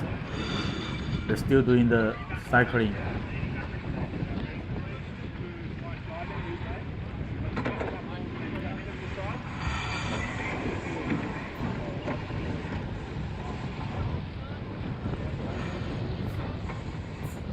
Okay, during the cycling, it's always like the port starboard issue and the windward leeward issue and the clear ahead and the clear astern issue.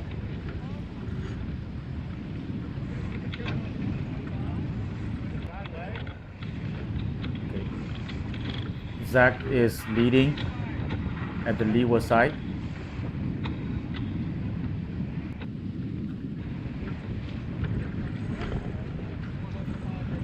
The wind now is around 8 to 10 knots, as you can see in the right hand side of the screen. And I think today is quite a sunny day. Yes, Yes, it's a good day for them to race. as well as the wind. Huh? Yes, it's quite stable wind speed for them. Okay, less than 50 seconds. So Zach is still leading. So now at the moment is one clear astern and one clear ahead.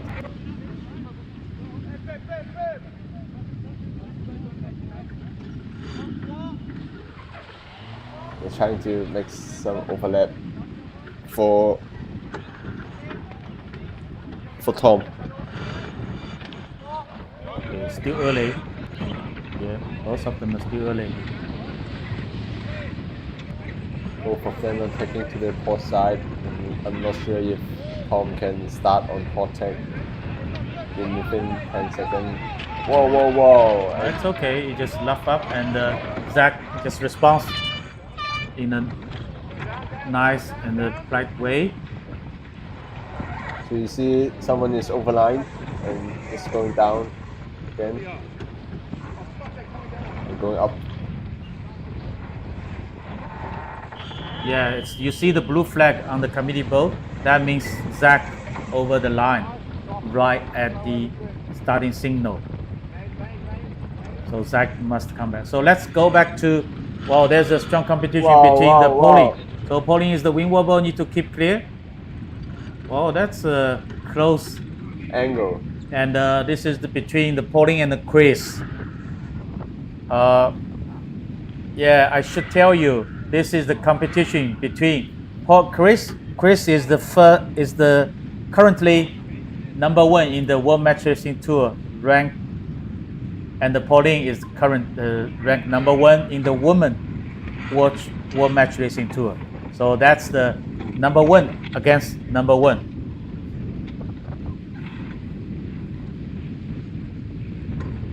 You just missed out the angle that they hit together. I'm not sure if there's any penalties about that. Okay, you can see Chris also sail very low. Just try to prevent Pauling from a jibe. Yes. And Chris is trying to covering Pauling during the downwind on starboard tack. Maybe at this point, I don't think he can cover the wing. He just tried to sail low and just prevent Pauling to jibe. Okay, yes, another white flag from Chris. Okay, you can see Chris even push the boom. He doesn't let the boom cross the center line. Otherwise, he will be considered as a jibe. And then he is not sailing on starboard tack anymore. So, yeah, even, okay, Pauling just jibe. So now the wind here is pretty light. Yeah, and then, because Chris just tried to stick with Pauling as close as possible. And so that when both of them jibe, Chris can just right at the right position, windward position of Pauling, just like this. But Pauling is, I think, is giving a big luff. Yeah, it's a big, try to make a penalty on Chris. Oh, that's a good job, Pauling. Yeah, just hold this course. And they overlap again. And then Pauling just jibe, take the starboard rounding.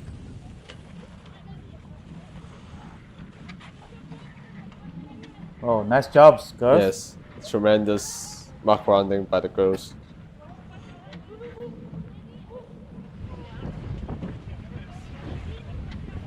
And let's see how Chris react. I guess they are rounding another gate mark to the right side, maybe. Yes, that's for sure. So now they just split away on different tacks.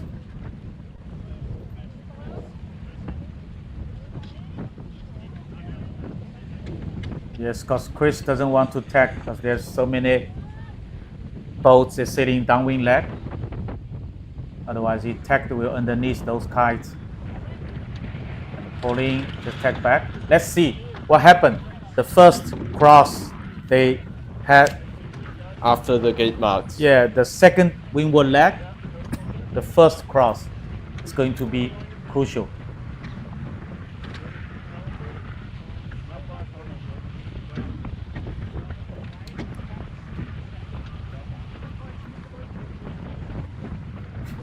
So you can see now Chris is on starboard tack, pretty strong position. Wow, I think Chris, look from the track, Chris It's slightly in front of Yeah. Pauline. And he's in starboard tack. and I can guess Chris will make a tack on top of Pauline or not. Maybe not, because they just barely pass. Yeah, looks like Chris is confident on the port side of the racing area, but just let Pauline go to the starboard side. We'll see, Yes. because usually the match racer will protect their starboard side, because every time you Tack back. meet, you are on starboard tack, so you got the advantage. Unless you think there's some other advantage on the left side. Maybe the current is favored, maybe the wind is favored. Otherwise, most of the racers, they will protect their starboard. So now Pauline tack again, back to the left side of the course. Yeah, but because Pauline doesn't want to go to their starboard ley line, too close to their starboard ley line, because they still want to keep the flexibility.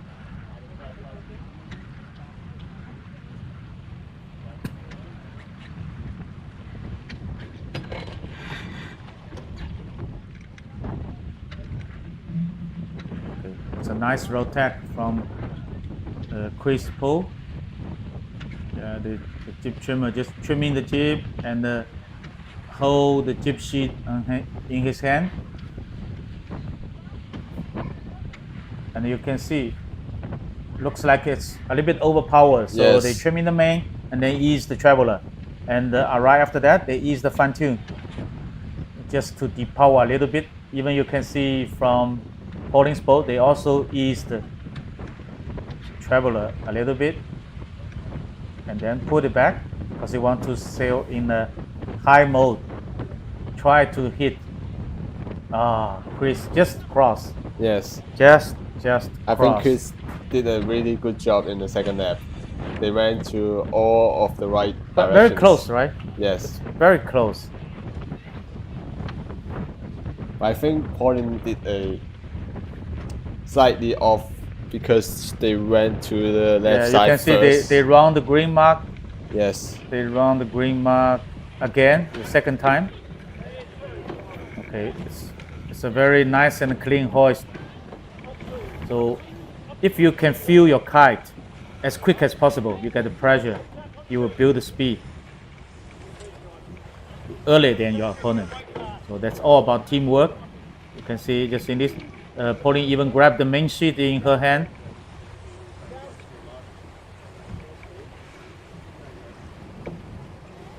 Yeah, you can see the whole process is going a little bit slower than the male's team, because it's all about the body strength. It's really physically demand. But still, they're doing a great job to maintain the boat balance and other things. So you can see Pauline always like to sail deeper and go low.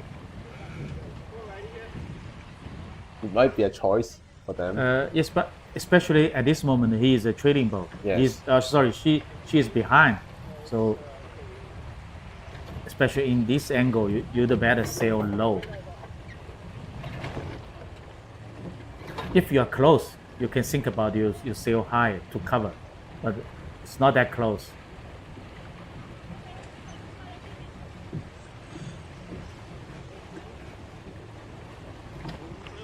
Well, you can see Chris just a big change the course to go a low mode.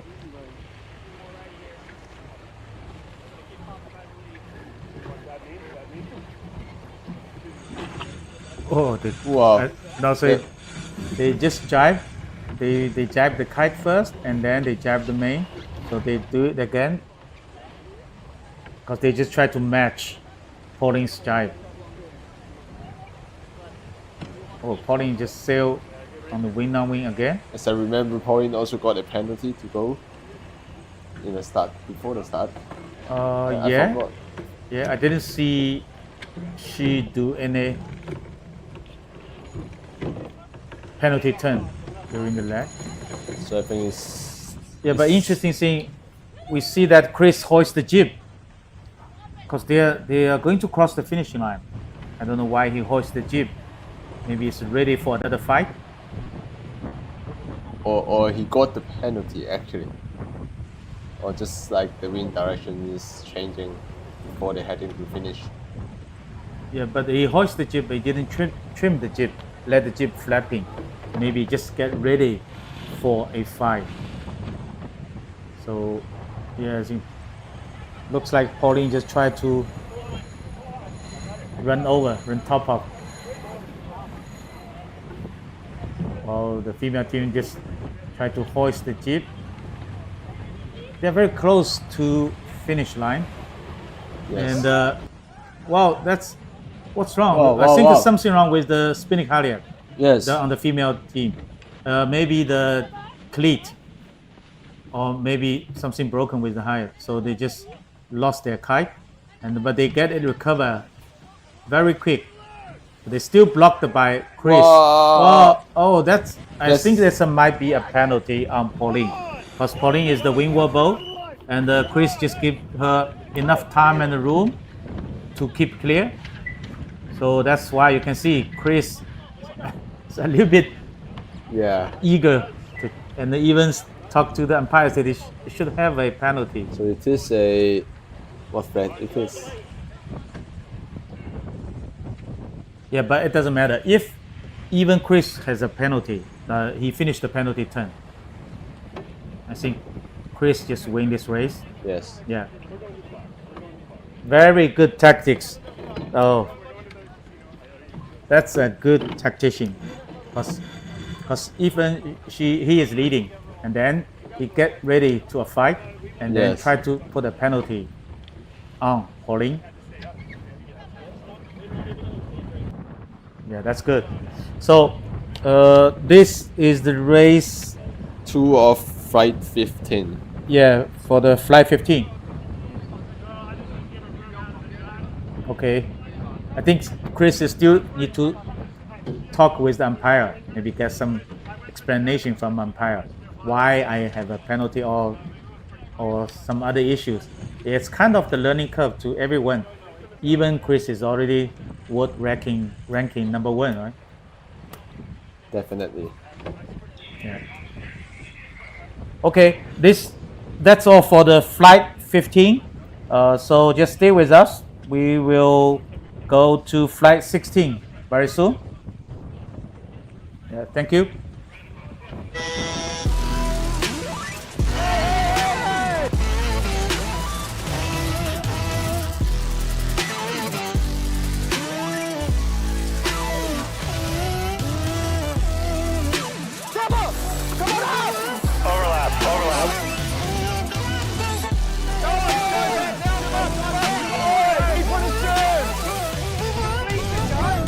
Why do I have to catch the packing?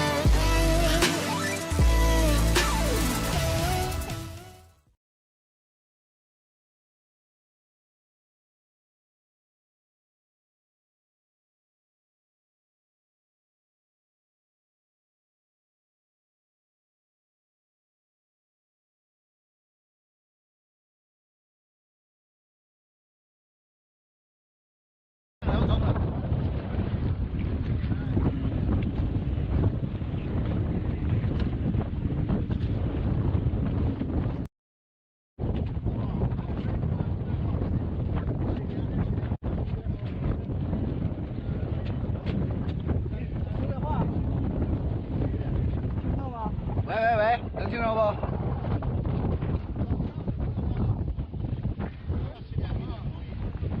一直，这怎么给声音？等一下，等一下，等一下。韩老大，那个要不要往下撞一点？等一下，告诉他的那个要不要往下降？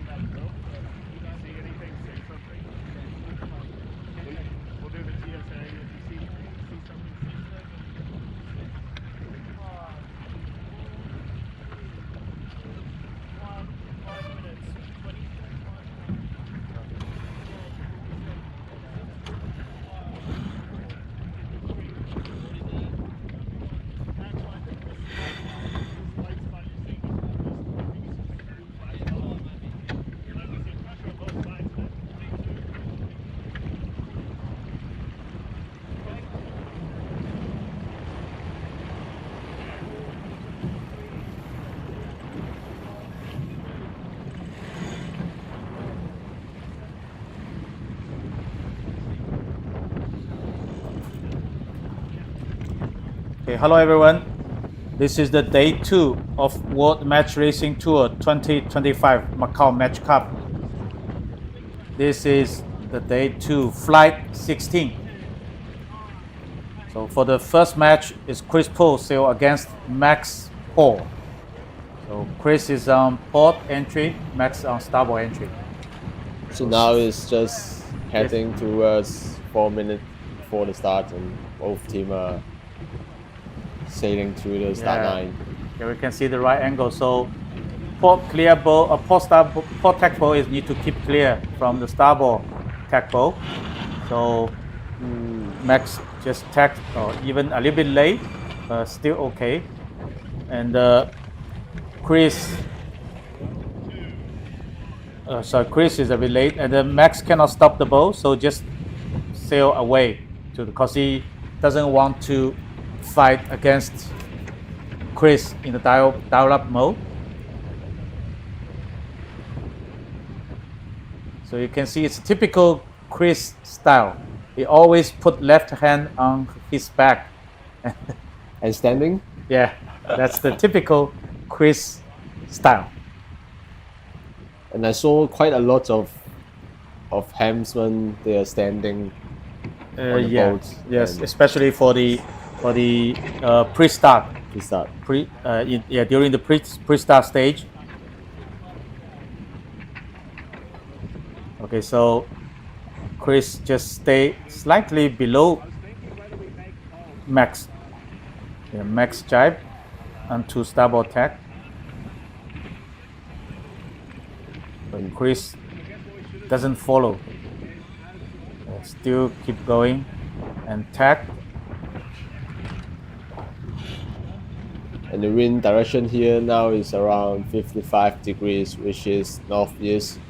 It's just more to the left side. And let's see how is it going.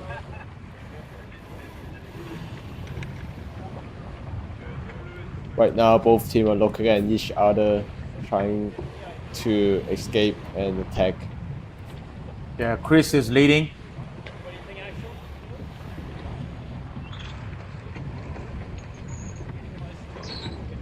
But still quite early.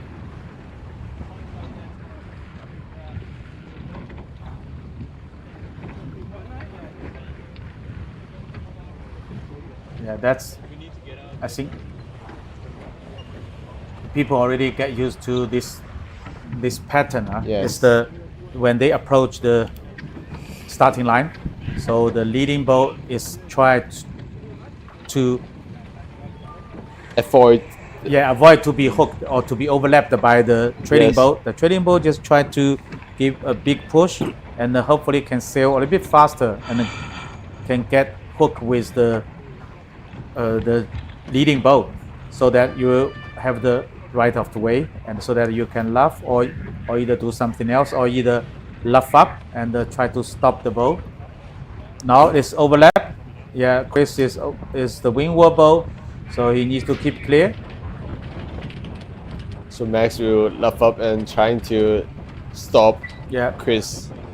So it's looks like another dial up just before the start.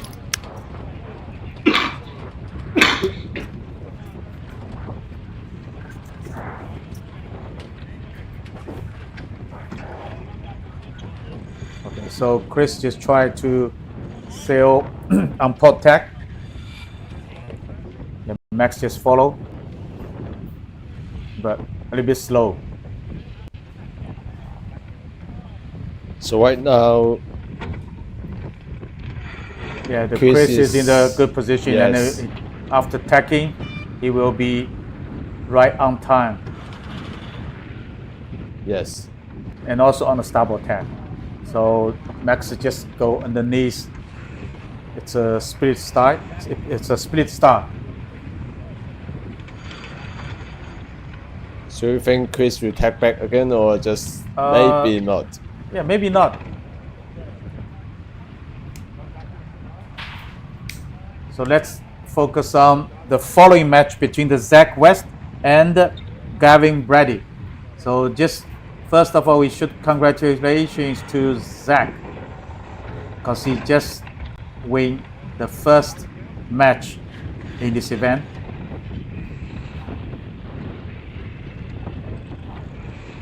So And I in- think the pressure has been a little bit Release. put it down. Yeah, a little bit put it down. And meanwhile, for Gavin, they are still not losing any of the matches yet. Yes. Okay. Just at 4-minute gun, both of the boat just enter the starting box.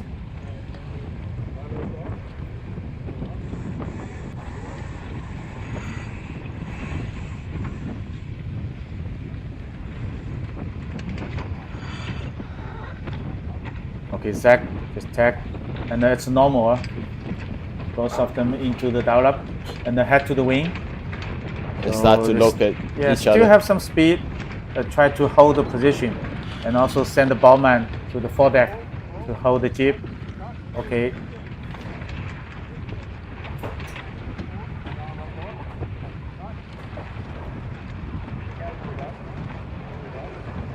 Because it's the distance between the two boats is about windbow length, so not that close. Not too much pressure on each boat. Also, Gavin choose to get a bit closer to Zach, but he still is a windward boat. He need to keep clear.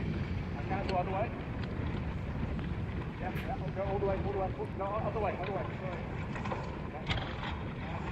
So now they're still looking at each other. Yeah, but Zach just back the main on port side. So just hopefully just moving backwards, try to steal the ball. But Gavin just matched and also back the main, moving backward. And okay, Zach suddenly changed the side, pushed the main on the starboard tack, still moving backward.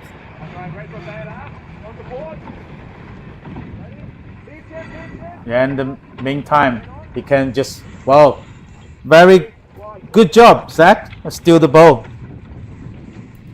And he escaped from the control from Gavin and sail all the way to starboard side.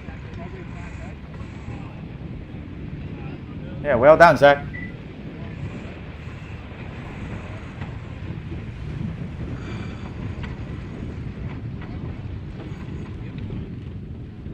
Since it's only 1.5 minutes left, because they spent too much money. Sorry, Too much money. too much time. They spent too much time at the first stage. So No, time is money. You're right.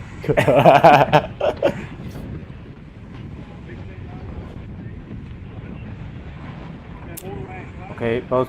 So now they do slightly cycling here. So Gavin choose to stay on the windward side, and Zach just jibe at the leeward side. So less than 1 minute.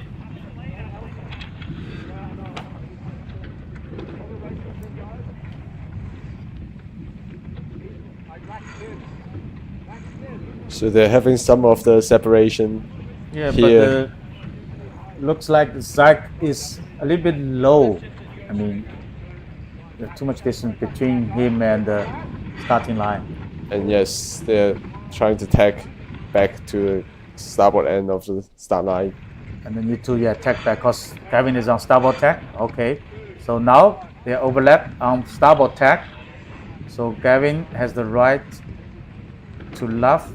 Let's see if it is enough But, time for Zach. Yeah, but it's not enough time to start on time, and it's being controlled by Gavin.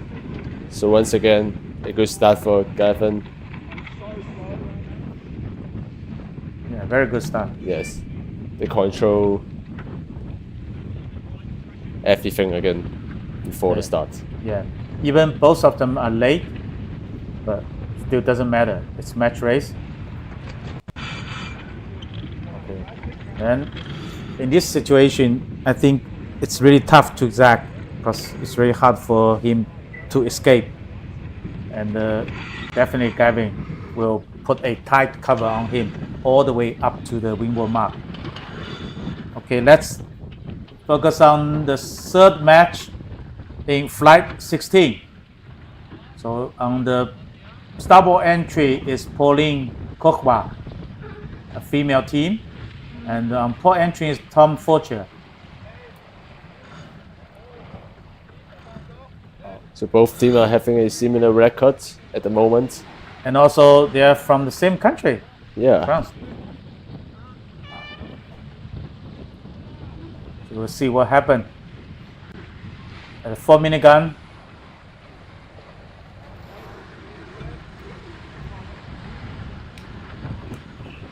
So we are pulling it on starboard. Wow, so Tom is doing very well. It's an upwind cross. Yeah, he successfully made it. And the Pauline just tacked underneath him. Now it's all about bow speed. But the Pauline is in a very good controlling position. Okay, you can see Tom is eased the main because he tried to sail low. Hopefully he can cross Pauline. But it looks like no way here.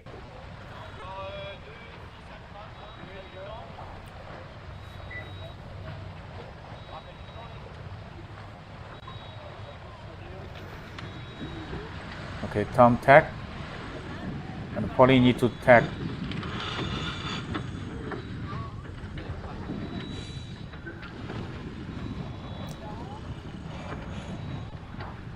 Well, it's overlap. Yeah. Overlap and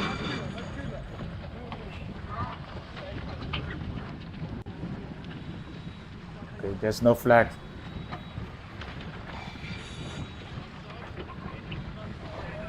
Yeah, okay. Well done, Tom. Now he can jet back onto starboard tack. Yeah, that's a nice move. Just escape from the controlled position.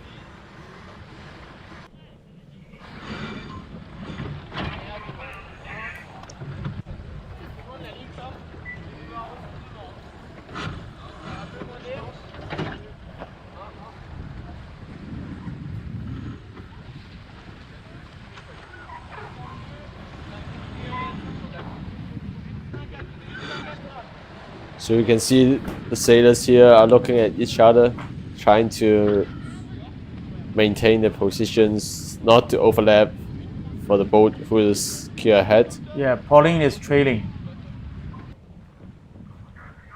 Okay, Tom just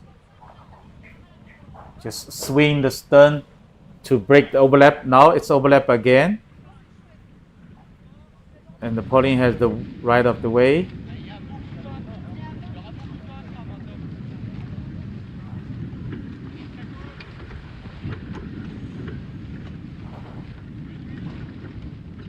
Okay, they're all the way to the ping end.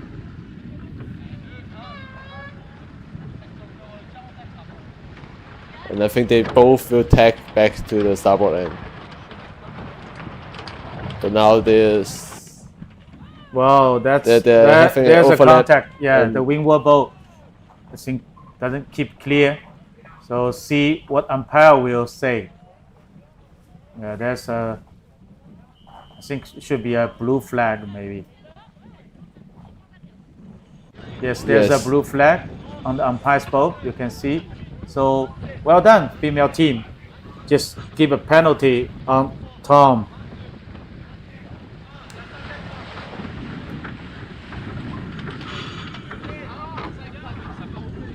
So they tag again together back to starboard tack. No, because initially Tom just tried to make another attack Yes. because he's on starboard tack and Pauline is on port. But the Pauline just responds. Well, And you it can just hear the starts, gun. yes. Start. Okay, Pauline is in a very good position. It's a lee bow position. So I think Tom will be forced to tack. It's a nice start.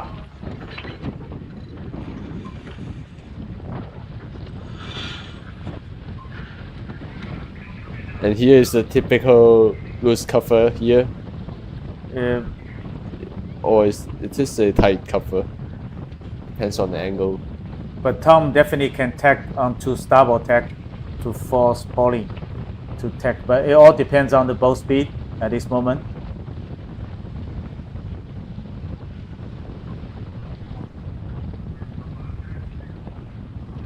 You can see Pauline is just trimming the main using the fine-tune system. And also the traveler just try to give more power on the mainsail and to help the boat to sail an upper angle.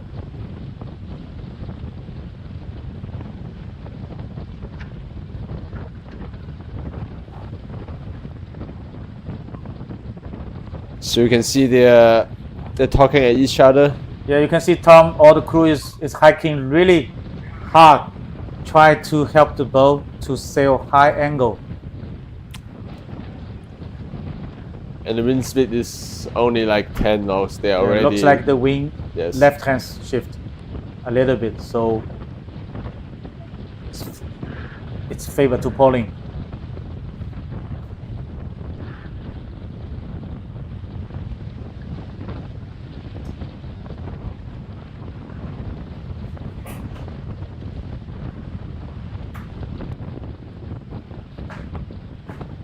Yeah, Pauline is in very strong controlling position.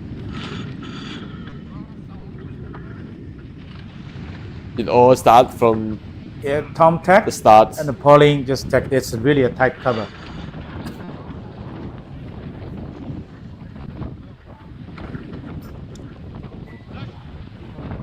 So we can see from the animation, they both tack and tack again. Yeah, that's Trying- called tack due. Trying to do the tight cover and also escape from it.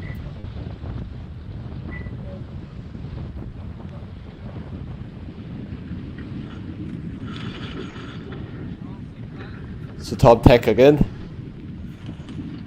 Yeah, that's a normal action. Match And then race. he covered by Pauline and then he tacked back. You see the Pauline's mainsail, the top batten still caught by the backstay.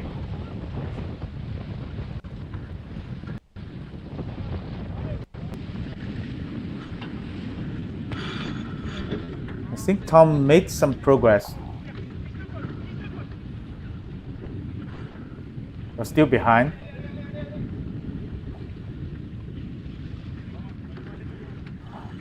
It is quite windy at the moment.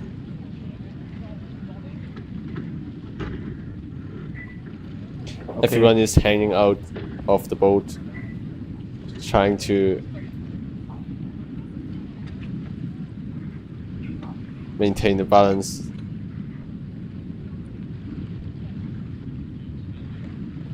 Okay, I love this angle from the Pauline's boat, the camera. You can see the relation between two boats. And I think Pauline is big game and tacking on the lay line.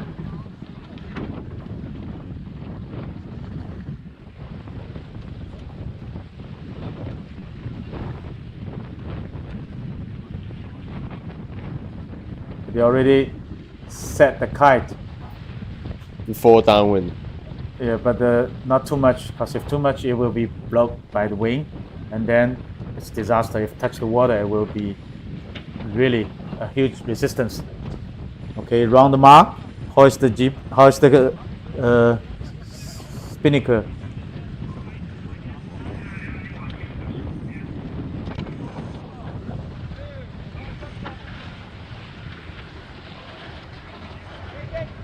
So right now, Tom also passed the outwind mat and starting to hoist the spinnakers. Yeah, there's about 4 to 5 boat lengths, the gap between two boats. And think about Tom has another outstanding penalty with him. So Tom decided to make a jibe. I think Pauline will match.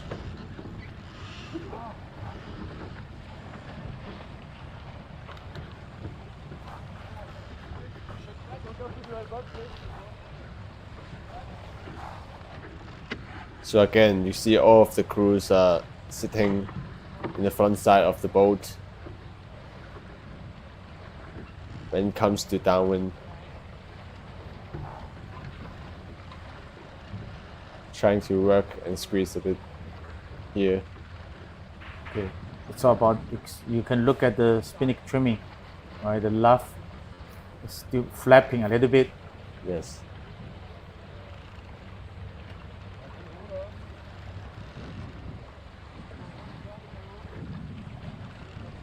Good. There might be some opportunity for Tom if he can catch the wind early. Definitely, if there's some wind coming from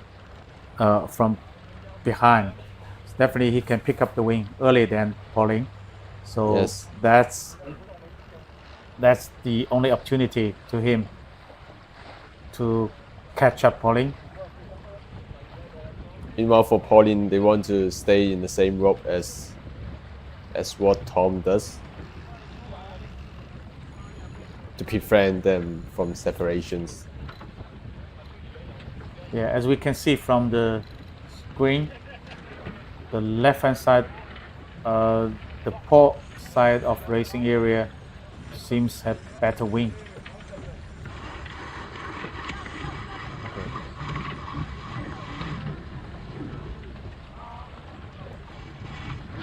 So now- Pauline reached the downwind gate mark first and take the starboard rounding. Yeah, very nice and a clean drop.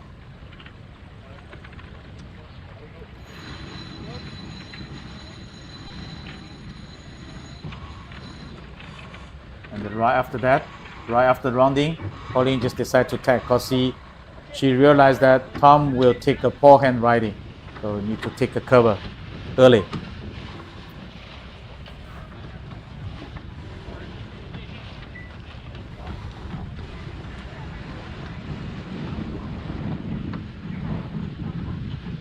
So it's Tom turns to round the bottom gate. Yeah, it's just port rounding.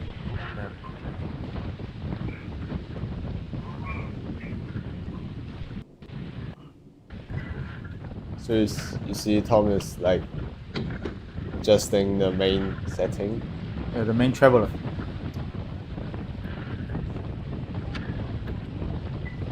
It's quite windy though. Yeah, according to the wind meters, it's only 8 knots to 9 knots at the committee boat, but Just look at the camera. the look flag at the is- camera on the boat. It flipping looks a lot. like something around 10 knots. Yes. So Pauline is in lead and a very good position.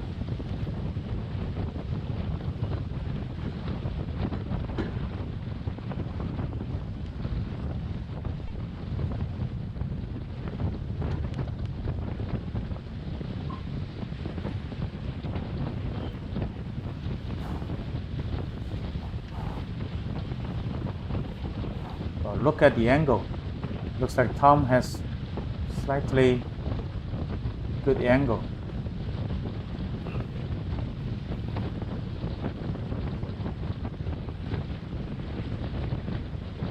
I think Pauline is gaining a bit distance, starting from downwind. Yeah, the mark rounding. Yes. Cause Tom take the forehand mark, which is a bit far away. Yes. So he just sailed some extra distance. Okay, Pauline Singh there on the starboard lay line. Do a nice tack.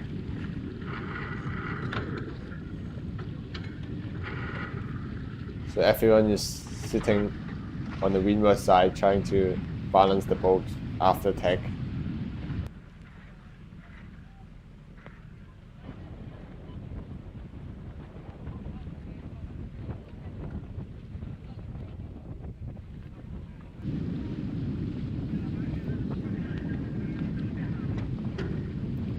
So right now, I think Pauline is having a slightly header here, Yeah, wing. approaching to Do have top some left hand shift. mark. But they will be fine as they're having a loose cover to Tom. Yeah, as long as they're on the same tack, Yes. no worry to Pauline.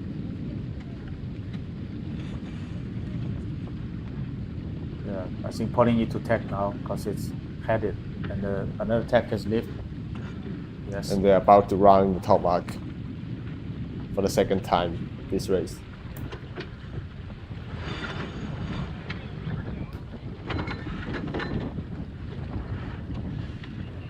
So the spinnaker is getting ready. Yeah, with the help from another crew, they just get the tack out Yes. a little bit and Here then rounding the mark, hoist the spinnaker. You can see what they would do after passing the top mark from this angle.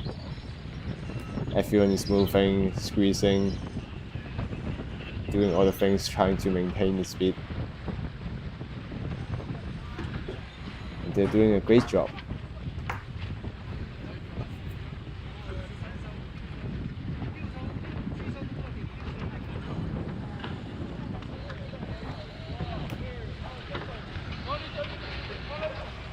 That's a big gap between two boats, and the Tom still has another outstanding penalty. I think if they're losing, they can like just skip the penalty just to finish. It doesn't matter. It doesn't if matter you at skip all, or right? not. Yeah. You just lose the match. Yeah. 'Cause there's no loser, only winner, and there's no second place in match race.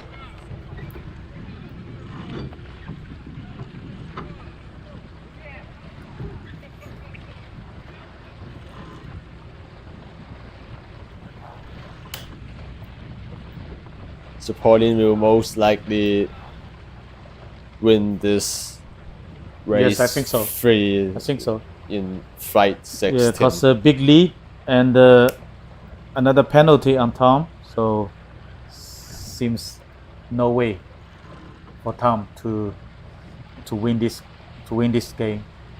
So after this flight, there will be a slightly change of the team. Result, you mean?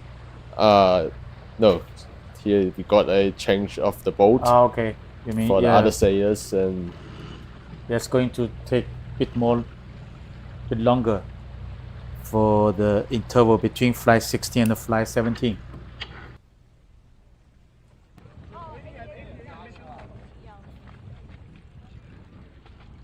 at least we got a great sunny day here in Macao Bay, and the wind is quite raceable. We finished around how many races? Yeah, we still got another 6 flights We already to finished race. Yeah. 8 flight already. Yeah, 6 flights, that means 18 matches. So let's see how is it going. There should be no drama here. Pauline will sail all the way to the finish line without surprise, and yeah, getting closer and closer to the finish line. I think Tom knows that no opportunity for him to overtake. So both teams are fighting for the qualifying positions before advance to the quarterfinal.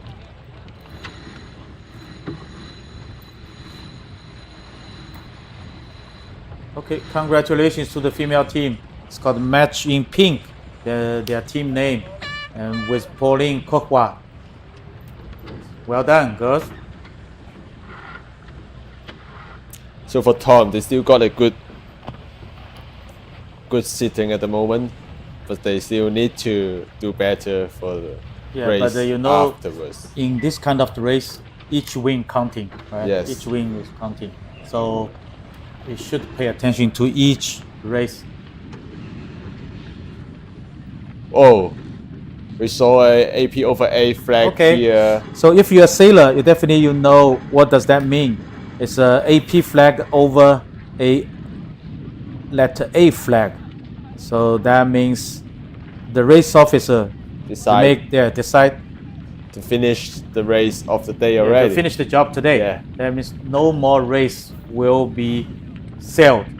So that means game over today. So all the boats, at least they can go back to home. Yeah, so that's all for today, the second day of World Match Racing Tour 2025 Match Cup, Macao Match Cup. We finished totally 16 flights already, and we got another 6 flights left, so that in tomorrow morning we'll sail these 6 flights first to finish the qualification round robin, and after that we'll see. It will be an interesting matchup for tomorrow, as some of the teams are not yet losing. Yes. There will be like Ian against Brady, and some of and them. also another strong team, and the EJ. Yes. So just thanks for watching, and you're welcome back to Macao Match Cup tomorrow morning, something around 10 o'clock. So yeah, thank you. Thank you.